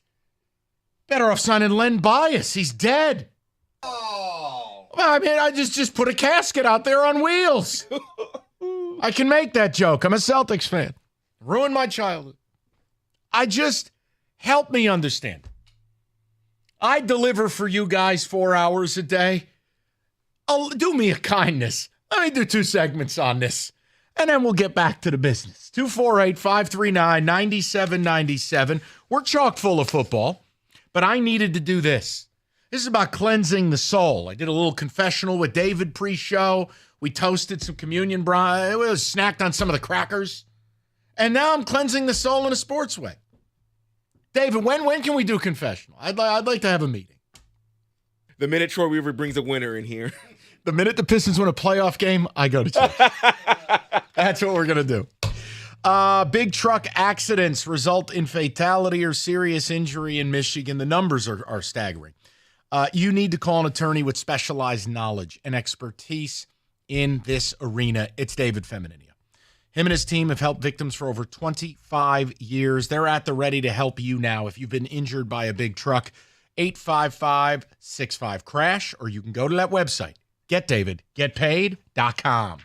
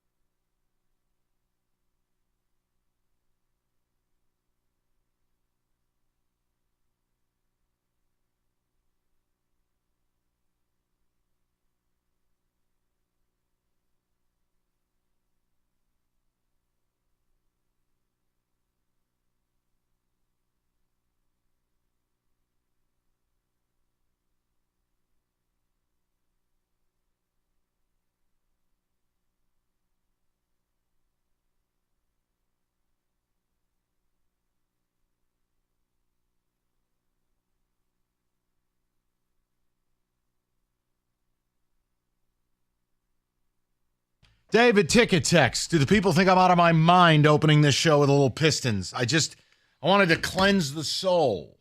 We'll get to the football. I got plenty of it to do today. Rico is actually reffing tonight's MSU Duke game in Chicago. It's going to be exciting.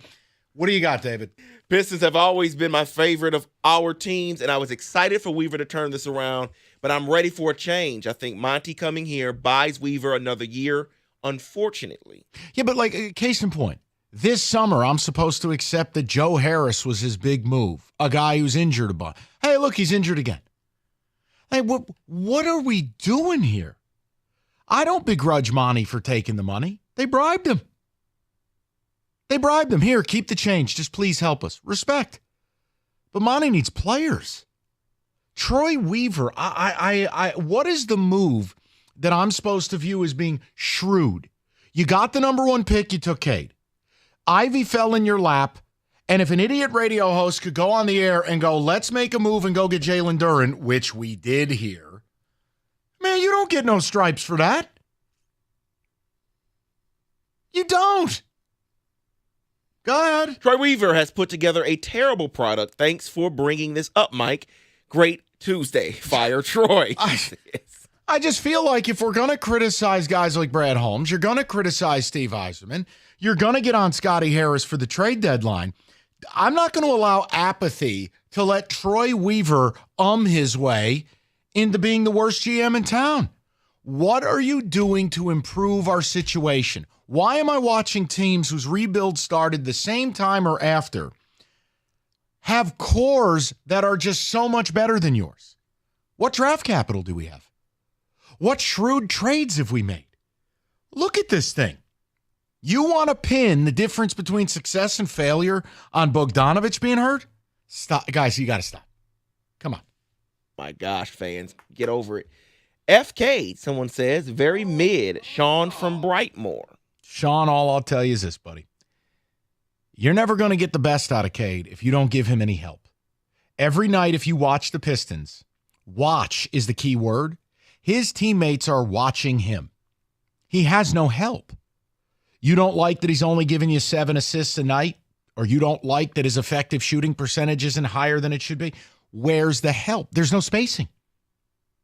He's got dead bodies out there with him. Now, I'm not telling you he's perfect, but it's a guy averaging, I'm spitballing here, David, you could pull the numbers, 23, 5, and 7? Correct. That's close enough, yes. He's probably shooting about 42% from the field, which is nothing great, but I'm making a point. He's got no help. He's got a bunch of guys that do nothings. The only guy that affects anything is Jalen Duren, who can run the floor, rim runner, rebounder, shot blocker. I can put the ball up and he can go grab it, but like, who do I got? Killian Hayes. Oh, stop. Let's go to Al, 97.1. What's up, Al? Hey, good afternoon, fellas. What's going on? I have to say, yeah, I agree with all your points, and I think there's 2 points I wanted to say. Number one, you're right, he's not getting free agents, but even the draft picks, I mean, he's always off by 1. We could have had Mathurin, Shaden Sharp, Obi Toppin, a whole bunch of guys who could actually contribute to this team as opposed to who he picked. I also would say Jaden Ivey needs to be playing. And Killian Hayes is malpractice that he's actually has an NBA job. That boy should be sitting on the Motor City Cruise right now actually learning. He can't play worth a damn, and it's a shame that this sort of a move. I don't know what's between him and Monty, why Monty doesn't like this dude or whatever, but you got to put your 5 best players on the floor, and Ivy is that dude. And Killian is not. I mean, I don't know what else to say. And then, like you said, the dead bodies of these big men that they're getting as reclamation projects there's nothing to reclaim at this point. I mean, honestly, like other GMs would have been gone by now, I would think. It is a great mystery to me. And again, Monty, I mean, I think we know what's going on. He wants to break Ivy down, to build him up. He's going to be here a long time. Hey, man, that's great. But Monty, no disrespect. We were here before you, and we're tired. And frankly, Jaden Ivey on a night in, night out basis, even if he's not doing everything right, is going to give you a way better chance to win than, Killian Hayes on the floor with Asur Thompson. Are you kidding me? Those are 2 guys that might shoot 25% from 3. Just killing the offense. Can't happen. What they're doing. And I mean, my problem is, like, when you look, people made fun of what Houston did. Oh, my God, they signed that penis, Dylan Brooks. Oh, my God, you see what they paid Van Vliet? Here's the deal. Those guys are short-term. They overpaid to bring in adults because they have young talent. Like Sengun, their center, might be a star. We know what Jalen Green is. I know the Jalen Green truthers are out there. Fine. Jabari Smith. Like, their core is legit. They brought in people to then further it along. Look at the Rockets' core. Sengun, Van Vliet, Brooks, Jabari, Jalen Green. Look at your core. Now, how am I supposed to accept that?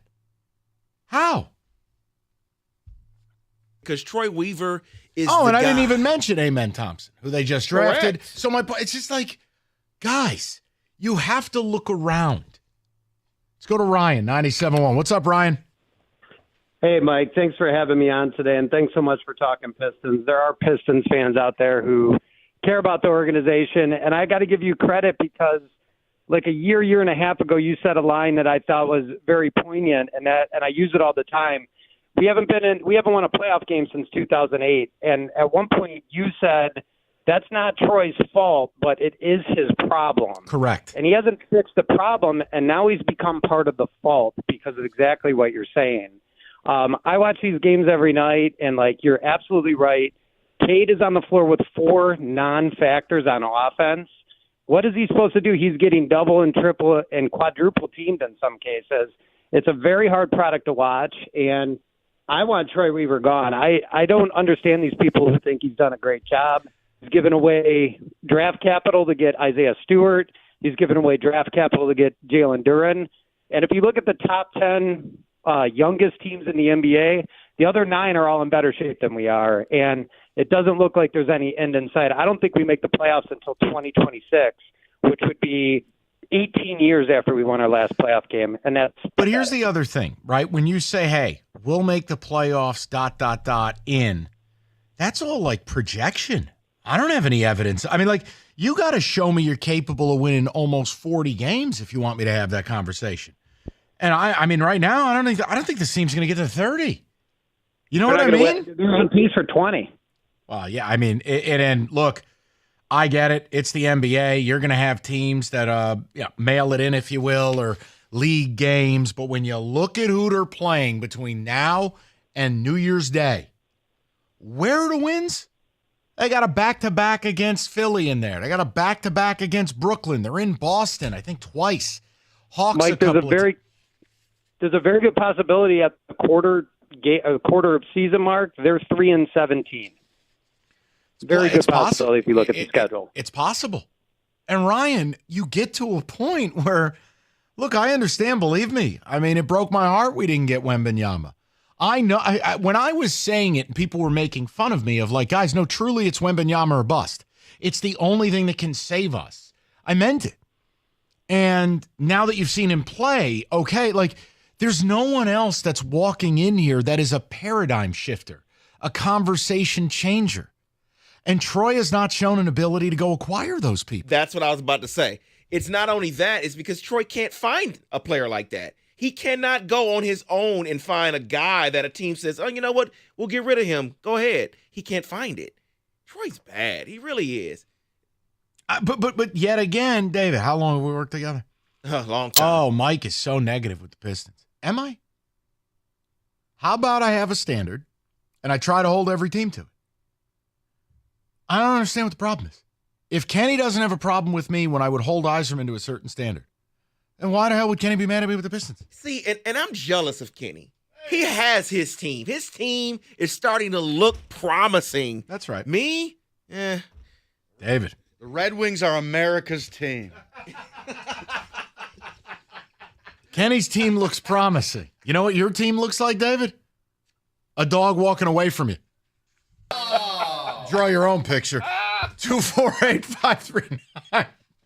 97. It's like the Naked Gun. Why does your dog have such a surprised look on his face?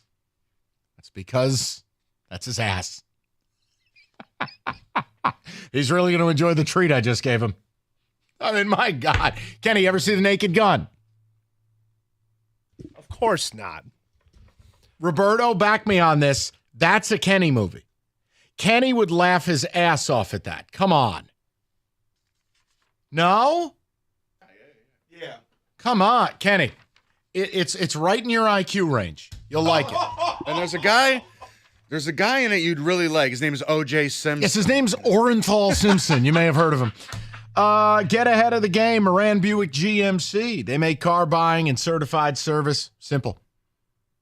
All fall. Great deals. The GMC Acadia, $267 a month. They got the 23 Sierra double cab, $344 a month, whatever it is. New stock arrives daily, MoranExpress.com.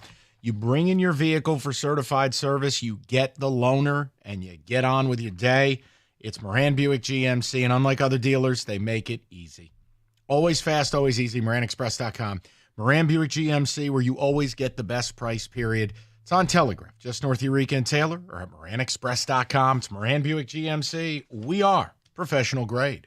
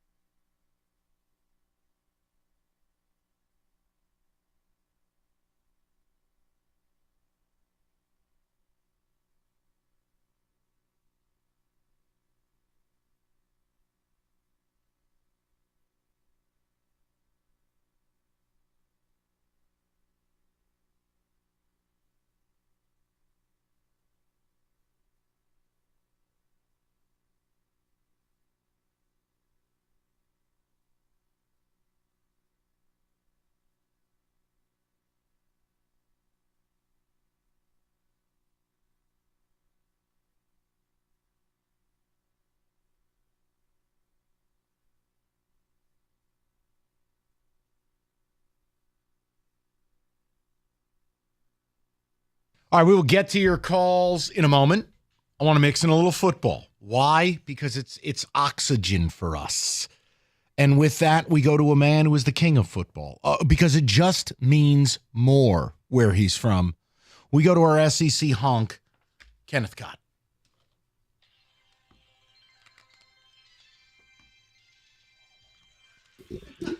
Oh, that music is wonderful. Jimbo Fisher, let's start there. Obviously fired because the program is, quote, stuck in neutral. This will cost A&M upwards of $75 million. Names like Dan Lanning and Dabo Sweeney popping up. Who'd be a great fit to replace him? And $75 million. Jesus. Before I tell you an option, do you know what happened Saturday before he got let go? Texas A&M did an on-field presentation of a $160 million gift to the football program from the 12th Man Foundation. They put it up on the scoreboard.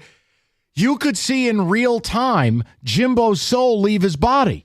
You do the math, 75's the buyout, 95 is going to be the new hire. Right. They literally killed a man live with a Publishers Clearinghouse check. Only in Texas, man. Oh, and they also cite high oil prices as why the donors are this willing to do it. Now, who's a good name?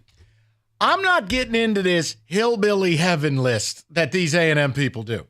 They're ridiculous. They think they could hire Belichick. Do you know who I'd hire if I were A&M? Lane Kiffin. Perfect villain for the program. Offensive-minded. Demon of a recruiter.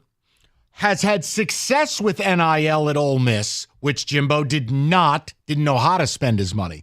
What is A&M's problem? Archaic schemes and just this very behind-the-curve offense. That's why they forced him to bring in Bobby Petrino. I think Lane Kiffin makes a hell of a lot of sense. It's realistic, it's conference familiarity, it's a villainous character, and he will light up Kyle Field. I think that's what they want. This one actually just popped up on David's Twitter right before we started, so I'll throw it over to him for this one. Oh, this one's good, and it involves Twitter. Are you familiar with one Jamey Chadwell? Yes, Liberty head coach, former Coastal Carolina head coach, and a shoo-in to be a member of Greater Life Church if he lived here. Well, we'll see about that because he may be living somewhere else soon. Liberty Sports Network tweeted out there's an event that Liberty football is having on Wednesday. Jamey Chadwell tweeted out, see everyone on Wednesday. One problem. His location service was still on his tweet, and it says Starkville, Mississippi. Do you know Starkville, Mississippi is the home of Mississippi State University, where they just fired their coach? Jamey Chadwell may not be seeing everyone on Wednesday. I'll see myself out. That's unbelievable. Hold on. Better story. Publishers Clearinghouse assassination of Jimbo or Jamey Chadwell saying, I'll see y'all Wednesday. One problem, you're in Stark Vegas, where Mississippi State just fired Zach Arnett. Oh, man. You just love to see it. Look, it makes sense. I mean, I think Chadwell's a guy. Look, I mentioned him as a loose, out-of-the-box, intergalactic candidate for state, but I told you, I don't think that whole super religious thing works up here. It's not a personal religious thing. He literally, thinks he's Jesus. I don't know if it's going to work outside of the Deep South. Mississippi State might be a decent place for him. Now, if I'm Chadwell, I'm holding out for a better job. I think Mississippi State is a death sentence. Mississippi State is Rutgers. Rutgers is Mississippi State. You're in the SEC West, man. And would you hold out for Mississippi if Lane then leaves to go to Texas A&M? I just hold out for the carousel to start. But if Mississippi State is desperate, let's be fair to Mississippi State. Their coach died. If they're willing to back up a Brinks truck, NIL, give you the keys to the castle, it is an SEC program, and you have to listen. But again, I have nothing against Mississippi State. I just think it is such a hard job.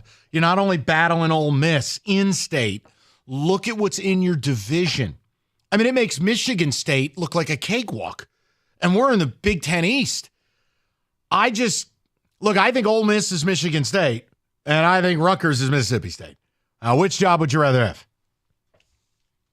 So Penn State also firing their OC. How much more rope? Not even rope, but will James Franklin ever get another top 5 win again? Because he just keeps losing to top 5 teams left and right. Well, right now, Sharon Moore's got more top 10 victories than James Franklin does. I mean, every year he goes 10-2, and he's going to lose to Ohio State and Michigan. I don't know how Penn State keeps on keeping on with this guy. I think he's a total fraud. You're asking me? I'd be finding the literature in his contract of what it would take to get out. I mean, the moment you start seeing coordinators go, you know the next step is usually the gun being pointed at the head coach. Yeah, exactly. But he keeps avoiding it somehow. I know. I know. The new betting favorite to win the Heisman is now Bo Nix, passing Michael Penix, Jaden Daniels, and Marvin Harrison Jr. What does your Heisman board, does it look anything close to that? 3 weeks ago, on the board, I handed out Bo Nix plus 1,800 to win the Heisman. Bo Nix is number 1 on my board. Penix would be 2. Marvin Harrison would be 3. The only reason Brock Bowers didn't make it is because Brock got hurt. It's not his fault. It's just reality. I think Bo Nix is your Heisman contender. I mean, he's a guy completing damn near 70% of the passes. He's got 3,500 yards. He scores with his feet, with his arm, 40 touchdowns, like 4 picks. And he's on what I think is a playoff team. So, yeah, Bo Nix to me is the Heisman winner right now. As much as it pains me to say this, Alabama continues to win big games and turn their season around. How big of a threat are they actually in the SEC to Georgia? Kenny, be honest with me. It's just you and I talking. You be honest with me, because I don't want to be honest with you. No one's listening. It's just you and I. All right. My concern is growing about your game versus them. Yep. It was a shoo-in for me about 3 weeks ago. Now, you force me to pick the game, I'll still take Georgia, but it's a lot closer. If you had to handicap it, though, what would the spread be? Georgia minus 2.5. Yeah, that's right about right. Bama's putting it together now. And Milroe is dangerous because he's getting better and better and better and better.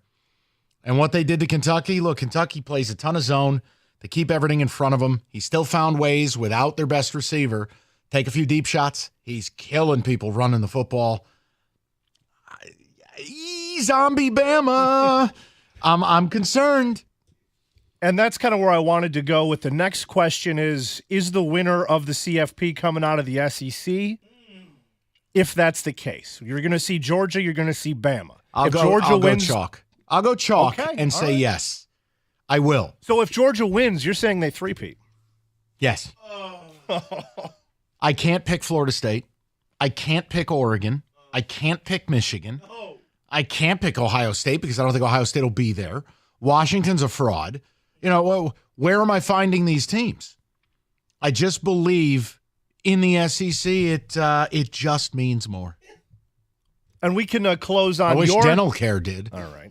Just unnecessary shot. We'll finish on your favorite school. Reports coming out that there's a 90% chance Quinn Ewers returns to Texas, making millions of dollars and avoiding this upcoming draft class of quarterbacks, which is going to be really, really nice. Is that the right move for the kid? Yes. Getting injured kind of stopped the momentum he was building. After that night in Tuscaloosa, he had become a fringy first-round pick. He got hurt, and I'll be honest, Sarkisian hasn't done him any favors here. A couple of these games, they don't let Quinn throw the ball in the second half. And the games get close, and the quarterback gets blamed. It's probably best to come back to school. And here's the other thing it tells you. Arch Manning is nowhere near ready. I kept saying it, and Rico kept fighting me on it. I go, the dude looks like a prepubescent teen. He played in a small high school, that Carson Newman High or whatever it is in New Orleans. His body ain't ready. He's a stick figure. And does that mean next year Texas will be back, or is there going to be a different team? No, I mean, listen, let's be fair. If they go 11-1, win the Big 12, but get left out of the playoff, and their big win was in Tuscaloosa by double digits, they're back, right? Yeah, Is that fair? So. I'd say so. But and that is do I think they're a playoff team? No, because I think Steve Sarkisian's on crack. I think Sark is losing his mind in the second half of these games. I have to downgrade them. And that is your college football blitz.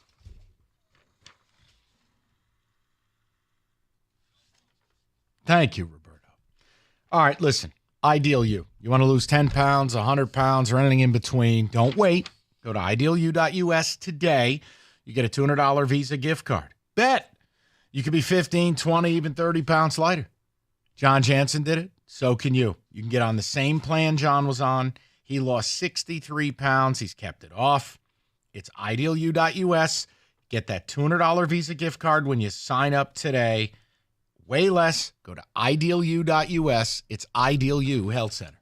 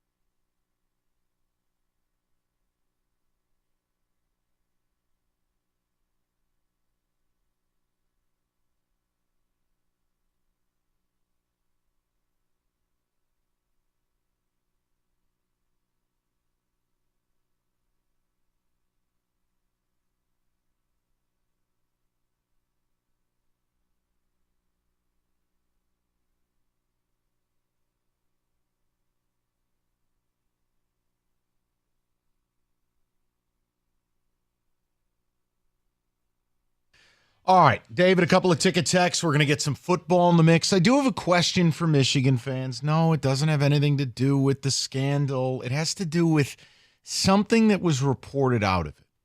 Nothing to do with Stallions, nothing to get upset over. It's a question of whether the people that represent the university are accurately communicating your feelings on something, because I can't wrap my mind around it. Trust me, it's nothing inflammatory, I promise. David, go ahead. What do we got on ticket text? Someone says, regarding the Pistons, I love the Pistons. They never cover. You can always take their opponent and win money. Keith, the mailman. Oh, boy. Someone says, I blame David. He spoke to God to get Detroit the number one pick, to get Cade, and now we're cursed. Sure, that's what it is. Start these four: Thompson, Ivy, Cade, and Duran. Make them figure it out. Sasser would be the only other usable player we have. I want to shoot you straight on this now. while it's idealistic, it's not realistic. If you started those 5 players, you would win 10 games. I mean it. You cannot win in this league with a daycare center. Now, you can be young, but you got to have some veteran anchors. And not just locker room, rah-rah. Man, this ain't 1990. You need players. You need somebody on that team, like a veteran in today's game, 25 years old, 26 years old. You need a veteran who's going to go out and get you 20 a night, going to lead, usher some of the growth. Troy Weaver's insistence on collecting has-been cardboard cutouts of big men and pieces that don't fit and or can't shoot. Guys, I can't help you. Can't help you.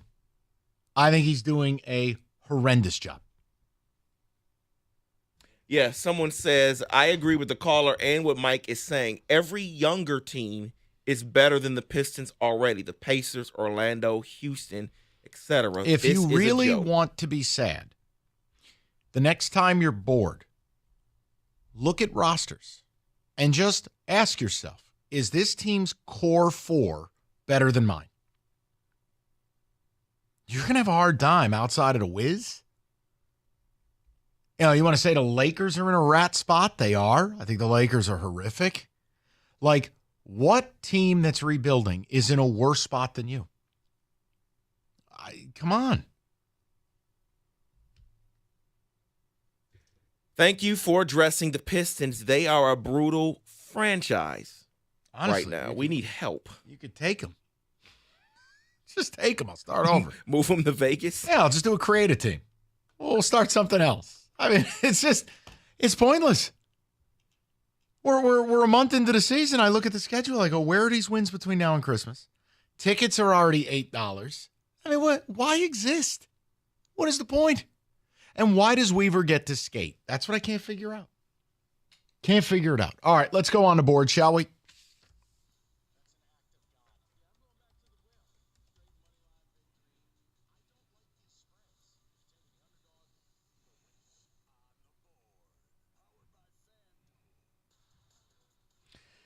Well, I saved the day yesterday. I gave you the Broncos plus the 7 or 7.5, depending where you play. They won the game outright. It was not a work of art, but the Bills are trash. So, and you also recommended the Islanders, which you recommended the Islanders. I did not. I recommended nothing. You stand down. That was a disgrace. Look, you're not. Listen, here's what I will say in Kenny's defense, people. When you're betting the NHL, you have to bet underdogs. There are going to be nights like last night where your team is never in it and they lose 4-1. Bet. Now, you didn't say nothing when we were on the Canadians at plus 158 or the Wings plus 136 or, God, you've bet, what's the numbnuts in the West you've been playing a bunch? The Kings. You love them and the analytics. I love the Kings. But my point is, you're going to lose some games, guys. It's called gambling, not winning. But Kenny's done a nice job. For me, here's what I want to do. I want to do this before this number moves even more. I am going to LSU this weekend, but I'm only playing one game in college. Now, cash the ticket. I'll cap the games. I'll help Jim out, but I'm playing one game. All eggs, one basket. And we're going to do this before this number moves anymore. Weird bleep happens in Corvallis in November. Oregon State is now favored over Washington. The number opened at Oregon State catching 2. It's Oregon State -1. Why do you need to do this now if you're going to do it? The minute it hits 2, you've run into #college kicker. You've run into the overtime rules. Remember, second overtime, you got to go for 2. And the third overtime, it's all 2-point conversions. I do not want to be in a position where I'm laying 2 or more to UW. I think Oregon State wins the game outright. I think if you're interested in playing this, you play the Beavs and you fire up the chainsaw. They're going to take down UW Saturday night. That's what I want to lock in right now. Kenny, to the ice. So I have 2 games that I like, Mike. Do you want to try to mind meld? Do you have any idea what they might be? All right, this is Kenny and I's game. It's like Voltron. I have to predict what will Kenny do. I will say... There's 2 of them. Okay. I know there's no way it's the Caps because you never bet against Vegas. That's correct. Okay. I will say, hold on, this is a robust card this evening. Wow, Kenny, these games are ass. I know, which is why I was surprised I was able to find two that I liked. You're always afraid of the Bruins, even though I've bet against them twice and won both times. You wouldn't go Sabres plus 135, would you? Hell no. Alrighty. Kenny, go ahead. I like the Canadians at home against what I think are ass in the Flames. I don't think the Flames are any good this year. And I like Devils on the road. They've been just fine without Jack Hughes. They'll be okay in that spot against the Jets. That's at plus 125. You combine them both. One of them hits, you profit. And that's Kenny's deal. You're going to bet money line dogs. You split the difference, you win. Or there's games that I just bet one in one night, and then I generally have been hitting those too. So I will tell you what upsets me with the NHL, and then we'll get to David. These shootouts. You don't like them? No, I've had a bet twice go to a shootout, and the team that I've bet on, they look like they're drunk when they're taking their shootout shots. I take a lot of flack from hockey fans for this. I actually don't mind the shootout. No. I'm not saying you should mind it. I'm saying from a gambling perspective, I feel like my players have worse odds of putting the puck in the net than Roberto at the bar, if you know what I mean. It's just problematic. David, what do you got for me? You're welcome, people. Dalton Kincaid did get a touchdown. That was plus 180. By the way, rest in peace, caller Nick. Oh. With Penn State losing Saturday, I don't know if Nick is with us. No, probably not. Nick sounded unhinged. He was going to start a new life in Mexico if James Franklin lost. This is his final memory for us. Now he's a fishmonger in Cabo. So I am going to take the night off after yesterday's Dalton Kincaid, but there's something that I'm seeing right now. It is still a week or 10 days away from that game of Ohio State, Michigan. Michigan -8. But what I'm seeing right now, it better change before game day. Right now I'm seeing 5.5 for that game on FanDuel. So that scares me. The future line yesterday was 8.5. I'm seeing 5.5 now.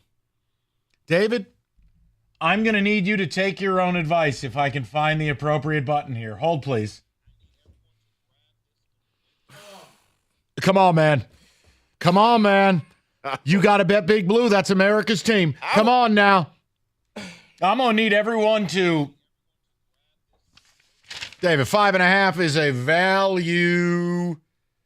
You think old shoe polish beard's coming up here? I don't think so, but that's the devil's number.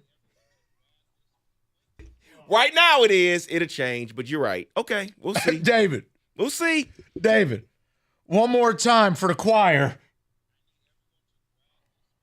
Open up that book of Dutadadi or whatever it's called and go ahead and lay that 5.5.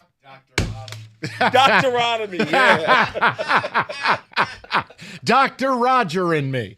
All right. I got a question for the Big Blue next. 97.1. All right, winter is upon us, basically. Football, the playoff drive, FanDuel, $150 in bonus bets with any winning $5 money line bet. We just talked about it. David, you need to reach out and grab that one quick. You bet Michigan on the money line. You get $150 in free bets. What's the problem now? It's FanDuel. More ways to play. Props. Hey, you want to bet some college hoops? Go for it. God help you. FanDuel.com/ticket.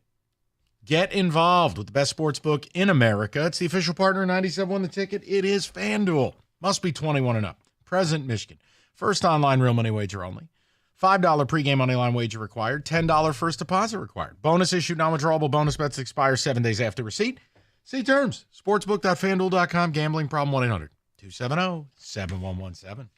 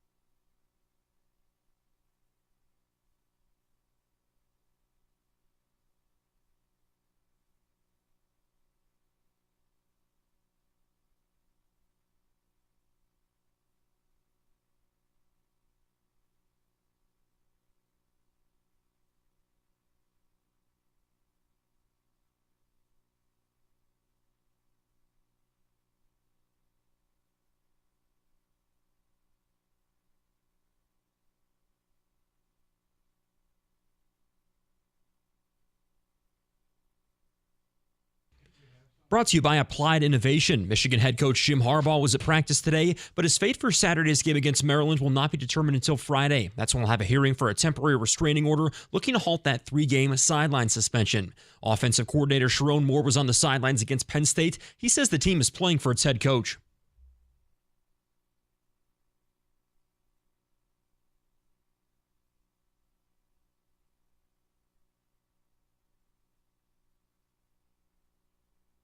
Harbaugh plans to talk at the hearing on Friday. He says he's asking for due process. Meantime, the number 3 Wolverines will be watching the college football playoff ranking show tonight, looking to see if they move up or down. It's a primetime matchup tonight for Michigan State in the Champions Classic. The number 18 Spartans battle number 9 Duke at 7 o'clock at the United Center. The late game in Chicago is Kentucky-Kansas.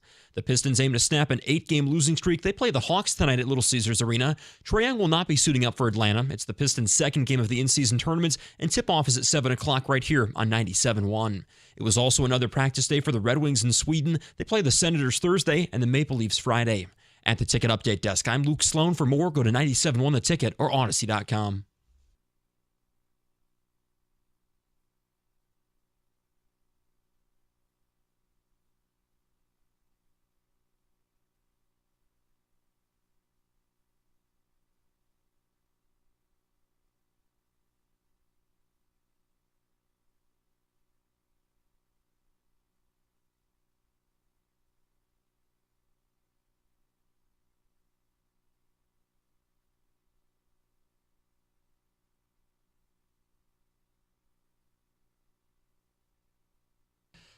All right, 3 o'clock. It is just a idyllic fall day. Little Pistons to start the show. I didn't stutter. Odyssey.com rewind if you want it. Rico actually going to be the lead official in tonight's MSU Duke game in Chicago. I have a question for Big Blue. And believe it or not, it's really not about the scandal. It's not. Nothing about Stallions, nothing about penalties, nothing about Paul Feinbaum. I want to bring up a report because I know how we reacted as a show privately, and I went, I don't think any fans agree with this.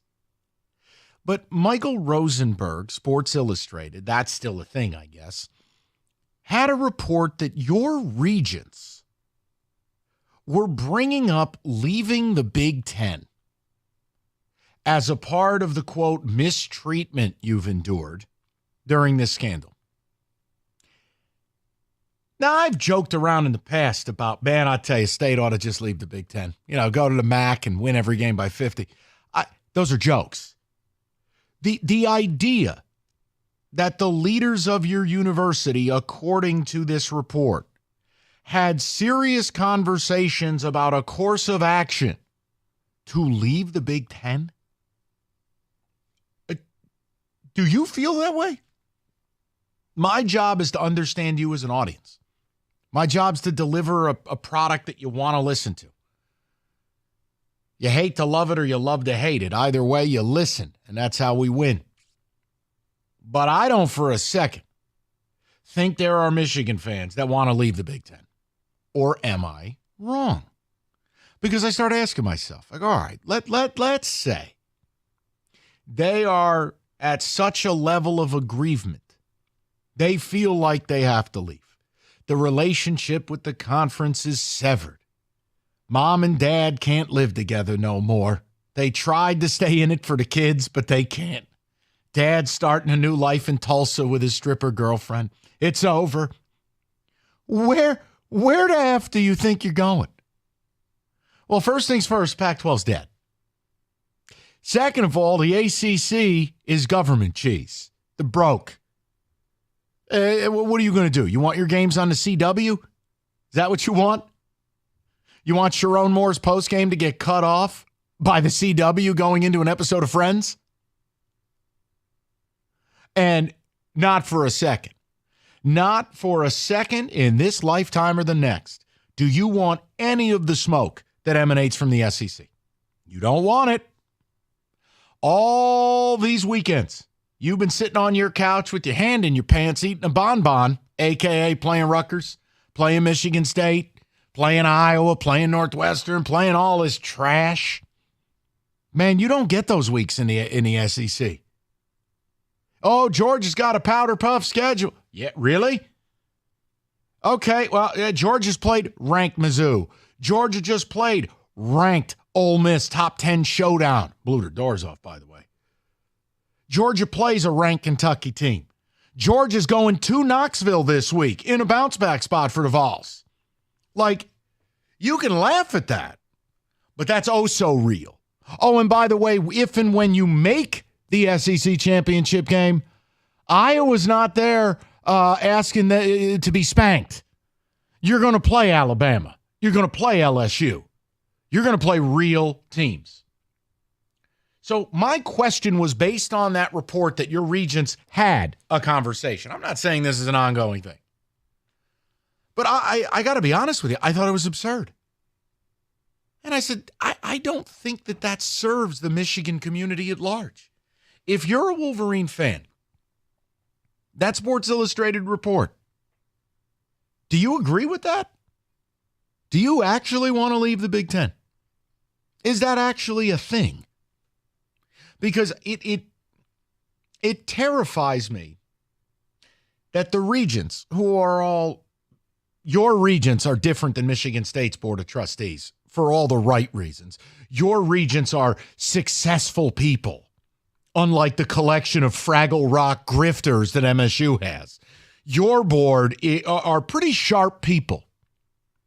I was stunned to read that because that's one of the dumbest things I've ever heard. You will never make more money than you make in the Big Ten. You cannot erode the tradition of playing the teams you play. And frankly, Big Ten's kind of a free ride, guys. Hate to break it to you. Bit of a free ride. Because from a cyclical standpoint, the Big Ten is in a 1970s phase right now. Everybody's bad. You're good, and Ohio State's good. That's just about it, guys. Kirby Smart said it best. Oh, you want to play in the SEC? Come on down here and get some of this smoke. You don't want it. I would love to hear from you guys. I just would love to understand if your regents have the pulse of the people. Are you so aggrieved at how this scandal's gone down and your coach had to eat French fries during the game this week that you want to leave the Big Ten? I'm just interested to hear if that's what you want. Do I think it happens? No, I don't. But the fact that the regents talked about it, the fact that Michael Rosenberg in Sports Illustrated wrote about it. David, you look like you're ready to punch something. What did I do wrong? You didn't do anything wrong. I'm having computer issues. That's all. I'm trying to get everything started again. No problem. I just want to make sure. I thought you were disgusted at my setup here. No, not at all. Do it again, Mike. That was terrible. I'm upset with the regents having a conversation. They shouldn't even be talking about leaving the Big Ten. I think it's crazy. It's the stupidest thing I've ever heard. David, where are you going? Seriously. The MAC? No. Where are you going? Nowhere. You're not going to go anywhere to get the contract money that you're getting right now from the Big Ten. You're not. Unless, of course, part of this is the scandal and the other part is you're scared. Are you scared that your fantasy is about to end? Divisions are going away? New blood coming in? Real teams? West Coast trips? The eventual cycle up where the Big Ten actually becomes functioning again? I don't know, man. It's your team. I read the report and I just was like, what? First of all, if you are this aggrieved, I think you need to talk to somebody. You should contact a mental health professional and you should really speak to someone about your problems. If Harbaugh's 3-game suspension has driven you to wanting to leave the Big Ten, you might want to talk to you might have bigger problems than just that. You need to get a grip. But if you wanted to leave, I just would love to know. Michigan's regents are pretty sharp, smart people. Not going to name them by name. But they're everything MSU's Board of Trustees is not. So I just would love to know. 248-539-9797. See, and while you're right, they are very smart individuals. They wouldn't be in that position if they weren't. But what happens with everyone, because we're all human beings, is sometimes you get in your feelings. And right now, they're just in their feelings about everything that's going on. How about you take a step back and realize being in my feelings about this and making reactive moves because I am isn't smart right now. It wouldn't be smart for the university to leave the Big Ten. Just take a step back, people. I can't believe that this was an actual discussion had.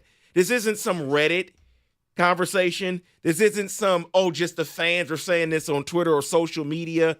This was a report by an actual reporter saying what the Regents were talking about. It's ridiculous. Take a step back, get out of your feelings, stay in the Big Ten. Period. 248-539-9797. This isn't me starting it. This isn't me endorsing it. Now, if you're asking, Mike, what are your thoughts on this? Bet. Tell me where to send the pod. I'll help you pack. I have often said this. In my post-radio career, if I'm lucky enough to live long enough and, do my thing, the two words I never want to hear again in my life are Michigan Wolverines. I will live somewhere that has nothing to do with this. Leave. You don't like it? Leave. Nobody wants you here. We tolerate you. We don't want you here. Leave. I wouldn't care. But you're not asking my opinion. Your Regents had that conversation. That's in the Rosenberg report. I just would love to know if they're serving your interests. Do you really want that? I guess for me, and I've said this all along, guys, I don't even know why you're so upset. Your coach isn't allowed to coach a few games. Big deal. It's one of the biggest cheating scandals I've ever seen. It's in real time. And the punishment's not really a punishment. You won. You're playing games. I told you could win without him. You did. David, maybe you nailed it with the in your feelings. I think the other thing is a lot of college football is like this with the biggest brands. People's self-worth is tied up in their football program, which is a very creepy, weird thing. Guys, it didn't happen to you. Okay, it happened to a bunch of strangers who play a kid's game with a leather football. They didn't come to your house. They didn't, kick your kid out of school. They didn't steal your cat. I could never be this upset about it to where I'd be like, that's it. We want to leave the conference. Well, what? Wait, what? What are you, nuts? So I had to ask. And look, I would love to, look, people are excited to talk about it. Let's do it. Michael Rosenberg, Sports Illustrated, the Regents talked about leaving the Big Ten. Is that what you want? Are you this bothered by your treatment in this scandal? By the way, which you've earned the treatment. Are you this bothered you want to take your ball and go home? I would love to know. Now, if you say money be damned, we can't have a conversation, guys. Money drives the world around. Caller Nick.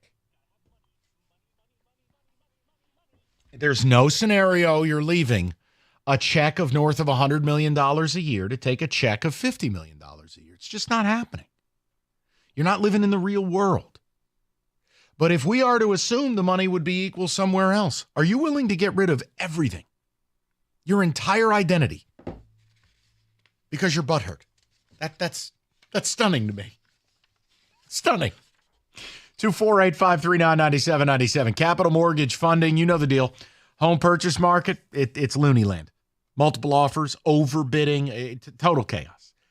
And you go, well, then what the hell are you talking about capital mortgage funding for? Well, it's simple. You got to get a pre-approval. You got to get it done right. You got to get it done fast if you're ever going to get involved with getting a home. I can't change the rates. The rates suck. Harry Glantz would tell you the same thing. But the housing market, it ain't going to turn around. It ain't getting cheaper. What do you think is going to happen when the rates go down? The price of the houses are going to go up. Now's time. Get pre-approved. Jump in the water. Water's warm, everybody. It's Capital Mortgage Funding. 1-800-LOW-RATE. That's Capital Mortgage Funding, the best mortgage banker.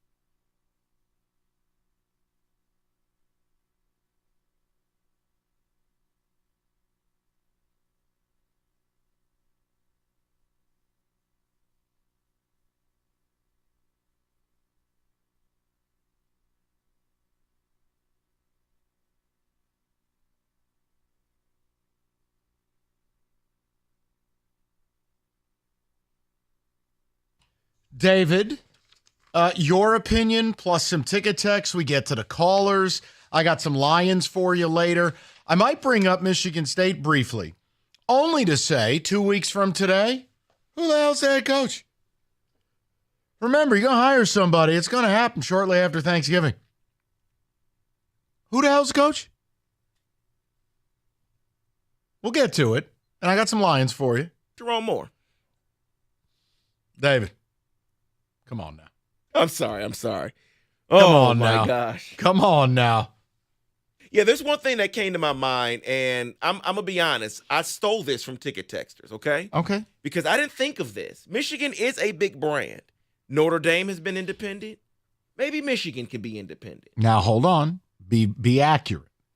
Notre Dame is pseudo-independent. You're right, because they have the ACC They connection. signed a You're right. their teams are all in the ACC except football, but they've signed a deal to play, I believe, at least 5 ACC teams a year. You're not getting that deal. I want to break it to you even more. You're not Notre Dame. I know that hurts you. You're not Notre Dame. Nah, it doesn't hurt me. It hurts other Michigan fans because I don't think independent is the way to go. No, it's asinine. It's staying in the Big Ten. That's the way to go. Do you believe the Board of Regents, forget about realism, if that conversation took place and Rosie put that in his piece, is that really what fans want? Not what I want. But again, I've been told I'm not a real Michigan fan, so maybe they do want it. Okay. I don't know. I wanted to ask the people today. It's a break from talking about the other stuff, if you will. Let's go to the people. Go to Matt. Let's go to Nate. 97.1. What's up, Nate? How's it going, Mike? Good, Nate. What's up? I just want to start off by saying, are we in the twilight zone right now? Like, what is happening? This whole situation, to start out, this whole Connor Stallions thing, just to begin with, is absurd. And the fact that there's Michigan fans out there that are upset with the fact that he's even suspended in the first place.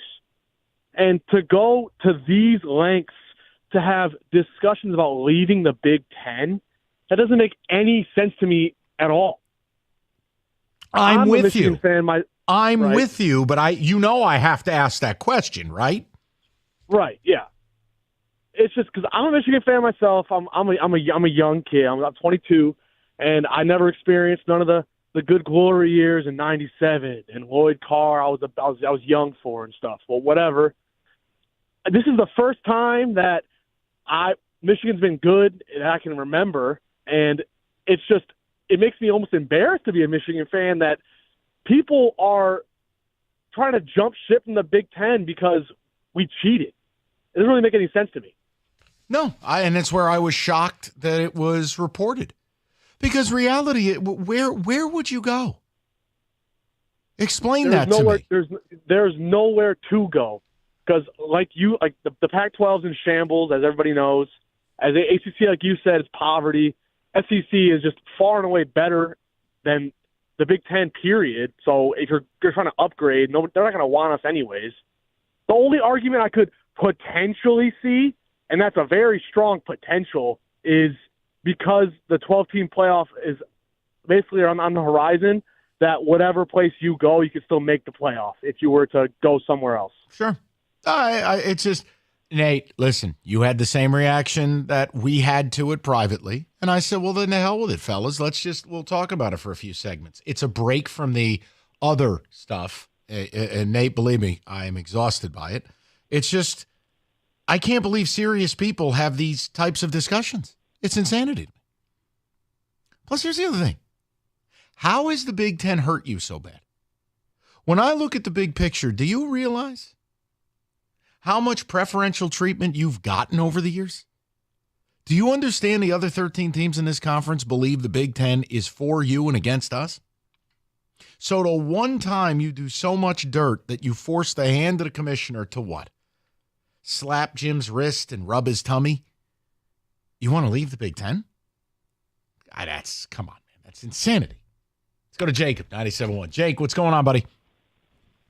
Hey, so I think your whole argument, and I'm a Michigan State fan, is wrong. Because next year, the Big Ten is getting Oregon, Washington, UCLA, USC.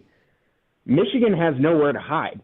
They're going to have to play at least 3, if not 4 ranked teams, just like every other Big Ten team going forward. Okay. And if you want to say the SEC is better, well, I say farce, because they only added Texas and Oklahoma. Congratulations. You added Penn State and Wisconsin, or Penn State and Iowa. That's basically what you added. All bark, no bite. What are we arguing about here? I'm confused. Well, I'm just saying, if Michigan wants to leave, maybe it's because Michigan's scared of the Big Ten moving forward. Wait a minute, hold on now. That's why I was confused. Jacob, I said that. I said that literally minutes ago, that it'll cycle back up. They're adding real teams. Maybe Michigan doesn't want any part of that. Is that what it is? I don't know, but I said that. Well, maybe we're on the same page, because I think thought we you were are. saying, like, they would go to the SEC and that it would be like harder for them. I think the Big Ten is going to be better than the SEC next year. All right, look, it's an argument you could have, but look, Jacob, here's what you got to do. You have to say this and think about it. Here's the SEC. I want you to really think about this. Don't just use the results of the last few weeks. Let's take a 5-year perspective on this. These are the teams you face in the SEC, and it's moving forward. Alabama, LSU, Georgia, Texas, Oklahoma, Ole Miss, Tennessee. And then you get what? The fledglings of Auburn, Kentucky, Mizzou, etc. Dude, now line up the Big Ten. All right, here's who you face. Ohio State, Penn State, maybe. All right. Iowa, Oregon, UW, UCLA, USC. Mind you, UCLA may fire their coach. It's not the same. It's just not. I think it sounds nice and fun and cute. It's not. Look, guys, it doesn't bring me any pleasure to sit here and tell Kenny he's right. But the idea that the Regents may have had that conversation according to that report, and the SEC is the only place that generates that kind of money, you don't want any of that. You go to the SEC, you lose 3 games a year, period. And that's me being nice. You don't understand how good you have it in the Big Ten. I have always said this about U of M. It's the laugher to me. U of M has the benefit that in 9 years out of 10, they will take the field with objectively more talent than 11 of the 12 teams they face. Or on a conference basis, 9 out of 10 games that you play in conference, right? Go to the SEC. How many games will you take the field with objectively more talent than your opponent? It's why I don't make a big deal about winning 9 or 10 games at Michigan. When you take the field with more talent than the people you're facing, you're supposed to win. Go to the SEC over a 10-year period. How many years in a decade do you have more talent than Bama, than Georgia, than LSU? How many? Than Oklahoma, than Texas, all of it. And then here's the best part. You're playing them in back-to-back weeks. Come on. Guys, you got it great here in the Big Ten. You can't be this hurt by this scandal that you have people in serious positions threatening to leave the Big Ten. I really don't think you'd like that. And then you go, well, we won't join the SEC. Okay, where are you going? The ACC? Where Clemson and Florida State are trying to pay $300 million to buy their way out because it's so poverty? Oh, I know. You want the second half of your game against Indiana cut off because Family Matters reruns are on the CW? How about that ACC network in standard def? That's a hot look. I mean, guys, you have to understand, this is tongue-in-cheek to a point, but the fact that this was seriously reported by Michael Rosenberg, oh, boy. I mean, Kenny, be serious with me. I know you were screening calls.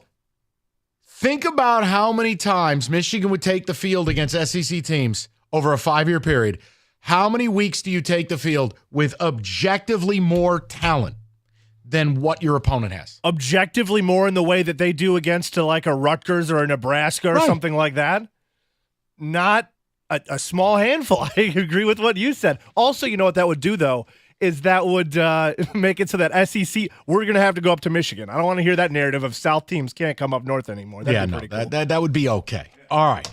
America's place to watch football, Stadium Swim, located Circa Resort and Casino, all the biggest games. At Circa Sports, you know the drill. 6 pools, 3 levels, the biggest outdoor sports book in America. It's Circa.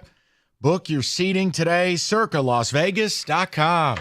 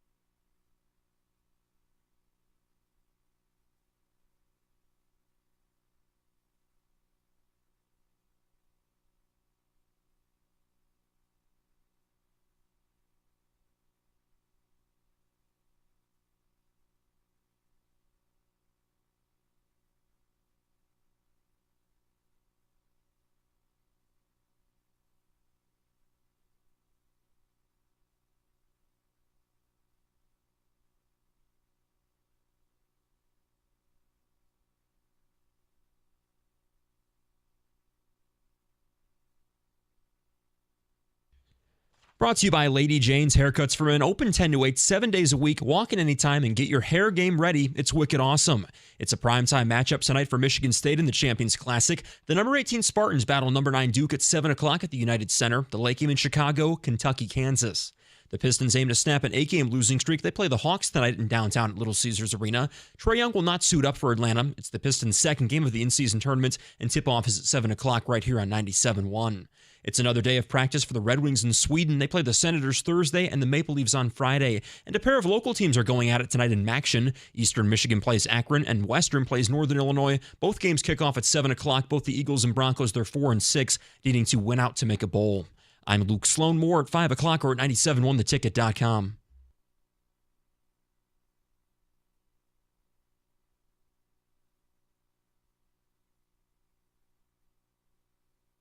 All right, David, by the way, no Trae Young tonight. You don't win tonight. Just fold. Turn into the Flint Tropics, will you please? Well, they already lost the game where it was the C team or the D team for the New Orleans Pelicans. All right, hey, listen. We're talking unhinged regents and leaving the Big Ten, huh? By the way, if you missed my conversation about Captain Umsalot, Odyssey.com rewind. We gave it to you at the start of the show. I'm the Huckleberry who opens up their show in the middle of football talking Pistons for 2 segments. Yep, that's me. And the people loved it. Bet. Give me the bet medley. Thank you, boys. Appreciate it. Rico going to be the lead ref tonight at MSU Duke. He returns tomorrow. We're taking your calls because I think you are bat bleep crazy if you actually want to leave the Big Ten. But your regents brought it up. Good old Rosie is a part of that piece. Woo! Michigan's so upset with how they're being treated. They want to leave the Big Ten. Where do I send the pod? You don't need 2 hunks hauling junk. You got me and Kenny. We'll move you out. Oh, well, I'll get all up in Schembechler Hall, move some stuff out. No. No. Come on now. Where are we moving you to? Where the hell you think you're going? Get out of here. Ridiculous. Let's go to Craig, 97.1. Craig, what's going on, buddy? Hey, fellas. How you guys doing today? Good, pal. What do you got? Hey, love the show, first off. Secondly, I'm getting old, got high blood pressure, so I try not to get too worked up over this crap. But the whole regents wanting to leave the Big Ten, God, that article pissed me off.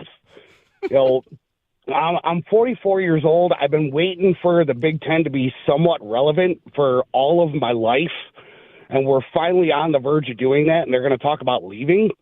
It was just so ignorant to me. I thought it was laughable at best. But here's the thing, Craig, it's the biggest compliment I can pay you. Unlike MSU, who's got a collection of Fraggle Rock grifters, your regents are actually successful in real life. They're not just bad actors. These are serious people talking about rather unserious things. I know, and that's what actually made my brain hurt even worse about it. But let me ask you this question. Are you this aggrieved where you would even think of, do you really believe you've been mistreated by the Big Ten? No, not at all. Here, my whole thing about it, the only thing that irritated me with the Big Ten was the timing of the announcement. Outside of that, the entire thing, I haven't been bothered by it. I've had the whole mindset of let everything play out, let everything see what happens, punishments go along as it goes along. The only issue I've ever had from the get-go was I thought the timing was pretty crappy, but, who am I? I'm just some numbnuts that's a fan, No, and look, the timing is not optimal, but it's an in-season thing. And again, I'm not doing Scandal Festival today, but I asked you the question, and I'll give you the answer. Craig, the people who want to deny why it happened when it happened, you're denying that the cheating happened in real time, including this season. It's unprecedented. It required something unprecedented. And in the end, big deal. Your coach ate French fries in his underwear watching the game Saturday. Who cares? Right. You beat Penn State. You're on to Maryland. And that was why I wasn't upset about him getting suspended. My thought process the whole time has been, we want to say we're the best. If we're that good, we don't need him to win. Let's see what we can do. Yeah, you don't. And I've stuck to this. If Jim were a coach who actually called the offense or called the defense, it'd be a different conversation. He didn't do any of that. He sits there with a ball of tobacco in his mouth. He doesn't call anything. He stares up at the sky. I mean, come on. He claps. Boy, I could make some jokes, but I'm not going to do that, am I? Nope. Not going to do it. I knew somebody who used to clap a lot, too. They cost themselves $80 million.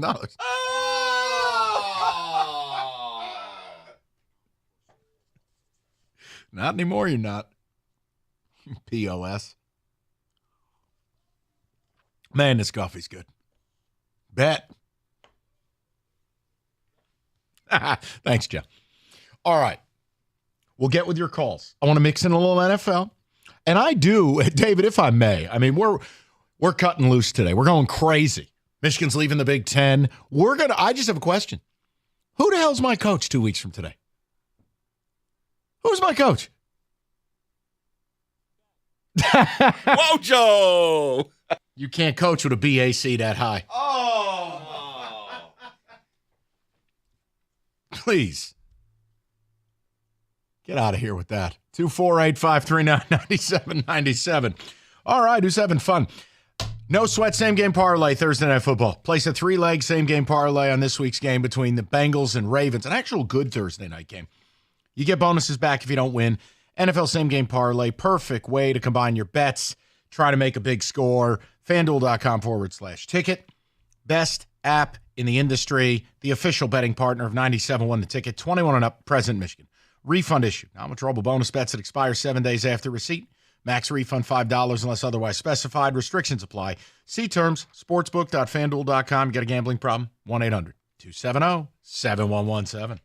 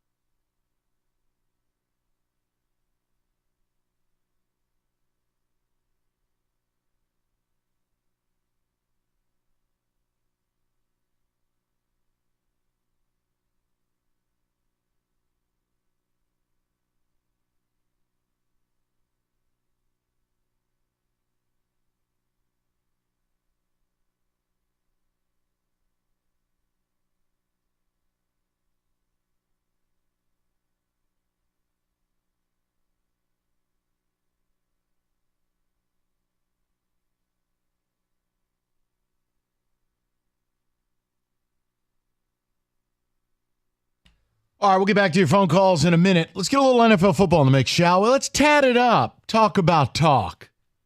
Let's go.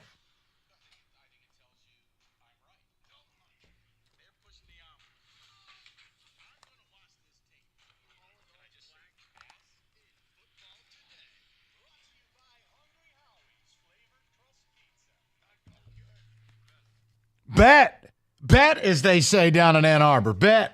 So let's talk about a few things. I have 3 things from last night's game, 2 on the field, 1 off the field. Sure. Well, I guess this one's on the field. The Bills fired their offensive coordinator, Ken Dorsey, today. They have relieved him of his duties. Joe Brady will now be the offensive coordinator. So I guess Ken Dorsey is to blame for having 12 men on the field at the end of the game last night. Everybody needs a good fall guy. Look, Sean McDermott, I didn't like the move of taking the defense over. The Ken Dorsey stuff, here's an idea. Everybody tried to say that Josh Allen was struggling because Brian Daboll left. Now you want to blame it on Ken Dorsey. Here's an idea. Josh Allen's a grown-ass man. He's got complete command of the offense. How about you don't have 90 turnovers in 5 years? How about, here's an idea, you don't turn it over every game you play this season. It's a big whatever to me. If Josh Allen wanted to run the ball more, they'd run it more. If Josh Allen wanted to be more responsible with the football, he would be. He doesn't, because he's still out here thinking he's a cowboy hero. I told you, they're done. They're not making the playoffs, and that's before they lost to the Broncos. Now, what else you want? So those animal fans fighting each other in the stands. You see all those brawls? That was wild. There you go, everybody. Be mad at me because I'm right about society. Go ahead, take your kids to these games. Look at how these animals behave. Fighting each other. They root for the same team. Live in the same neighborhood. What's next? They want to leave the Big Ten? No, that was not the off-field one I wanted to get to. The off-field one I want to get to is around Steph Diggs, because Trayvon Diggs went out and tweeted last night, tweeted a couple things. One was, my brother needs to get out of there. Then the other one was, let's not forget, he didn't start going off till bro got there, talking about Josh Allen. Oh, boy. Now, Steph Diggs has been a question mark in the offseason. He was upset after the playoff loss last year. Is this the final half, meaning the final half of this season? Steph Diggs will be somewhere else next year. Yeah, there's been something really murky dating all the way back to when he erupted on Allen to end the season last year, the offseason, the mystery absence. And every game this year, we're seeing scenes of Diggs trying to uplift Allen or yell at him. Look, I think that dude's a little off. Yes, it's going to come to a head. But Josh Allen is the quarterback. It is your job. It's a lot like Joe Torre managing the Yankees back in the day. Your job today, it's about ego management. You got to know your personnel. You got to manage egos. It's what I think Jared Goff does a great job of here. Josh Allen bears responsibility as well. Oh, definitely. So the last on-field situation from last night was about Russell Wilson. He has 18 touchdowns so far this year, which is already past last year's total. Has Sean Payton fixed Russell Wilson? Man, kind of. I mean, last night the throw to Courtland Sutton was vintage. Yes. I still believe, if we're being fair, David, it's the defense that is why they're starting to win games now. Defensively, they were the worst defense in league history the first month of the season. Now, giving up about 16 points a game. It becomes more manageable. I'm not ready to go there with Wilson yet. His numbers are better, no question, but I still think we're missing the headline. And it's whatever they did coming out of that bye week and getting that defense right. Oh, you are exactly right about that. Let's touch on what may be the best division in the NFL, because right now, every team would be in the playoffs. AFC North. Is the AFC North. Ravens at 7-3. Steelers and the Browns are at 6-3. Bengals at 5-4. But the question I have is for the last team and the first team. Yeah. 7-3, and then you have the Bengals at 5-4. They play each other on Thursday. Yeah. Is this a must-win for the Bengals? They are already 0-2 in division play. 100%. Absolute 100%. You nailed it. And look, the Bengals looked like they were getting it together. That performance against Texans was awful. Awful. You cannot allow C.J. Stroud to come into your house, throw for 375, give up the lead, and then, C.J. Stroud's going to come down the field, take it back. They didn't have Nico Collins. They're throwing to some guy named Noah Brown. What are we doing here? That was awful. Now you got a short turnaround. You got to take on the Ravens. Yeah, it's an absolute must-win. They fall to 5-5. I'm putting them in the same pile as the Bills. And then my other question within that division, it was a quote here from Mike Tomlin regarding Kenny Pickett. He says he needs to do more. Certainly, we're going to need more, particularly as this road narrows. But guys like Kenny and myself were measured by wins and losses. Right now, in his 21-game career, he has only 13 touchdowns, while C.J. Stroud in 8 games has 14 touchdowns. It's the time in the offseason for the Steelers to look at a new quarterback. Yes. It's a lot like rebuilds in the NBA. It works or it doesn't. It's not working. You don't need 5 years to figure it out. This isn't Terry Bradshaw 1975. It's time. Yes, David, prioritize it. Go get somebody. Go get someone. And speaking Figure it out. I would agree. And speaking of going to get someone, there were reports before the trade deadline that the Carolina Panthers wanted a number 1 receiver, weren't able to get one at the deadline. Well, report from ESPN's David Newton says that the Panthers called about Devontae Adams and T. Higgins.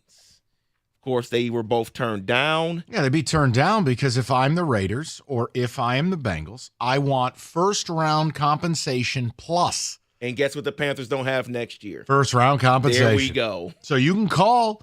I mean, Kenny called Scarlett Johansson. I don't think it went well. You can call. Didn't go well. But you shoot your shot. You give it a shot. You got to shoot your shot. But yeah, no, I mean, they gave up their entire future for Bryce Young, who right now should be on a cookie wrapper in a Keebler outfit. He looks awful. Awful.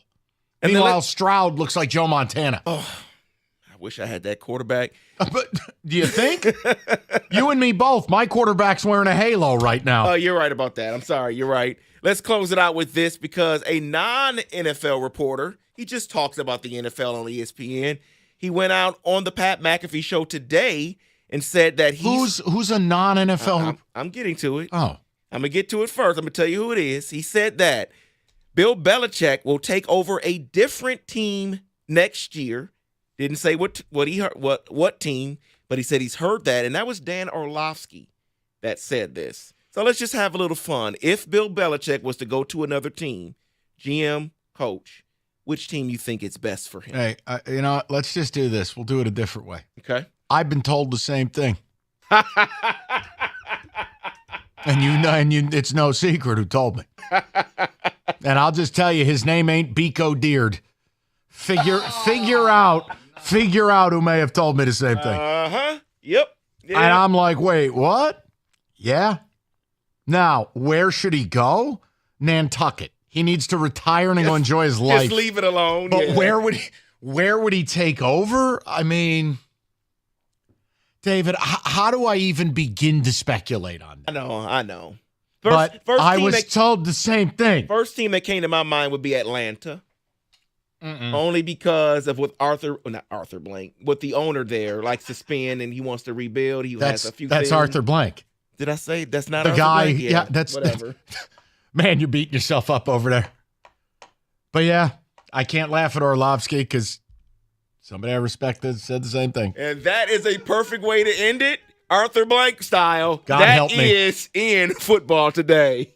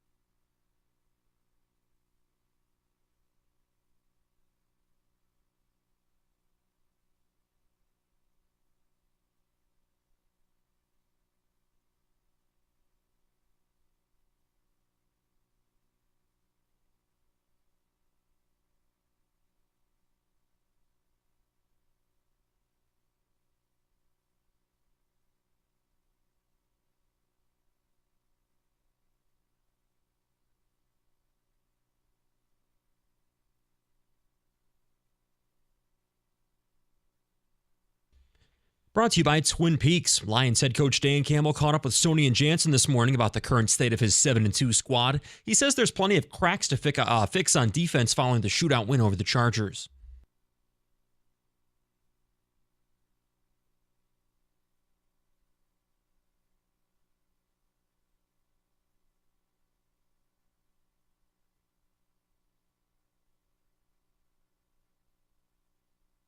Campbell told Stoney and Jansen that yes, they have been thinking about the end goal of winning a Super Bowl, but they're more focused on what they can do on a daily basis to improve. The Pistons look to snap an 8-game losing streak when they play the Hawks tonight at Little Caesars Arena. Trae Young will not be suiting up for Atlanta. It's the Pistons' second game of the in-season tournament. Tip off at 7 o'clock right here on 97.1. It's a primetime matchup tonight for Michigan State in the Champions Classic. The number 18 Spartans battle number 9 Duke at 7 o'clock at the United Center. The late game in Chicago, Kentucky, Kansas. It was also another day of practice for the Red Wings in Sweden. They play the Senators Thursday and the Maple Leafs on Friday. At the Ticket Update Desk, I'm Luke Sloan. For more, go to 97.1 The Ticket or Odyssey.com.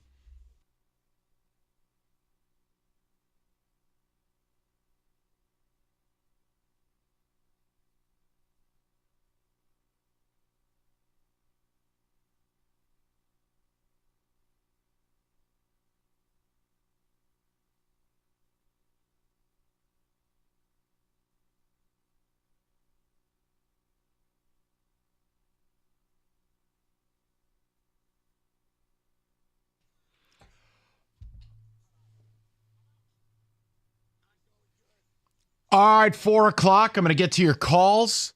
I'm gonna do something even crazier than I did to start the show.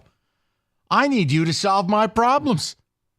I need you to tell me who the F is coaching my football team 2 weeks from today. Huh? Help me help you. We're going to have a conversation, but I want to get to these Michigan callers. Article, Sports Illustrated. Michael Rosenberg. The regents at Michigan had a conversation about leaving the Big Ten. So aggrieved you would ponder, even utter the words, leave the Big Ten. Do they speak for you, the fans? That's all I'm asking.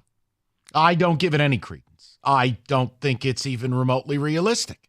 But do you, when you read the article or hear us talking about it, was your reaction, hell yeah, like this is what we're doing? Or, what the hell is wrong with these people? Like that's, I don't know that there's any what's the word I'm looking for? There's no like middle ground to it. You're either hell yes or hell no. There it is. 248-539-9797. Let's get to the people though. I'll knock out these calls and away we go. We'll go to Matthew, 97.1. Matt, what's going on, buddy? What's up, man? I think Michigan wants to leave because they're adding real teams to the Big Ten, and they won't have any more cupcakes to play. As fun as that sounds, I don't believe that to be the case. I think it is truly a level of butthurt and never being told no in their life that this is just where it's at. They're spoiled. And then also, I wanted to ask you, is Russell Wilson a really good quarterback, or does he just get lucky? Because it was lucky that it wasn't Josh Allen's fault, but it was luck on his side that the Bills had an extra man on the field because they missed the first kick. No, I mean, both can be true. He has nothing to do with them having 12 men on the field. You're right. Will Lutz missed the kick, never should have gotten a second crack at it. It's embarrassing that the Bills made that type of error. But it's both. I mean, look, Wilson's been a hell of a good QB in his career. He's fallen off the last two. Now this year, he's bouncing back a little bit. But, no, I mean, one's got nothing to do with the other, Matty. I mean, the Bills made an unforgivable mistake last night. This is the NFL. Can't happen. To me, listen, this ain't Buffalo radio. You want to know what the Bills need to do? I'll tell you what they need to do. They need to fire Sean McDermott. They need to start over. They need a real coach in there that's going to rein in that quarterback of theirs to learn how to be an adult. Stop turning the ball over. We're going to run the football a little bit more, and you're either going to be an adult or not. McDermott has had his window. The window's closed. It's closed. Yeah, there's something about having a defensive-minded head coach versus an offensive-minded head coach, and they need an offensive-minded head coach that you're right, that can have scheme, but also have respect enough to say, look, dude, This is what we're doing. You got to stop turning the ball over. And as Allen gets older, he's not going to be able to sacrifice his body the way he does. They got to do what Baltimore did with Lamar. We're going to get a new OC in here because Harbaugh is the perfect coach in Baltimore. But you got to get somebody in there who can get Josh Allen and go, here's what we're going to do. And Sean McDermott's not that guy. Get sick of this. They blame every OC in Buffalo. Blame him. He's the idiot who had Leslie Frazier as his DC. Lose a home playoff game to the Bengals like a bunch of bums. Ridiculous. Let's go to Casey, 97.1. Case, what's going on? So I think I have the answer for Michigan as far as the athletic conference thing is. So what we're going to do here, we're going to rebrand the MAC. It's become the Michigan Athletic Conference. We're going to take all the Division I schools from Michigan. We got U of M, MSU, Eastern, Western, Central. We're going to take the schools from the GLIAC, the good ones. Fair State, Grand Valley, Webb State, Saginaw Valley, Michigan Tech. Casey, I know you're effing with me, so I'm not going to get angry. My question is, what did you tell Kenny to get on the air? Don't lie to me, because it couldn't be this, or Kenny's in big trouble. Oh, I did. Sorry, Kenny. But and 3 out of conference games. So they play Army, Navy, and OSU, and that's their schedule every year. And you can't complain. Right, the playoffs are going to 12 teams, so they're going to make it as this new MAC champion. I'm kidding, obviously. I know you are, and you're raking leaves. You're doing a hell of a job, Kenny. That's one. Casey, thank you for that. He was doing a hell of a job cleaning the backyard. I mean, that was. But Kenny, did he seriously tell you that on the phone? Casey is a frequent flyer with this show. I figured I'd let him have some fun. All right. I knew it wouldn't be anything inflammatory. No, I'm not angry. I resent that you gave me one for that. I think That's you should one. reduce it. It's one because now you have to tell people, turn your radio down and please stop raking. He wasn't raking the leaves when I talked to him. He said reduce it. He wants to have a hearing on the suspension. What are you, a Michigan? What are you, a Michigan fan now? I didn't get my due process, all right? There's no due process. Jesus, Mary and Joseph. I'll go to Nick, 97.1. Nick, what's going on, pal? Mike, I am not dead, but I kind of wish I was. He's back. We thought you moved to Mexico after James Franklin effed you again. Oh, you know what, man? I mean, the hell with it. It's like Spider-Man out. I got a message for the people of Penn State football and for James Franklin. Now listen up. Get off my football team! I can't stand you! I don't care what positive influence Franklin has on this program. You ready? Get out! You're not good! In fact, you're terrible! Oh, my. Mike, I'm almost hoping for a Mel Tucker-like situation with this bum. No. All right. SpaceX rocket to the sun. You know what? Why don't we go a different direction? I shouldn't have brought up Penn State. What? I mean, we're talking about coaches, Mike. Can you find a new coach for me? Because I don't know what the solution is here. Find a new coach for you? I got to find a coach for me first. I don't have anybody. I got Harlan Barn. I got a cardboard cutout as a head coach right now. Now, what do you make of this Michigan thing before you lose your mind? Man, you know what? Leave the conference, man. It's the only, Mike, I just checked their schedule for next year. Guess who's not on our schedule? Yes, next year, Michigan. But guess who is? Ohio State. Cue the chair drop. I got you. All set. Nick has lost it. Dude, James Franklin's ruined that dude. When you're calling for a chair to the spine, you know your football team has a problem. He called for some other things, but we'll leave that alone. Hey, listen. Caller Nick does not represent the opinions of 97.1 or any of its hosts. Blobbity, blah, blah, blah, express written consent. Leave me out of it. But I will tell you, if Jimbo Fisher is gone, how does James Franklin have a job? He doesn't beat any good team. Like, his record against OSU and Michigan's got to be what? Like 2-15? I believe it actually is. Yeah. I mean, he's been there damn near 10 years. You figure there's been a random year. I know he's beaten Michigan like once. And didn't they beat Ohio State on a blocked field goal or so? I don't know. He's terrible. since the start of last season. He's 19-0 against everybody else, 0-4 against Ohio State and Michigan. Can't do it. Can't do it. And I feel like they never have an offense that makes sense. Even when Trace McSorley was there, the kid was playing 300. You had Saquon Barkley. I had to live with Sean Clifford for a decade. Now I watch this, I go, I don't even know what their offense is. And I never expected them to do a lot against U of M. But I'm like, wait, are we in the T formation here? What is this, 1938? I mean, they're running formations that nobody's run since, that's like before black people were allowed to play. What is it, 1903, the T formation? That's pre-integration. And they had some really good wide receivers come out of there the last few years. Tons. And they can't do anything. I mean, James Franklin finds ways to lose to MSU on the regular. How is that possible? Oh, caller Nick. Poor guy. David, a few ticket texts. Oh, my gosh. Someone says, they do, Mike. I had cult members tell me they could have as much success in the SEC as they're having in the Big Ten. They can't believe that. Oh, my gosh. Look, and all I'll say is, wait till you're alone. Don't even say it around your friends. Just whisper it to yourself. Here's who we're going to play if we go to the SEC every year. Here's who we're going to play if we stay in the Big Ten. Guys, come on now. You have it real good in the Big Ten. And all of a sudden, oh, we're bringing UCLA in. Let me tell you something. I'm pretty sure Chip Kelly's getting fired. There's something going on out there in L.A. Been a whole bunch of smoke with Dante Moore and that whole deal. They've been playing Colin Schlee, Pete Garbers, or whatever his name is. His last name should be Garbage. He's terrible.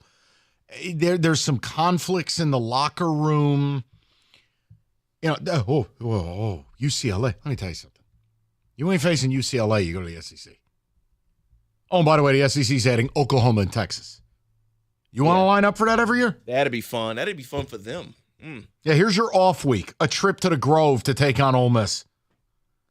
That sounds fun. Hey, let's go take on LSU at Tiger Stadium. Now, let's do that. Make Kinnick Stadium look like a picnic. We can get Vanderbilt every other game. Now, okay, everyone's got a Vandy. Yeah, I'll take them every other game, and then we can face Georgia. That's it. Vanderbilt 5 times, Georgia once. That's basically what you have right now. It is what we have right now. Someone says, I'm big into tradition, and no way is what happened to Michigan grounds for Michigan to even consider leaving the Big Ten. This is a joke. No. And again, the Regents had the conversation, not me. Don't be mad at me. David, you brought Cade Cunningham to this city. You have retrieved Roberto's soul. I need you to fix my problem. I got a problem. And you are going to fix it. Spartan Nation has a problem. You're going to fix it. So you better think long and hard, because you got about 3 minutes to come up with brilliance, or we're going to have a real problem. I will ask you, the listeners, next. The amount of big truck accidents that result in a fatality or serious injury in Michigan is staggering. The attorney you choose is what matters most in that moment. They need specialized knowledge. They need expertise. They need experience. That's David Feminino. Over 25 years. And he is ready to help you right now. If you've been injured in a big truck accident, 855-65-CRASH, or go to that website, getdavidgetpaid.com.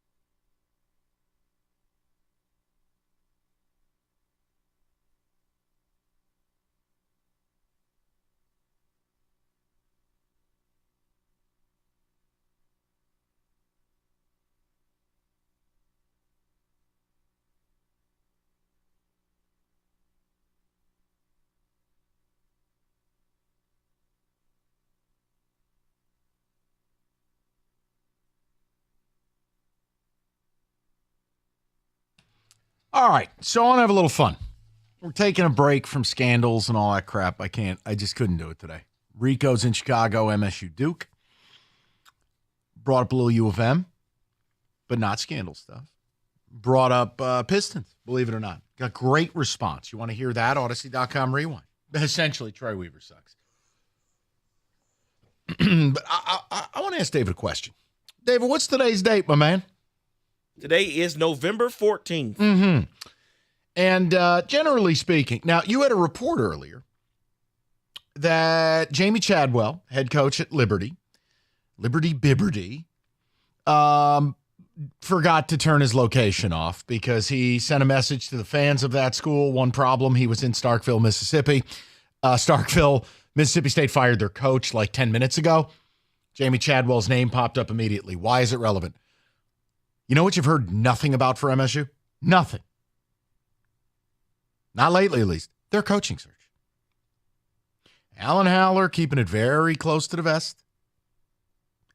And obviously goes without saying, like, I had no problem when people started bringing up the Urban Meyer thing and all that jazz. Do I believe it's happening? No. Never did. It was hope, not expectation. I don't trust MSU's Board of Trustees. I know one thing I continue to hear is now there may be a movement to get a president hired before they hire a football coach. I don't have that kind of time. The program doesn't have that kind of time. And the names, remember, I never joined this whole cavalcade of, they should hire Charles Huff. Yeah, where are those people?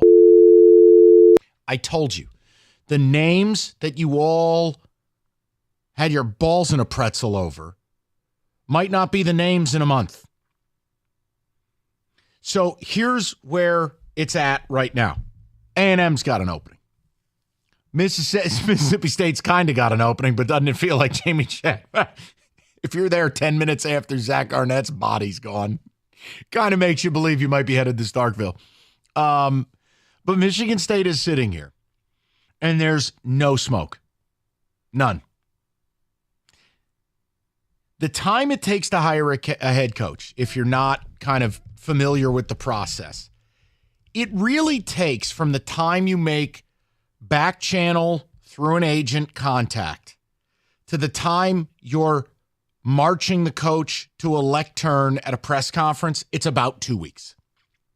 It moves really quick. Certain instances take longer, certain instances take less, but it's about 2 weeks. So why am I bringing this up today on November 14th? Simple. 2 weeks from today, who's at that press conference as Michigan State's head coach? Season will be over. Be the middle of the week after Thanksgiving. You can't wait until into December. Can't do it. 2 weeks from today, who's coaching Michigan State? Who? Now, people are like, well, give us a name. And I'm like, guys, it doesn't matter who I name. You hyenas will mock anything I say because I try to go outside the box with stuff. You think I'm just going to get on the air and parrot some stupid list? Oh, let's hire Mike Elko. Here's an idea. I don't even know if Mike Elko wants the job. Second of all, Mike Elko could go to A&M, where he's already coached. Oh, everyone going crazy about Lance Leipold. Okay, I guess. Doesn't recruit much. Dude's 60. Oh, but he did a great job at Kansas. Okay. Hell of a lot easier in the Big 12 than it will be in the Big 10 East. Who's coach? Because I will tell you, I am getting very concerned with something Rico Beard told me yesterday. And I'm not going to out him. I will just tell you if what he told me is true. And the school is deglazing the bottom of the chili pot with the hire he intimated, they will lose 33% of the fan base. They'll lose 33 cents of every dollar they bring in. They'll lose 33 of every 100 tickets they sell. They will lose the will of the people. This is a program that has been primarily bad since 2018. 7-6, 7-6, 2-5. COVID, miracle 11-2, 5-7, and then hotel room. The fans are not sitting around for a 3, 4, 5-year rebuild. This isn't 1985. It isn't George Perlis. You need to make impactful hires. Now, I will give Alan Haller credit. He is playing this super close to the vest. Respect. But you know what I can't respect? The school. See, unlike some of you cultists, my identity's not tied up in my school's football program or my school. My school does plenty wrong. My school is a circus. So now you hear whispers that on November 14th, the board may want to get involved. They may want to hire a president before they greenlight the head coach. Do you know what that does if that's true? That turns away any big-time candidate because if I'm their agent, I'm not letting you get embarrassed. If these idiots don't rubber stamp this on the phone, we're not getting involved. So my question is, 2 weeks from now, who's the coach at MSU? Let's say there is a 2 o'clock press conference. East Lansing, call it Wednesday, November 5th. Wednesday, November 29th. David, who's the next head coach of Michigan State football? And I'm not quoting anyone. You can venture a guess, have fun. I don't think anyone knows. You know, a lot of people keep bringing up Jonathan Smith. Well, first of all, you didn't know who Jonathan Smith was a month ago. Now, Rico and I have talked about Jonathan Smith for years because Oregon State is kind of like a pet team for me. I have a ton of respect for what he's done. Bray is defensive coordinator, rising star. I love schematically what they do. Here's the problem. Dude's never been east of the Rockies. Pasadena kid. Former player at OSU. Was on that magical team with Ken Simonton. Dennis Erickson is the head coach. Orange Bowl, 41-9 over Notre Dame. Oh, you think he's ready for the Big Ten East? You think he wants to come here? This ain't Sleepy Corvallis, pal. This is a whole different ballgame, a whole different beast. So my question is, David, they have about 2 weeks to name a head coach. 2. If you wanted to be conservative, 3. David, who's the next head coach of Michigan State? Oh, I wish I could tell you. Rico Beard. I don't know, man. Mike, a serious note? I think it's going to be Elko. What gives you that indication? I just keep hearing that name over and over. So you're falling victim to groupthink. You're falling victim to confirmation bias. Oh, I've heard this name a bunch, therefore I like, or therefore it will. Oh, I didn't say I like him. No. I don't have a problem with Mike Elko. I don't know. Let's be clear. I don't have an issue with Mike Elko. I don't know if that's some home run. See, here's the problem. I think Michigan State's in a spot. There may not be a home run available. I mean, the Urban thing is a dream. I have nothing credible to suggest it's happening. And if the board wants to name a president, or God forbid the board got involved and meddled, you're never making that deal happen. So until or unless I see something from Alan Haller's camp that says that's plausible, or you show me Urban dressed as Ronald McDonald at the Kellogg Center, like where we can be like he's in a Bobby Valentine Groucho Marx outfit. Look, David, if what Rico said to me yesterday is true, I will box up my MSU stuff and call it a day. MSU has to make a decision. Are they serious or not? It's the scene in Succession when Logan's talking to his kids and he says, "You are not serious effing people." That's it. MSU has to show their fans they're serious. Right now, Michigan's one of the best football programs in America. Ohio State's Ohio State. You have lost your footing in this conference. And we are 2 weeks away from the day they will have a press conference to name this head coach.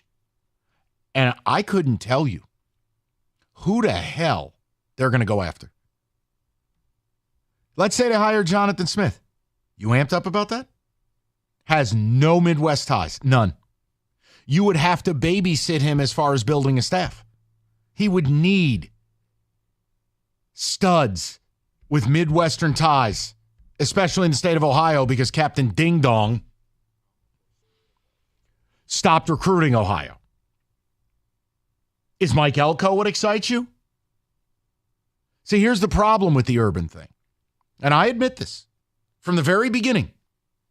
I said it's creating a situation where if it's not Urban, the water's been poisoned. And a lot of fans, right, wrong, or otherwise, are going to bleep all over whoever they hire. So I would just love to know. And look, you know what this indicates? State fans are petrified. They're petrified. They don't know. They don't know. And they don't want to know what Rico told me. This is not a case of I have a great story and I'm not telling you. I'm not telling you for your own sanity. This is for your own good. This is for your own good. Listen to mama. 248-539-9797. David, you better pray real hard. I need a name. Northville Lumber, oldest company in the state of Michigan. Largest Trex decking outlet in America. Nobody moves more product. Why? Everything's in stock all the time. They moved enough product to cover 26 football fields. They do it because it's in stock. In their warehouse, mile down the road. Best pricing, best product lineup, and if you need someone to build that deck, they'll introduce you to a Trex certified pro. All you need to do, call Northville Lumber today or stop on by northvillelumber.com. That's northvillelumber.com.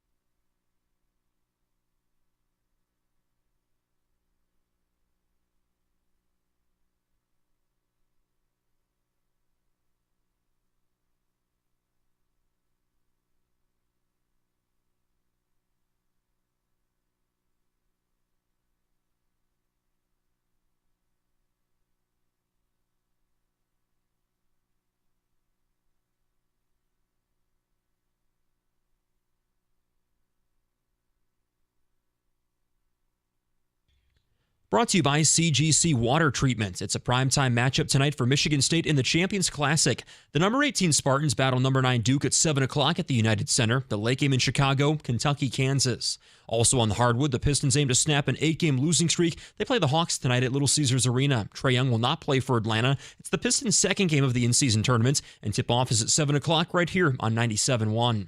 It was another day of practice for the Red Wings in Sweden. They played the Senators Thursday and the Maple Leafs on Friday. And a pair of local teams take the field tonight in Maction. Eastern Michigan plays Akron, and Western Michigan plays Northern Illinois. Both games kick off at 7 o'clock. The Eagles and Broncos both 4-6 on the season, needing to win out to make a bowl. I'm Luke Sloan. More at 5 o'clock or at 97ontheticket.com.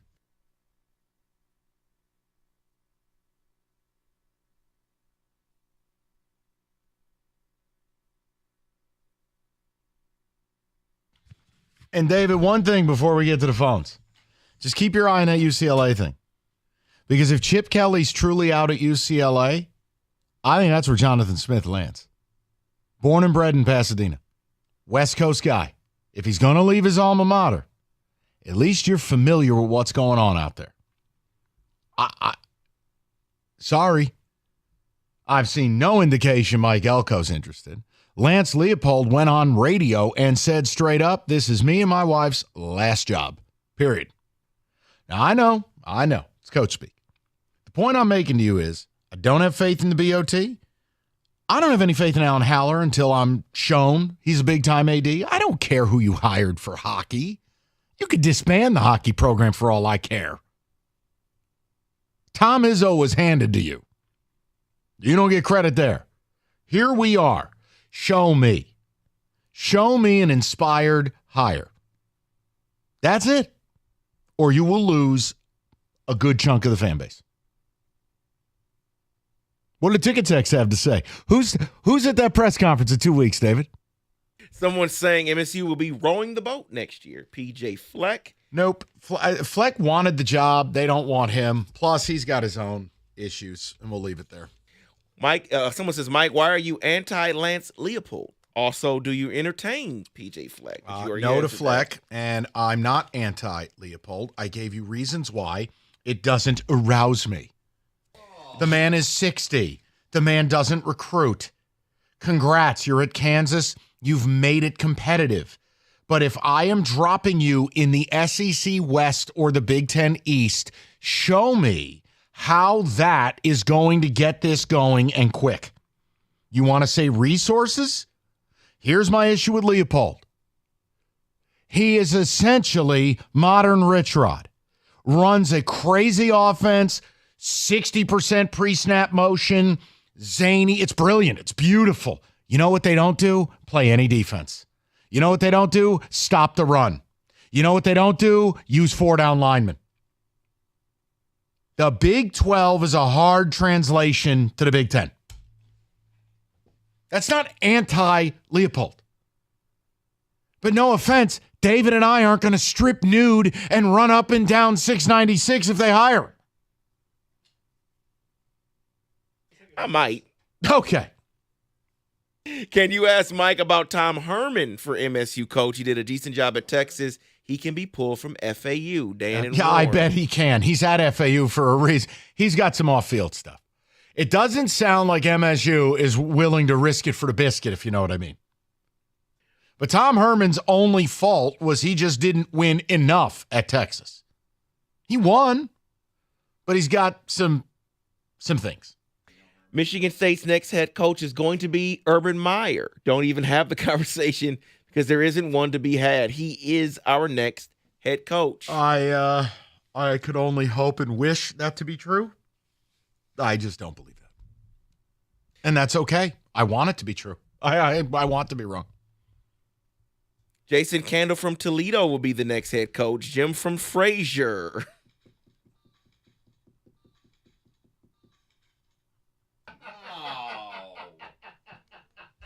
Guy's been at Toledo for a decade. He ain't there for the scenery.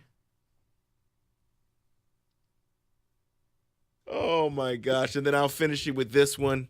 Love the guy. Did great at my high school. But Thomas Wilcher for MSU head coach. Yeah, okay. Right. Because his stint at MSU went so well. It's Let's go to Mike, 97.1. Mike, what's going on, buddy? Hey, how you doing, man? Good.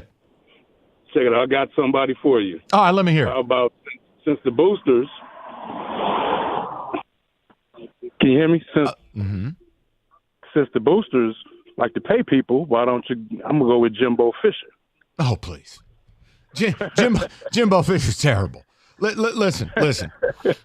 He's got 8 years and 76 million reasons not to coach. Now, I believe I read a blurb that in the buyout, he could actually take another job and still collect. He could call Michigan State tomorrow and say, I'll work for melting moments. I wouldn't allow him to be my head coach. Archaic offensive schemes, terrible clock management, total con artist.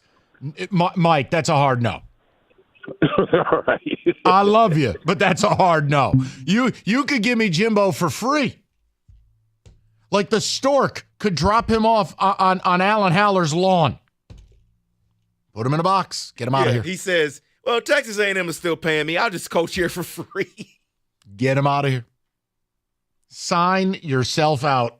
No way. Let's go to Chris, 97.1. Chris, what's going on, buddy? What up, Mike? How are you, sir? I'm curious. I'm good, man. I'm curious if the Rico rumor in your ear was they want to bring D'Antonio, like unretire D'Antonio. No. And Chris, understand something. I am protecting Rico. Yes, I'm having fun with you, the listener.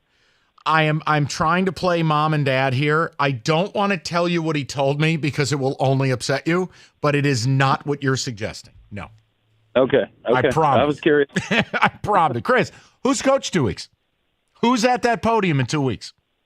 Honest to God, Mike, the leadership at that school is so dysfunctional. I don't see how you can have a football program that isn't equally as dysfunctional. So I don't really think it. You know what I mean? Yep. And some of the whispers you're hearing now that they want to hire a president before rubber stamping a head coach. Nice timing. Nice timing. Yeah, Chris, believe me, I'm just about done, to be honest, my man. The sport is trending in a direction I don't have any patience for. This Michigan thing has taken a lot out of me with the whole scandal and the way it's been handled. And I got to be honest, if MSU doesn't do something inspiring, why bother? If you're not competing for those 12 playoff spots, you may as well not exist. So what are you going to do? And I'll tell you, talk to anyone who's a big donor. A lot of them feel exactly the same way. You know, it doesn't mean it's right, but it's real. People are not going to sit here and go, well, you know, we went 8-4 this year. And what bowl games you go to? Oh, wait, no one cares. If you're not competing for the playoff, you're not beating Michigan, you're not relevant, you're not in the game. So who you hiring? David, I think it's fascinating. First time in my life, MSU's had an airtight search. Airtight. You are hearing nothing from Alan Haller's camp. You are right about that. Nothing. All right. Got that out of my system. Thank you for allowing that. You still didn't come up with an answer. Cliff Kingsbury. There you go. I hate you. All right. Hungry Howie's Pizza. You know the drill. They're always creating something new. This month, they have the Kenny Cott-inspired mac and cheese pizza. Why? Because Kenny is a caloric savant. And Kenny, tonight, watching his 2 games. NHL, nice NHL card you got tonight. Kenny, dial up that mac and cheese pizza. For $2 more, you can add buffalo chicken or jalapeno bacon. It is the anti-Italian pizza. It's just something, it's outer space. This is not for me. This is for people like Kenny. But it's Hungry Howie's, and it's a very popular pizza. This is one of their most popular monthly promotions. You know who won't be ordering it? People like Roberto. Bottom line, mix and match, $6.99. Any menu item, pair them up, dinner's on the table, or you just go full cot. You go out of your mind and order a mac and cheese pizza. It's Hungry Howie's Pizza.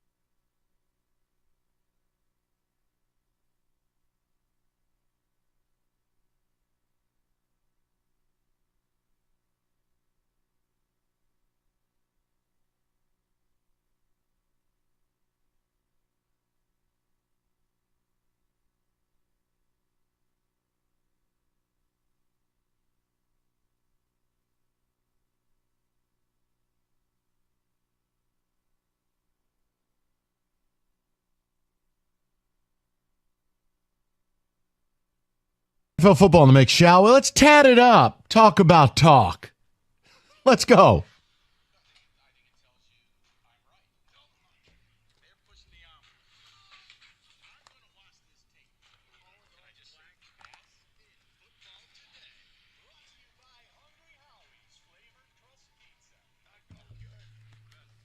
Bet, as they say down in Ann Arbor. Bet. So let's talk about a few things. I have 3 things from last night's game, 2 on the field, 1 off the field. Sure. Well, I guess this one's on the field. The Bills fired their offensive coordinator, Ken Dorsey, today. They have relieved him of his duties. Joe Brady will now be the offensive coordinator. So I guess Ken Dorsey is to blame for having 12 men on the field at the end of the game last night. Everybody needs a good fall guy. Look, Sean McDermott, I didn't like the move of taking the defense over. The Ken Dorsey stuff, here's an idea. Everybody tried to say that Josh Allen was struggling because Brian Daboll left. Now you want to blame it on Ken Dorsey. Here's an idea. Josh Allen's a grown-ass man. He's got complete command of the offense. How about you don't have 90 turnovers in 5 years? How about, here's an idea, you don't turn it over every game you play this season. It's a big whatever to me. If Josh Allen wanted to run the ball more, they'd run it more. If Josh Allen wanted to be more responsible with the football, he would be. He doesn't, because he's still out here thinking he's a cowboy hero. I told you, they're done. They're not making the playoffs, and that's before they lost to the Broncos. Now, what else you want? So those animal fans fighting each other in the stands? You see all those brawls? That was wild. There you go, everybody. Be mad at me because I'm right about society. Go ahead, take your kids to these games. Look at how these animals behave. Fighting each other. They root for the same team. Live in the same neighborhood. What's next? They want to leave the Big Ten? No, that was not the off-field one I wanted to get to. The off-field one I want to get to is around Steph Diggs, because Trayvon Diggs went out and tweeted last night, tweeted a couple things. One was, my brother needs to get out of there. Then the other one was, let's not forget, he didn't start going off till bro got there, talking about Josh Allen. Oh, boy. Now, Steph Diggs has been a question mark in the offseason. He was upset after the playoff loss last year. Is this the final half, meaning the final half of this season? Steph Diggs will be somewhere else next year. Yeah, there's been something really murky dating all the way back to when he erupted on Allen to end the season last year, the offseason, the mystery absence. And every game this year, we're seeing scenes of Diggs trying to uplift Allen or yell at him. Look, I think that dude's a little off. Yes, it's going to come to a head. But Josh Allen is the quarterback. It is your job. It's a lot like Joe Torre managing the Yankees back in the day. Your job today, it's about ego management.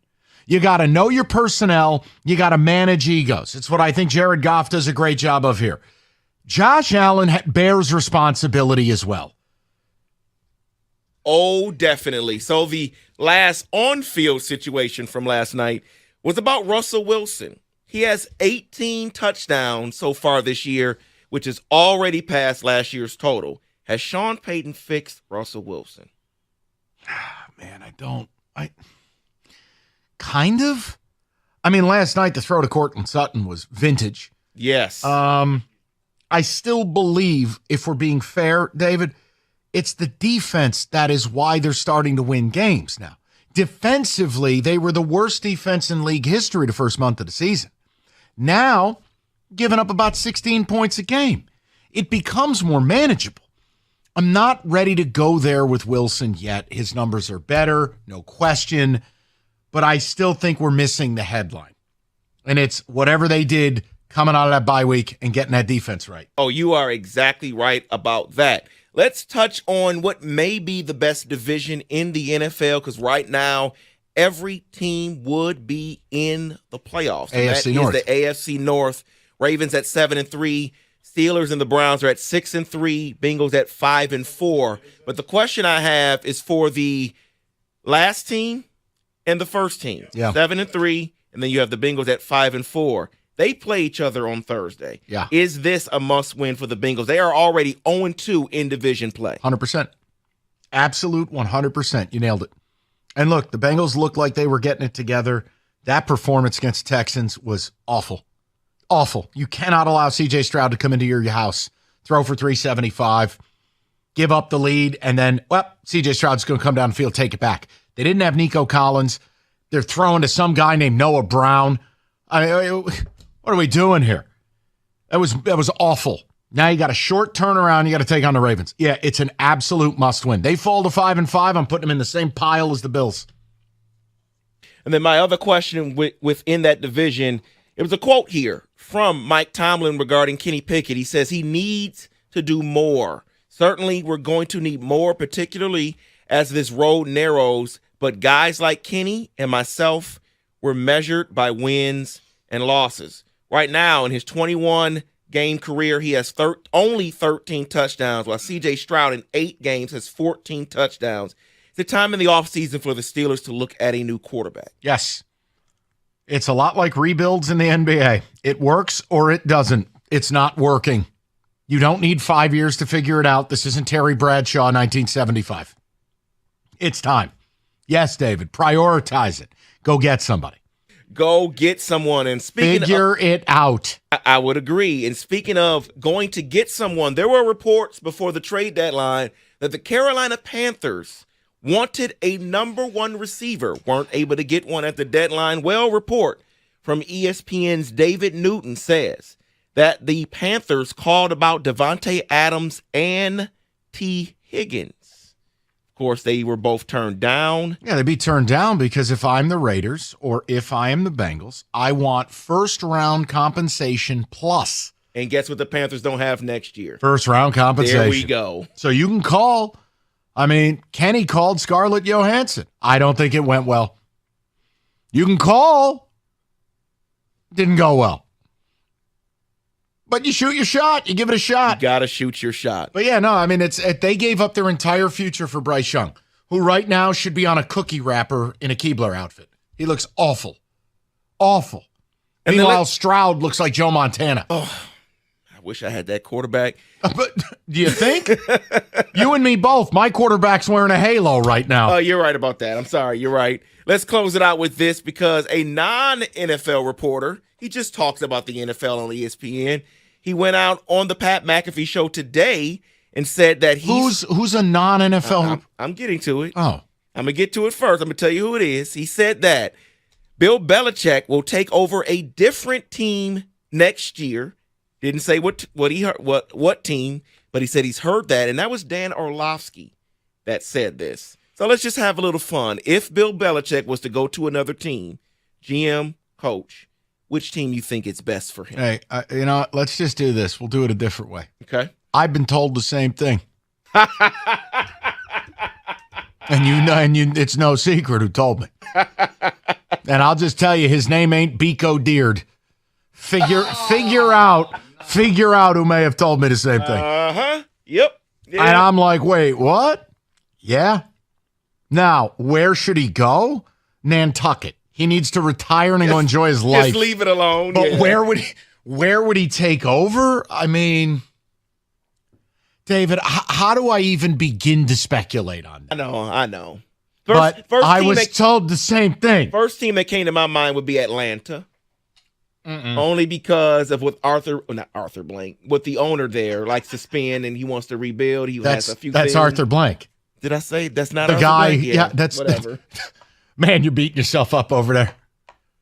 But yeah, I can't laugh at Orlovsky because somebody I respected said the same thing. And that is a perfect way to end it, Arthur Blank style. God help me. That is in football today.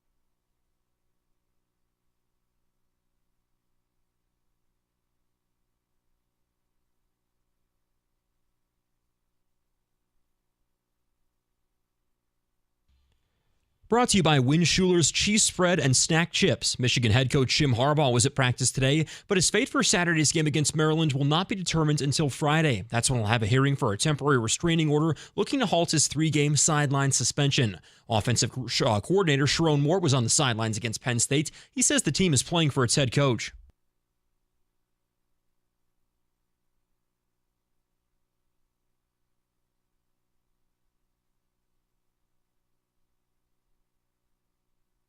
Harbaugh plans to talk at the hearing on Friday. He says he's asking for due process. Meantime, the number 3 Wolverines will be watching the college football playoff ranking show tonight, looking to see if they move up or down.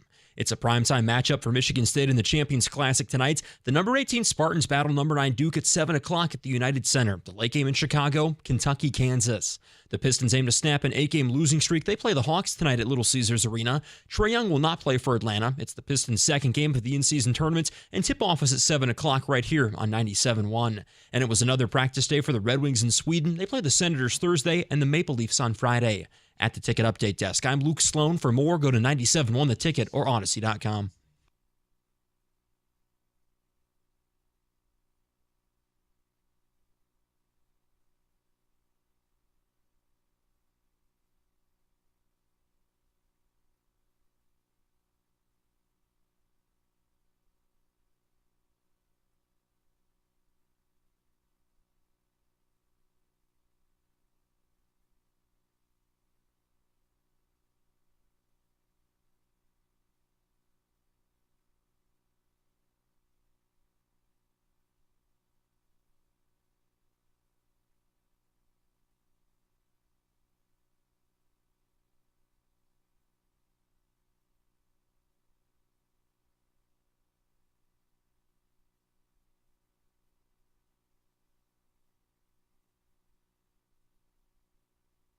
All right, 5 o'clock. So here's what we're going to do. Bet. Thank you. Here's what we're going to do. I will give you the lineup of what we've talked about thus far. If what I'm about to bring up does not tickle your fancy, we can move on, and you can use Odyssey.com Rewind. If you want to hear about the Michigan Regents pondering leaving the Big Ten, we talked about it. I don't believe it's real. I mean, it was in the article, but I don't believe it's real, and I think it's laughable. But I wanted to know if that's your thing. The other thing we talked about 2 weeks from today, roughly 2 weeks from today, there's going to be a press conference in East Lansing. Who the hell's that coach? And then there's the other thing we talked about, and you heard it in Luke's update. Oh, don't worry. I'm going to surprise you, but we're going to get to it in a second. Kenny, just real quick, did you see today the tragedy took place a couple weeks ago with Adam Johnson, played briefly for the Penguins. He was playing hockey in England. He died on the ice, a skate to the neck. Yeah, horrible story. You know, I saw it happen to Richard Zednik. You saw it happen to Clint Malarchuk. Both guys lived. Zednik, very close to that. I think he blacked out as they were carrying him off the ice. Horrible situation. But today, news reports have broke. There's an arrest made. Yeah, I saw that. I don't ever remember. Now, again, obviously Todd Bertuzzi and Stephen Moore, there was charges there. Have you been keeping up on this story or no? I've been keeping up on it, and it's largely accepted with most hockey fans, not all, but a pretty good majority, that it was accidental. So the fact that there was an arrest is pretty surprising to me. Now, I admit this, and maybe I'm bad at my job. I chose not to watch the video. You shouldn't. I don't want to see that. It's harrowing. I would not watch it if you're that type of person who can't handle that. Absolutely don't watch the video. I would never recommend anybody watch that video. Like, I can't watch Nick Chubb's injury. I don't need this. No, it's awful. It's truly an awful video. Yeah, I was really surprised because I had read it and people said, look, it was questionable, but it's unthinkable that someone would do something purposeful like that. It's unthinkable, and I hate it when people do this, but having played hockey before and having grown up skating, that's a pretty hard thing to intentionally do while you're falling forward, not facing the guy. I just wanted to ask you about it. That's a tough situation, though. And I'm glad that they're doing their due diligence and investigating. I don't mean that tongue in cheek. No, of course. I'm glad that they're doing that.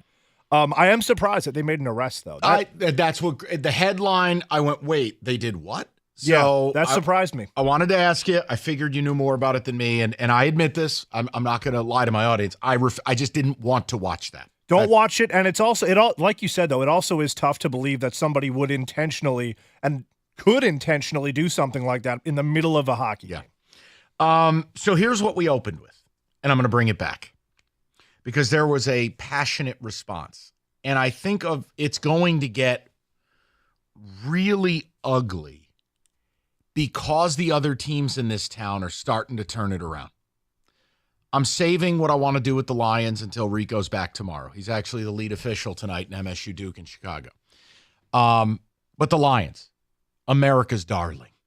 You've got Michigan contending for a national title, and even if you're not into that, the scandal is radio gold. You have positive vibes with the Tigers, right? The Jason Benetti story, the latest. And obviously, we think they're going to be a factor in the Central this year. And the Red Wings, we've talked multiple times about them. They're exciting. They're fun. They're worth your time. Who am I leaving out? No jokes about Michigan State football. Who am I leaving out? It's Pistons.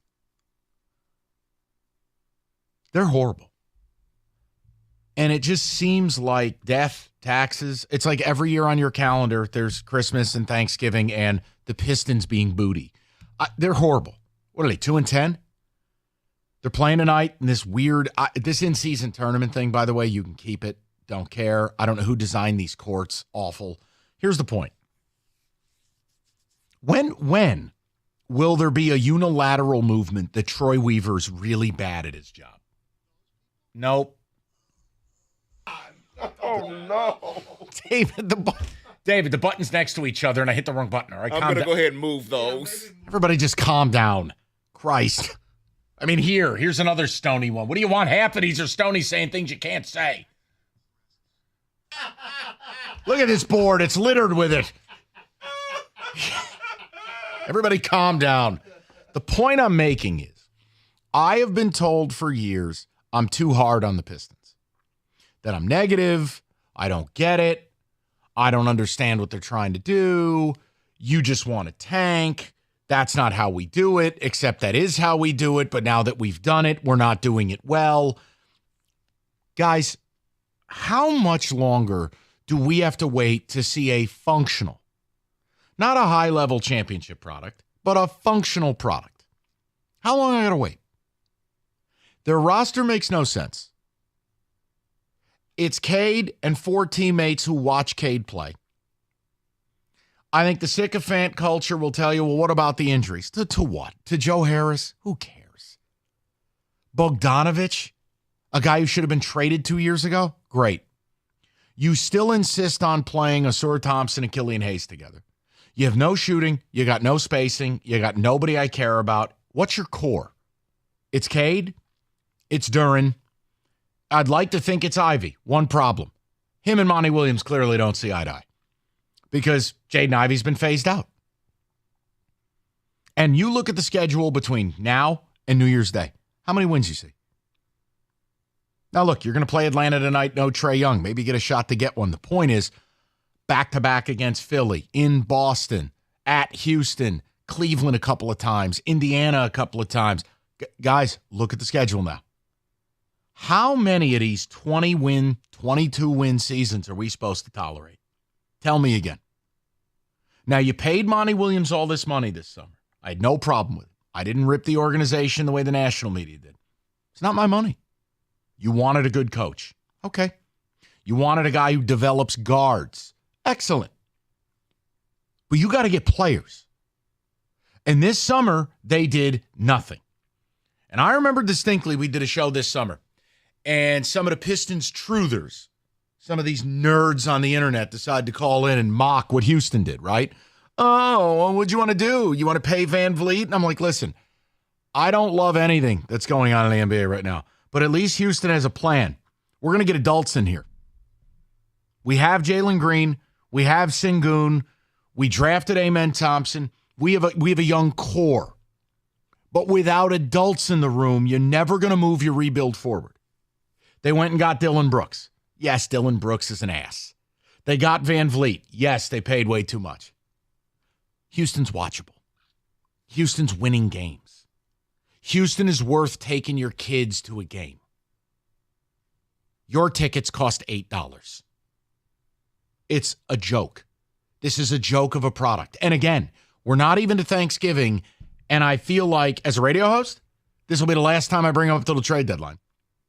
And the season's toast, and there's nothing.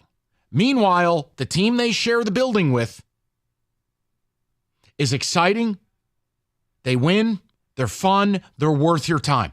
The Red Wings are worth your time because their general manager went out and did what Troy Weaver doesn't do. He went out and brought in an adult.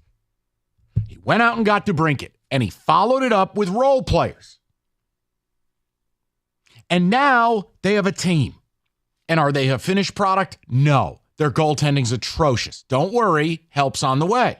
The point is, they're a team. How much longer am I supposed to wait before I'm allowed by the Pistons nerd fan base to be upset with Troy Weaver? Your offseason was taking on the $20 million dead body of Joe Harris, who, by the way, is hurt again. He collects all these big men, none of which can play. They're terrible. Wiseman's unplayable. Bagley's a bum. I don't know why you paid him. Tell me. Look, it's rare a town's going to get it all going at the same time. I get that, okay? But in the here and now, it's just unacceptable. They haven't won a playoff game since 2008. How much longer do I have to wait? I got to look at Beef Stew shooting three-pointers? This is what we're doing? All I wanted all trade deadline and all summer, bring in a veteran presence. That doesn't mean you're bringing in Theo Ratliff, age 36. You're not going after Eldon Campbell. This isn't 2004. You needed to bring in somebody 25, 26, 27 years old to help this group. You know what I see when I watch them? I see four people watching Cade. Cade's never going to get where he needs to go if he doesn't get some help. So ask yourself this when you go up and down the NBA and you look at the rebuilds. How many teams' situation is as bad as yours? What is this core? What's this building block? Now, Ausar Thompson is going to be a defensive player. Ausar Thompson is going to rebound. Ausar Thompson has, bar none, one of the worst shots in the NBA. It's horrific. It's a 6-year-old child trying to shoot on a 10-foot hoop. It's impossible. Killian Hayes, impossible. You really believe the difference between you and making the playoffs is Isaiah Livers and Bogdanovich? Stop. Stop it. I feel like the owner decided we're going to bribe Monty Williams and bring him in. We're going to pay this coach and forgot that the thing you really need is players. And I mean, look, if they don't win tonight when Trae Young's not in the lineup and just get a W to feel good about themselves, what's that going to be? 9 straight losses? Pull up schedule. Where are the wins? I mean, guys, all we're talking about is could we get in the play-in tournament? See, and I'm glad you just said that because I was going to ask you, was it wrong going into the year that I was like, you know what? I don't know if the other teams care about the in-season tournament, but maybe we can compete and do something. And 2 wins? 2 wins? David, that's what we have. They've lost 8 games in a row. And I mean, I can't, the broadcast, I have to mute it. Because if I have to hear how hard they're trying, or I don't want to hear it. I want to win. The same standard we put out there for Yzerman is the one we put out for Troy Weaver. I treat all these teams the same. Why does Weaver and that organization get a free pass? Is it because you, the listener, don't care? All right, respect. But if it's not apathy, I really don't know what you're selling me. Oh, we got a good young core. Do you? Duren and Cade, yes. You'd like to think Ivy. One problem. He doesn't play. Who else? The Ausar Thompson thing is projection at best. You're not allowed to name somebody a part of your core when you just drafted them. And they look like a 20% shooter from deep. The Pistons defy all rules of basketball.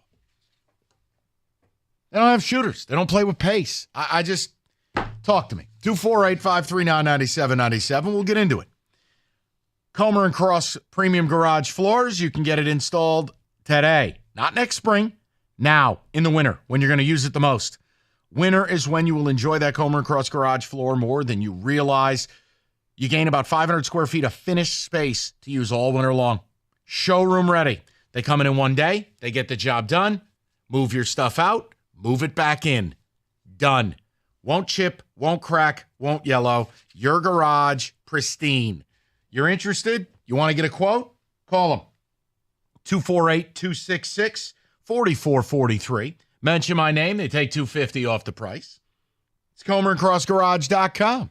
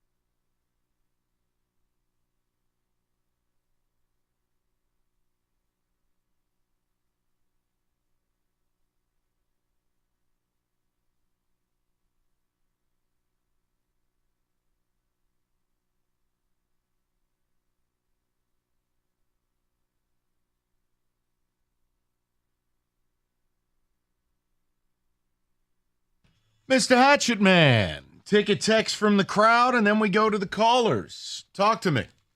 I may watch a little bit of this tonight. The Pistons? Yeah, I may tune. It beats watching MSU Duke. I watch. I watch Duke. As bad as the Pistons are. Yeah. The 2 games I've seen MS shoot, they're shooting 1 for 30 from deep. Yes.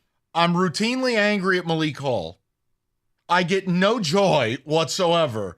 And they're taking on a Duke team that generally smokes us like a stale cigar. I hear you. But everything you've just said is what happens to me when I'm watching the Pistons. I know, but my point is I talked about it today on the show. I've watched 4 Pistons games, I think. I largely can't. Listen, I don't want to be mean, but I largely can't take the broadcast. Oh, understood. Because of a certain somebody. Understood. Whose name is not George. So my point is, I feel like I should watch tonight. Maybe they win. Maybe we talked bad about them today, so they'll win tonight. No Trae Young. You can't lose this game, right? Sure. They've lost to the D team of the Hawks B squad? Pelicans. Yeah, they'll lose to the B squad of the Hawks. Oh, tonight they played New Orleans. That was a disgrace. I mean, that's one of the games I watched. I go, well, geez, Pels are down a few pieces. Maybe the Pistons. Maybe the Pistons can go down there and get one. It's like 52-28.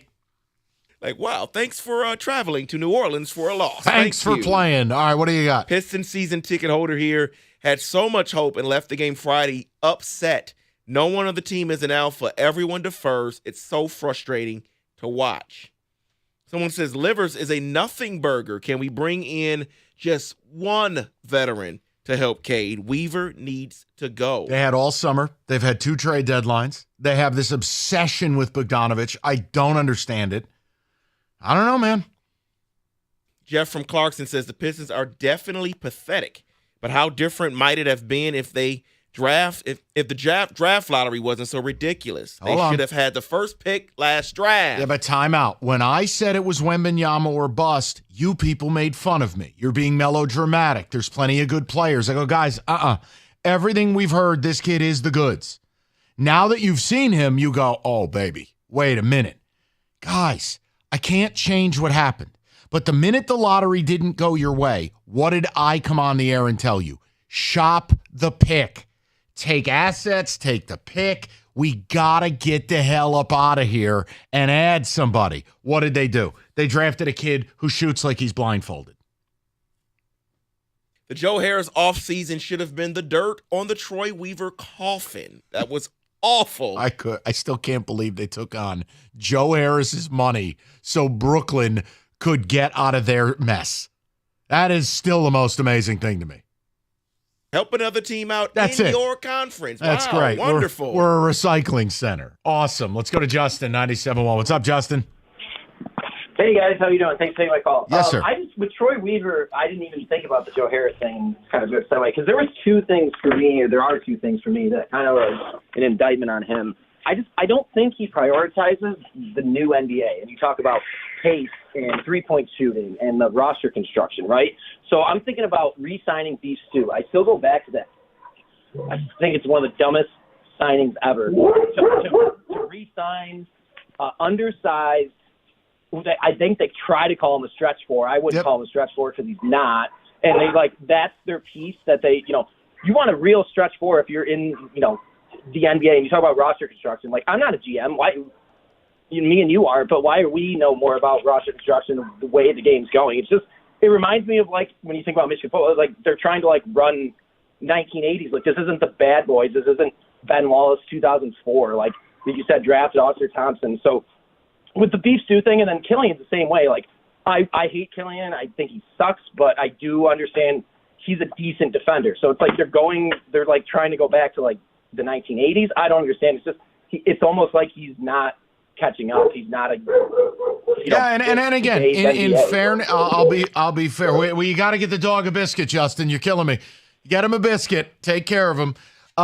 Look, in fairness to Beef Stew, he's been okay, but I don't have any time for a 6'7", 260-pound whatever he is. That's not today's game. That's basically Jason Maxiell, who can shoot a little bit. All right, he's going to teach himself to shoot the three. Do you know what a stretch four is in today's game? 6'10", 230. Speed, athleticism, dive into the rack, screen and roll. Little pick and pop, if you will. What are we doing here? 6'7", 260. What the hell am I doing with that? He can't even dribble. No, I mean, he's got no handles, no athleticism. He's undersized. Who does he guard? What are we doing? I mean, I respect it. The guy worked in the summer. He's trying. He wants to be good. Yes. Hey, he fought LeBron that one time.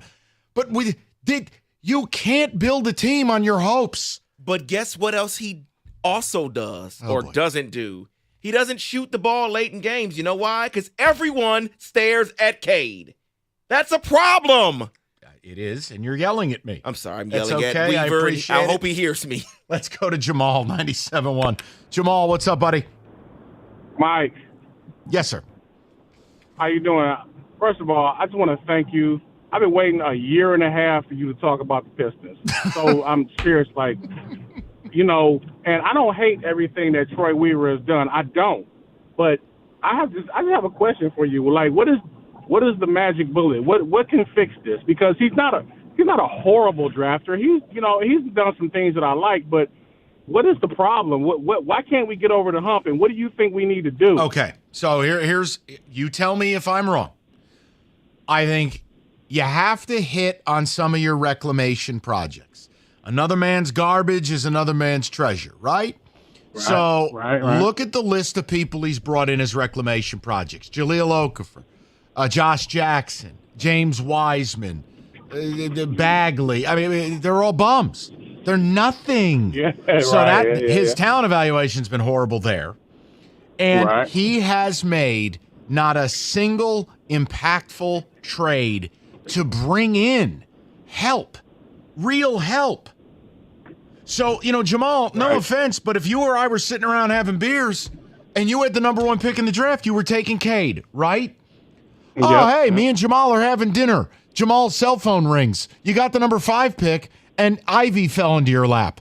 Well, you would take him. That's not skill. So I don't know what we're doing, Jamal. I have no understanding. None.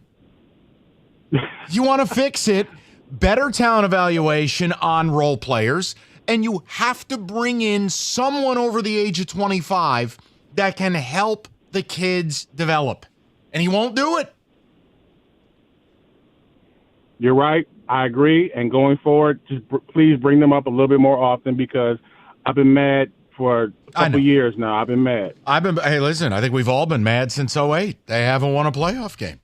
It's absurd. It's absurd.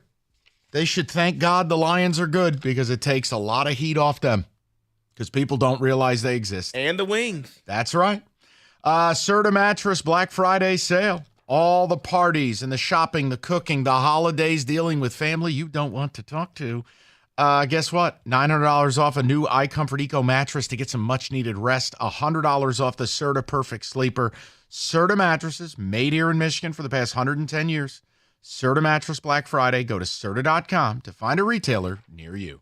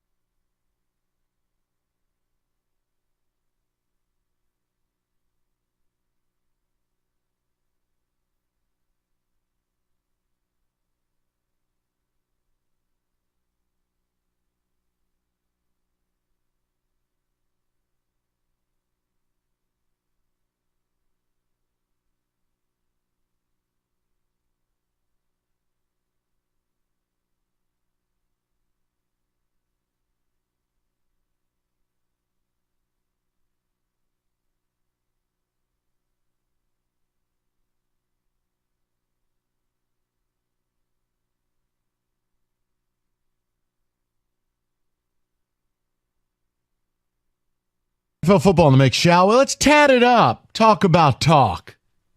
Let's go.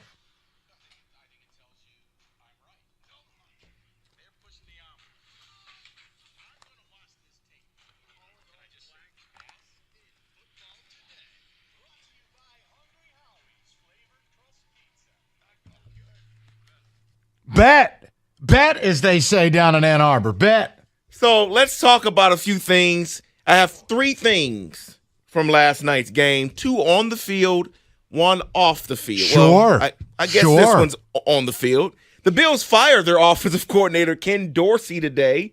They have relieved him of his duties. Joe Brady will now be the offensive coordinator. So I guess Ken Dorsey is to blame for having 12 men on the field at the end of the game last night. Everybody needs a good fall guy. Look, Sean McDermott, I didn't like the move of taking the defense over. The Ken Dorsey stuff, here's an idea. Everybody tried to say that Josh Allen was struggling because Brian Daboll left. Now you want to blame it on Ken Dorsey. Here's an idea. Josh Allen's a grown-ass man. He's got complete command of the offense. How about you don't have 90 turnovers in 5 years? How about, here's an idea, you don't turn it over every game you play this season. It's a big whatever to me. If Josh Allen wanted to run the ball more, they'd run it more. If Josh Allen wanted to be more responsible with the football, he would be. He doesn't, because he's still out here thinking he's a cowboy hero. I told you, they're done. They're not making the playoffs, and that's before they lost to the Broncos. Now, what else you want? So those animal fans fighting each other in the stands? You see all those brawls? That was wild. There you go, everybody. Be mad at me because I'm right about society. Go ahead, take your kids to these games. Look at how these animals behave. Fighting each other. They root for the same team. Live in the same neighborhood. What's next? They want to leave the Big Ten? No, that was not the off-field one I wanted to get to. The off-field one I want to get to is around Steph Diggs, because Trayvon Diggs went out and tweeted last night, tweeted a couple things. One was, my brother needs to get out of there. Then the other one was, let's not forget, he didn't start going off till bro got there, talking about Josh Allen. Oh, boy. Now, Steph Diggs has been a question mark in the offseason. He was upset after the playoff loss last year. Is this the final half, meaning the final half of this season? Steph Diggs will be somewhere else next year. Yeah, there's been something really murky dating all the way back to when he erupted on Allen to end the season last year, the offseason, the mystery absence. And every game this year, we're seeing scenes of Diggs trying to uplift Allen or yell at him. Look, I think that dude's a little off. Yes, it's going to come to a head. But Josh Allen is the quarterback. It is your job. It's a lot like Joe Torre managing the Yankees back in the day. Your job today, it's about ego management. You got to know your personnel. You got to manage egos. It's what I think Jared Goff does a great job of here. Josh Allen bears responsibility as well. Oh, definitely. So the last on-field situation from last night was about Russell Wilson. He has 18 touchdowns so far this year, which is already past last year's total. Has Sean Payton fixed Russell Wilson? Man, kind of. I mean, last night the throw to Cortland Sutton was vintage. Yes. I still believe, if we're being fair, David, it's the defense that is why they're starting to win games now. Defensively, they were the worst defense in league history the first month of the season. Now, giving up about 16 points a game. It becomes more manageable. I'm not ready to go there with Wilson yet. His numbers are better, no question, but I still think we're missing the headline. And it's whatever they did coming out of that bye week and getting that defense right. Oh, you are exactly right about that. Let's touch on what may be the best division in the NFL, because right now, every team would be in the playoffs. AFC North. That is the AFC North. Ravens at 7-3.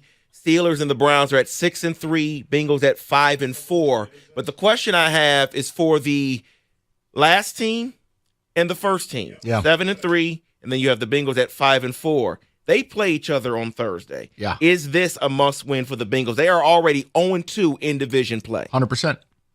Absolute 100%. You nailed it. And look, the Bengals looked like they were getting it together. That performance against the Texans was awful. Awful. You cannot allow C.J. Stroud to come into your house, throw for 375, give up the lead, and then, C.J. Stroud's going to come down the field, take it back. They didn't have Nico Collins. They're throwing to some guy named Noah Brown. What are we doing here? That was awful. Now you got a short turnaround. You got to take on the Ravens. Yeah, it's an absolute must win. They fall to 5-5. I'm putting them in the same pile as the Bills. And then my other question within that division, it was a quote here from Mike Tomlin regarding Kenny Pickett. He says he needs to do more. Certainly, we're going to need more, particularly as this road narrows. But guys like Kenny and myself were measured by wins and losses. Right now, in his 21-game career, he has only 13 touchdowns, while C.J. Stroud in 8 games has 14 touchdowns. It's the time in the offseason for the Steelers to look at a new quarterback. Yes. It's a lot like rebuilds in the NBA. It works or it doesn't. It's not working. You don't need 5 years to figure it out. This isn't Terry Bradshaw 1975. It's time. Yes, David, prioritize it. Go get somebody. Go get someone. And speaking Figure it out. I would agree. And speaking of going to get someone, there were reports before the trade deadline that the Carolina Panthers wanted a number 1 receiver, weren't able to get one at the deadline. Well, report from ESPN's David Newton says that the Panthers called about Devontae Adams and T. Higgins. Of course, they were both turned down. Yeah, they'd be turned down because if I'm the Raiders or if I am the Bengals, I want first-round compensation plus. And guess what the Panthers don't have next year? First-round compensation. There we go. So you can call. I mean, Kenny called Scarlett Johansson. I don't think it went well. You can call. Didn't go well. But you shoot your shot. You give it a shot. You got to shoot your shot. But yeah, no, I mean, they gave up their entire future for Bryce Young, who right now should be on a cookie wrapper in a Keebler outfit. He looks awful. Awful. And meanwhile, Stroud looks like Joe Montana. Oh, I wish I had that quarterback. But do you think? You and me both. My quarterback's wearing a halo right now. Oh, you're right about that. I'm sorry. You're right. Let's close it out with this because a non-NFL reporter, he just talks about the NFL on ESPN. He went out on the Pat McAfee show today and said that who's a non-NFL. I'm getting to it. Oh. I'm going to get to it first. I'm going to tell you who it is. He said that Bill Belichick will take over a different team next year. Didn't say what he heard, what team, but he said he's heard that, and that was Dan Orlovsky that said this. So let's just have a little fun. If Bill Belichick was to go to another team, GM, coach, which team you think is best for him? Hey, let's just do this. We'll do it a different way. Okay. I've been told the same thing. and it's no secret who told me. And I'll just tell you, his name ain't Biko Deard. Figure out who may have told me the same thing. Uh-huh. Yep. Yeah. And I'm like, wait, what? Yeah. Now, where should he go? Nantucket. He needs to retire and go enjoy his life. Just leave it alone. But yeah. where would he take over? I mean, David, how do I even begin to speculate on that? I know. But I was told the same thing. First team that came to my mind would be Atlanta. Only because of what what the owner there likes to spend and he wants to rebuild. He has a few That's things. Arthur Blank. Did I say that's not the Arthur guy? Blank? Yeah, that's whatever. Man, you're beating yourself up over there. But yeah, I can't laugh at Orlovsky because somebody I respected said the same thing. And that is a perfect way to end it, Arthur Blank style. God that help me. is in football today. NFL football in the mix, shall we? Let's tat it up. Talk about talk. Let's go.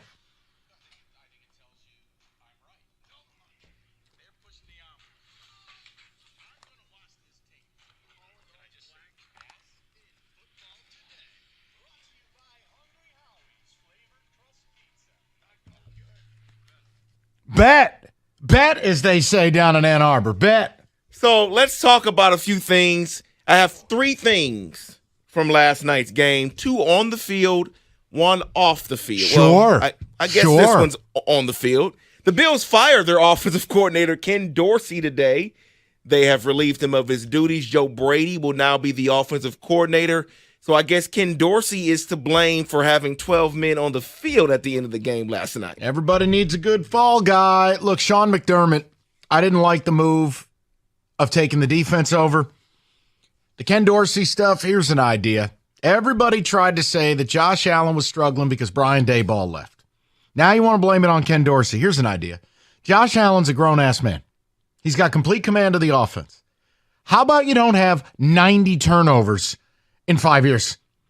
How about, here's an idea, you don't turn it over every game you play this season. It's a big whatever to me. If Josh Allen wanted to run the ball more, they'd run it more. If Josh Allen wanted to be more responsible with the football, he would be. He doesn't, because he's still out here thinking he's a cowboy hero. I told you, they're done. They're not making the playoffs, and that's before they lost to the Broncos. Now, what else you want? So those animal fans fighting each other in the stands? You see all those brawls? That was wild. There you go, everybody. Be mad at me because I'm right about society. Go ahead, take your kids to these games. Look at how these animals behave. Fighting each other. They root for the same team. Live in the same neighborhood. What's next? They want to leave the Big Ten? No, that was not the off-field one I wanted to get to. The off-field one I want to get to is around Steph Diggs, because Trayvon Diggs went out and tweeted last night. $150 tweeted a couple in bonus things. bets One with was a $5 money line bet. Kenny gave you 2 money line hockey plays tonight. If you've been thinking about joining FanDuel, no better time to get involved. It's the sports solstice. NBA, college, NHL, NFL, college football. We got it all. It's FanDuel.com/ticket. Kick off the NFL season with FanDuel, official partner of the NFL, official partner of 97.1 The Ticket, 21 and up, present Michigan. First online real money wager only, $5 pregame money line wager required, $10 first deposit required. Bonus issue. Non-withdrawable bonus bets that expire 7 days after receipt. Sportsbook.fanduel.com. Gambling problem 1-800-270-7117.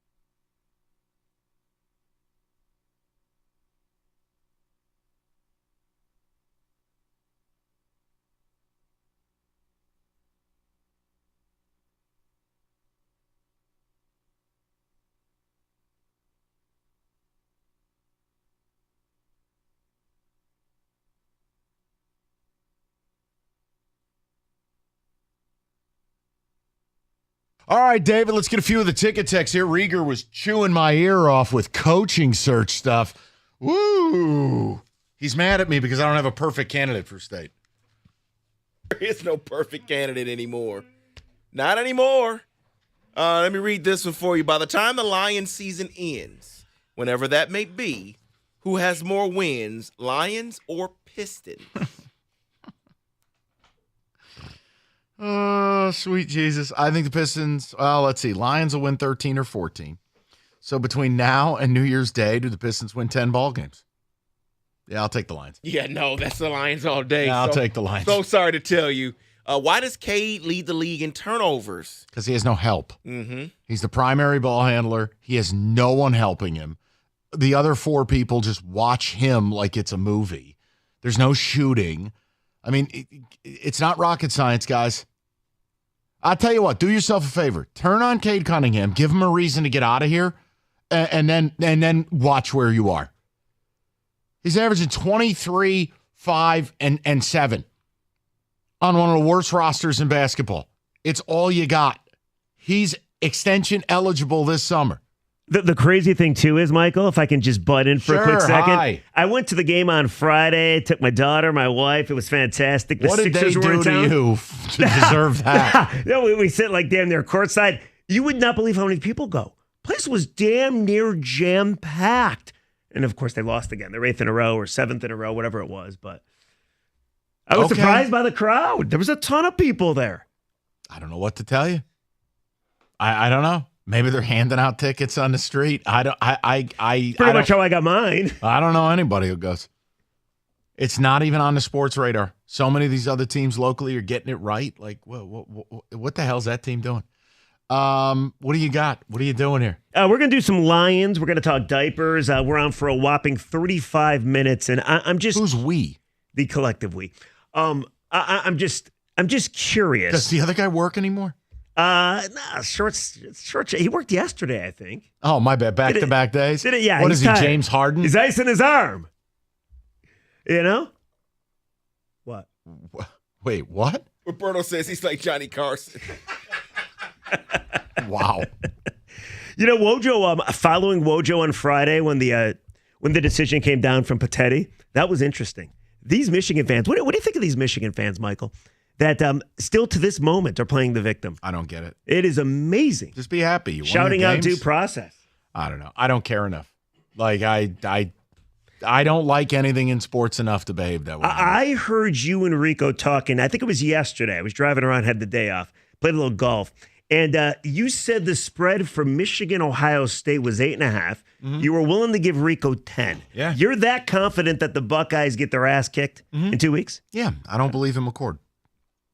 And if you don't have a big-time quarterback, I don't think you're beating Michigan. The whole idea of lining up and, hammering the ball. No. You got to do something that Michigan hasn't had to face, hasn't had to answer to. You got to be able to stretch field. You got to be able to throw that ball. Like, that's where Georgia, to me. That is true, yes. Georgia's evolution of becoming this diverse offensive monster with weapons everywhere, including Brock Bowers back and healthy. Like, show me who Michigan's had to face as a quarterback, and I'll tell you how good their defense is. And again, that's not a shot. It's just you haven't faced a quarterback. So then the question is, I'm making you choose right now. Sure. In the CFP, yeah. Let's say they play Florida State. They beat them? I think you beat Florida State. All right, Washington. I think you beat Washington won't be there. They're losing to Oregon State Saturday. Okay. Oregon then. I think Oregon could be a problem for you. Oregon is balanced. They're good up front. They're physical. They're not that finesse Dennis Dixon Oregon.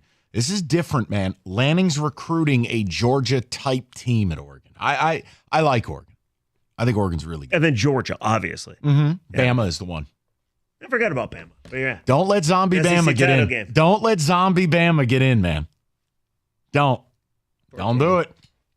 I wouldn't want to play them, man. Saban's got that voodoo going on down there. Milrose getting better. They're. It is amazing how bad they looked against Texas. But and then could in you the win? following game, Yeah, but and then next thing you know, they're back. Could you win the whole thing? Of course you can. That's why I've said to Michigan fans, just focus on that. Stop being in this constant state of aggrievement. Whatever happens, the NCAA may take it all away and asterisks and the rest. Who cares? Play your games. It's all you have is play your games. Oh, they would have won 8 games in a row without cheating because Connor Stallions would have not been there for 8 straight games if they win it all. Congratulations. How about that? That's what they could say. We won 8 games without cheating. That's an accomplishment. I'm not taking the bait. It's too late in the day. Okay. Rieger will take you up to Pistons Goodbye. basketball. We'll talk to you guys tomorrow. Rico back from playing Teddy Valentine. Oh, the Dookies. You're watching that tonight, aren't you? I don't think I am. Well, why not? MSU just upsets me. MSU Duke. And then, by the way, can I offer you something? How about the second game, Hunter Dickinson versus Kentucky? Can't wait. Come on. See you in January with College Hoops. 97.1.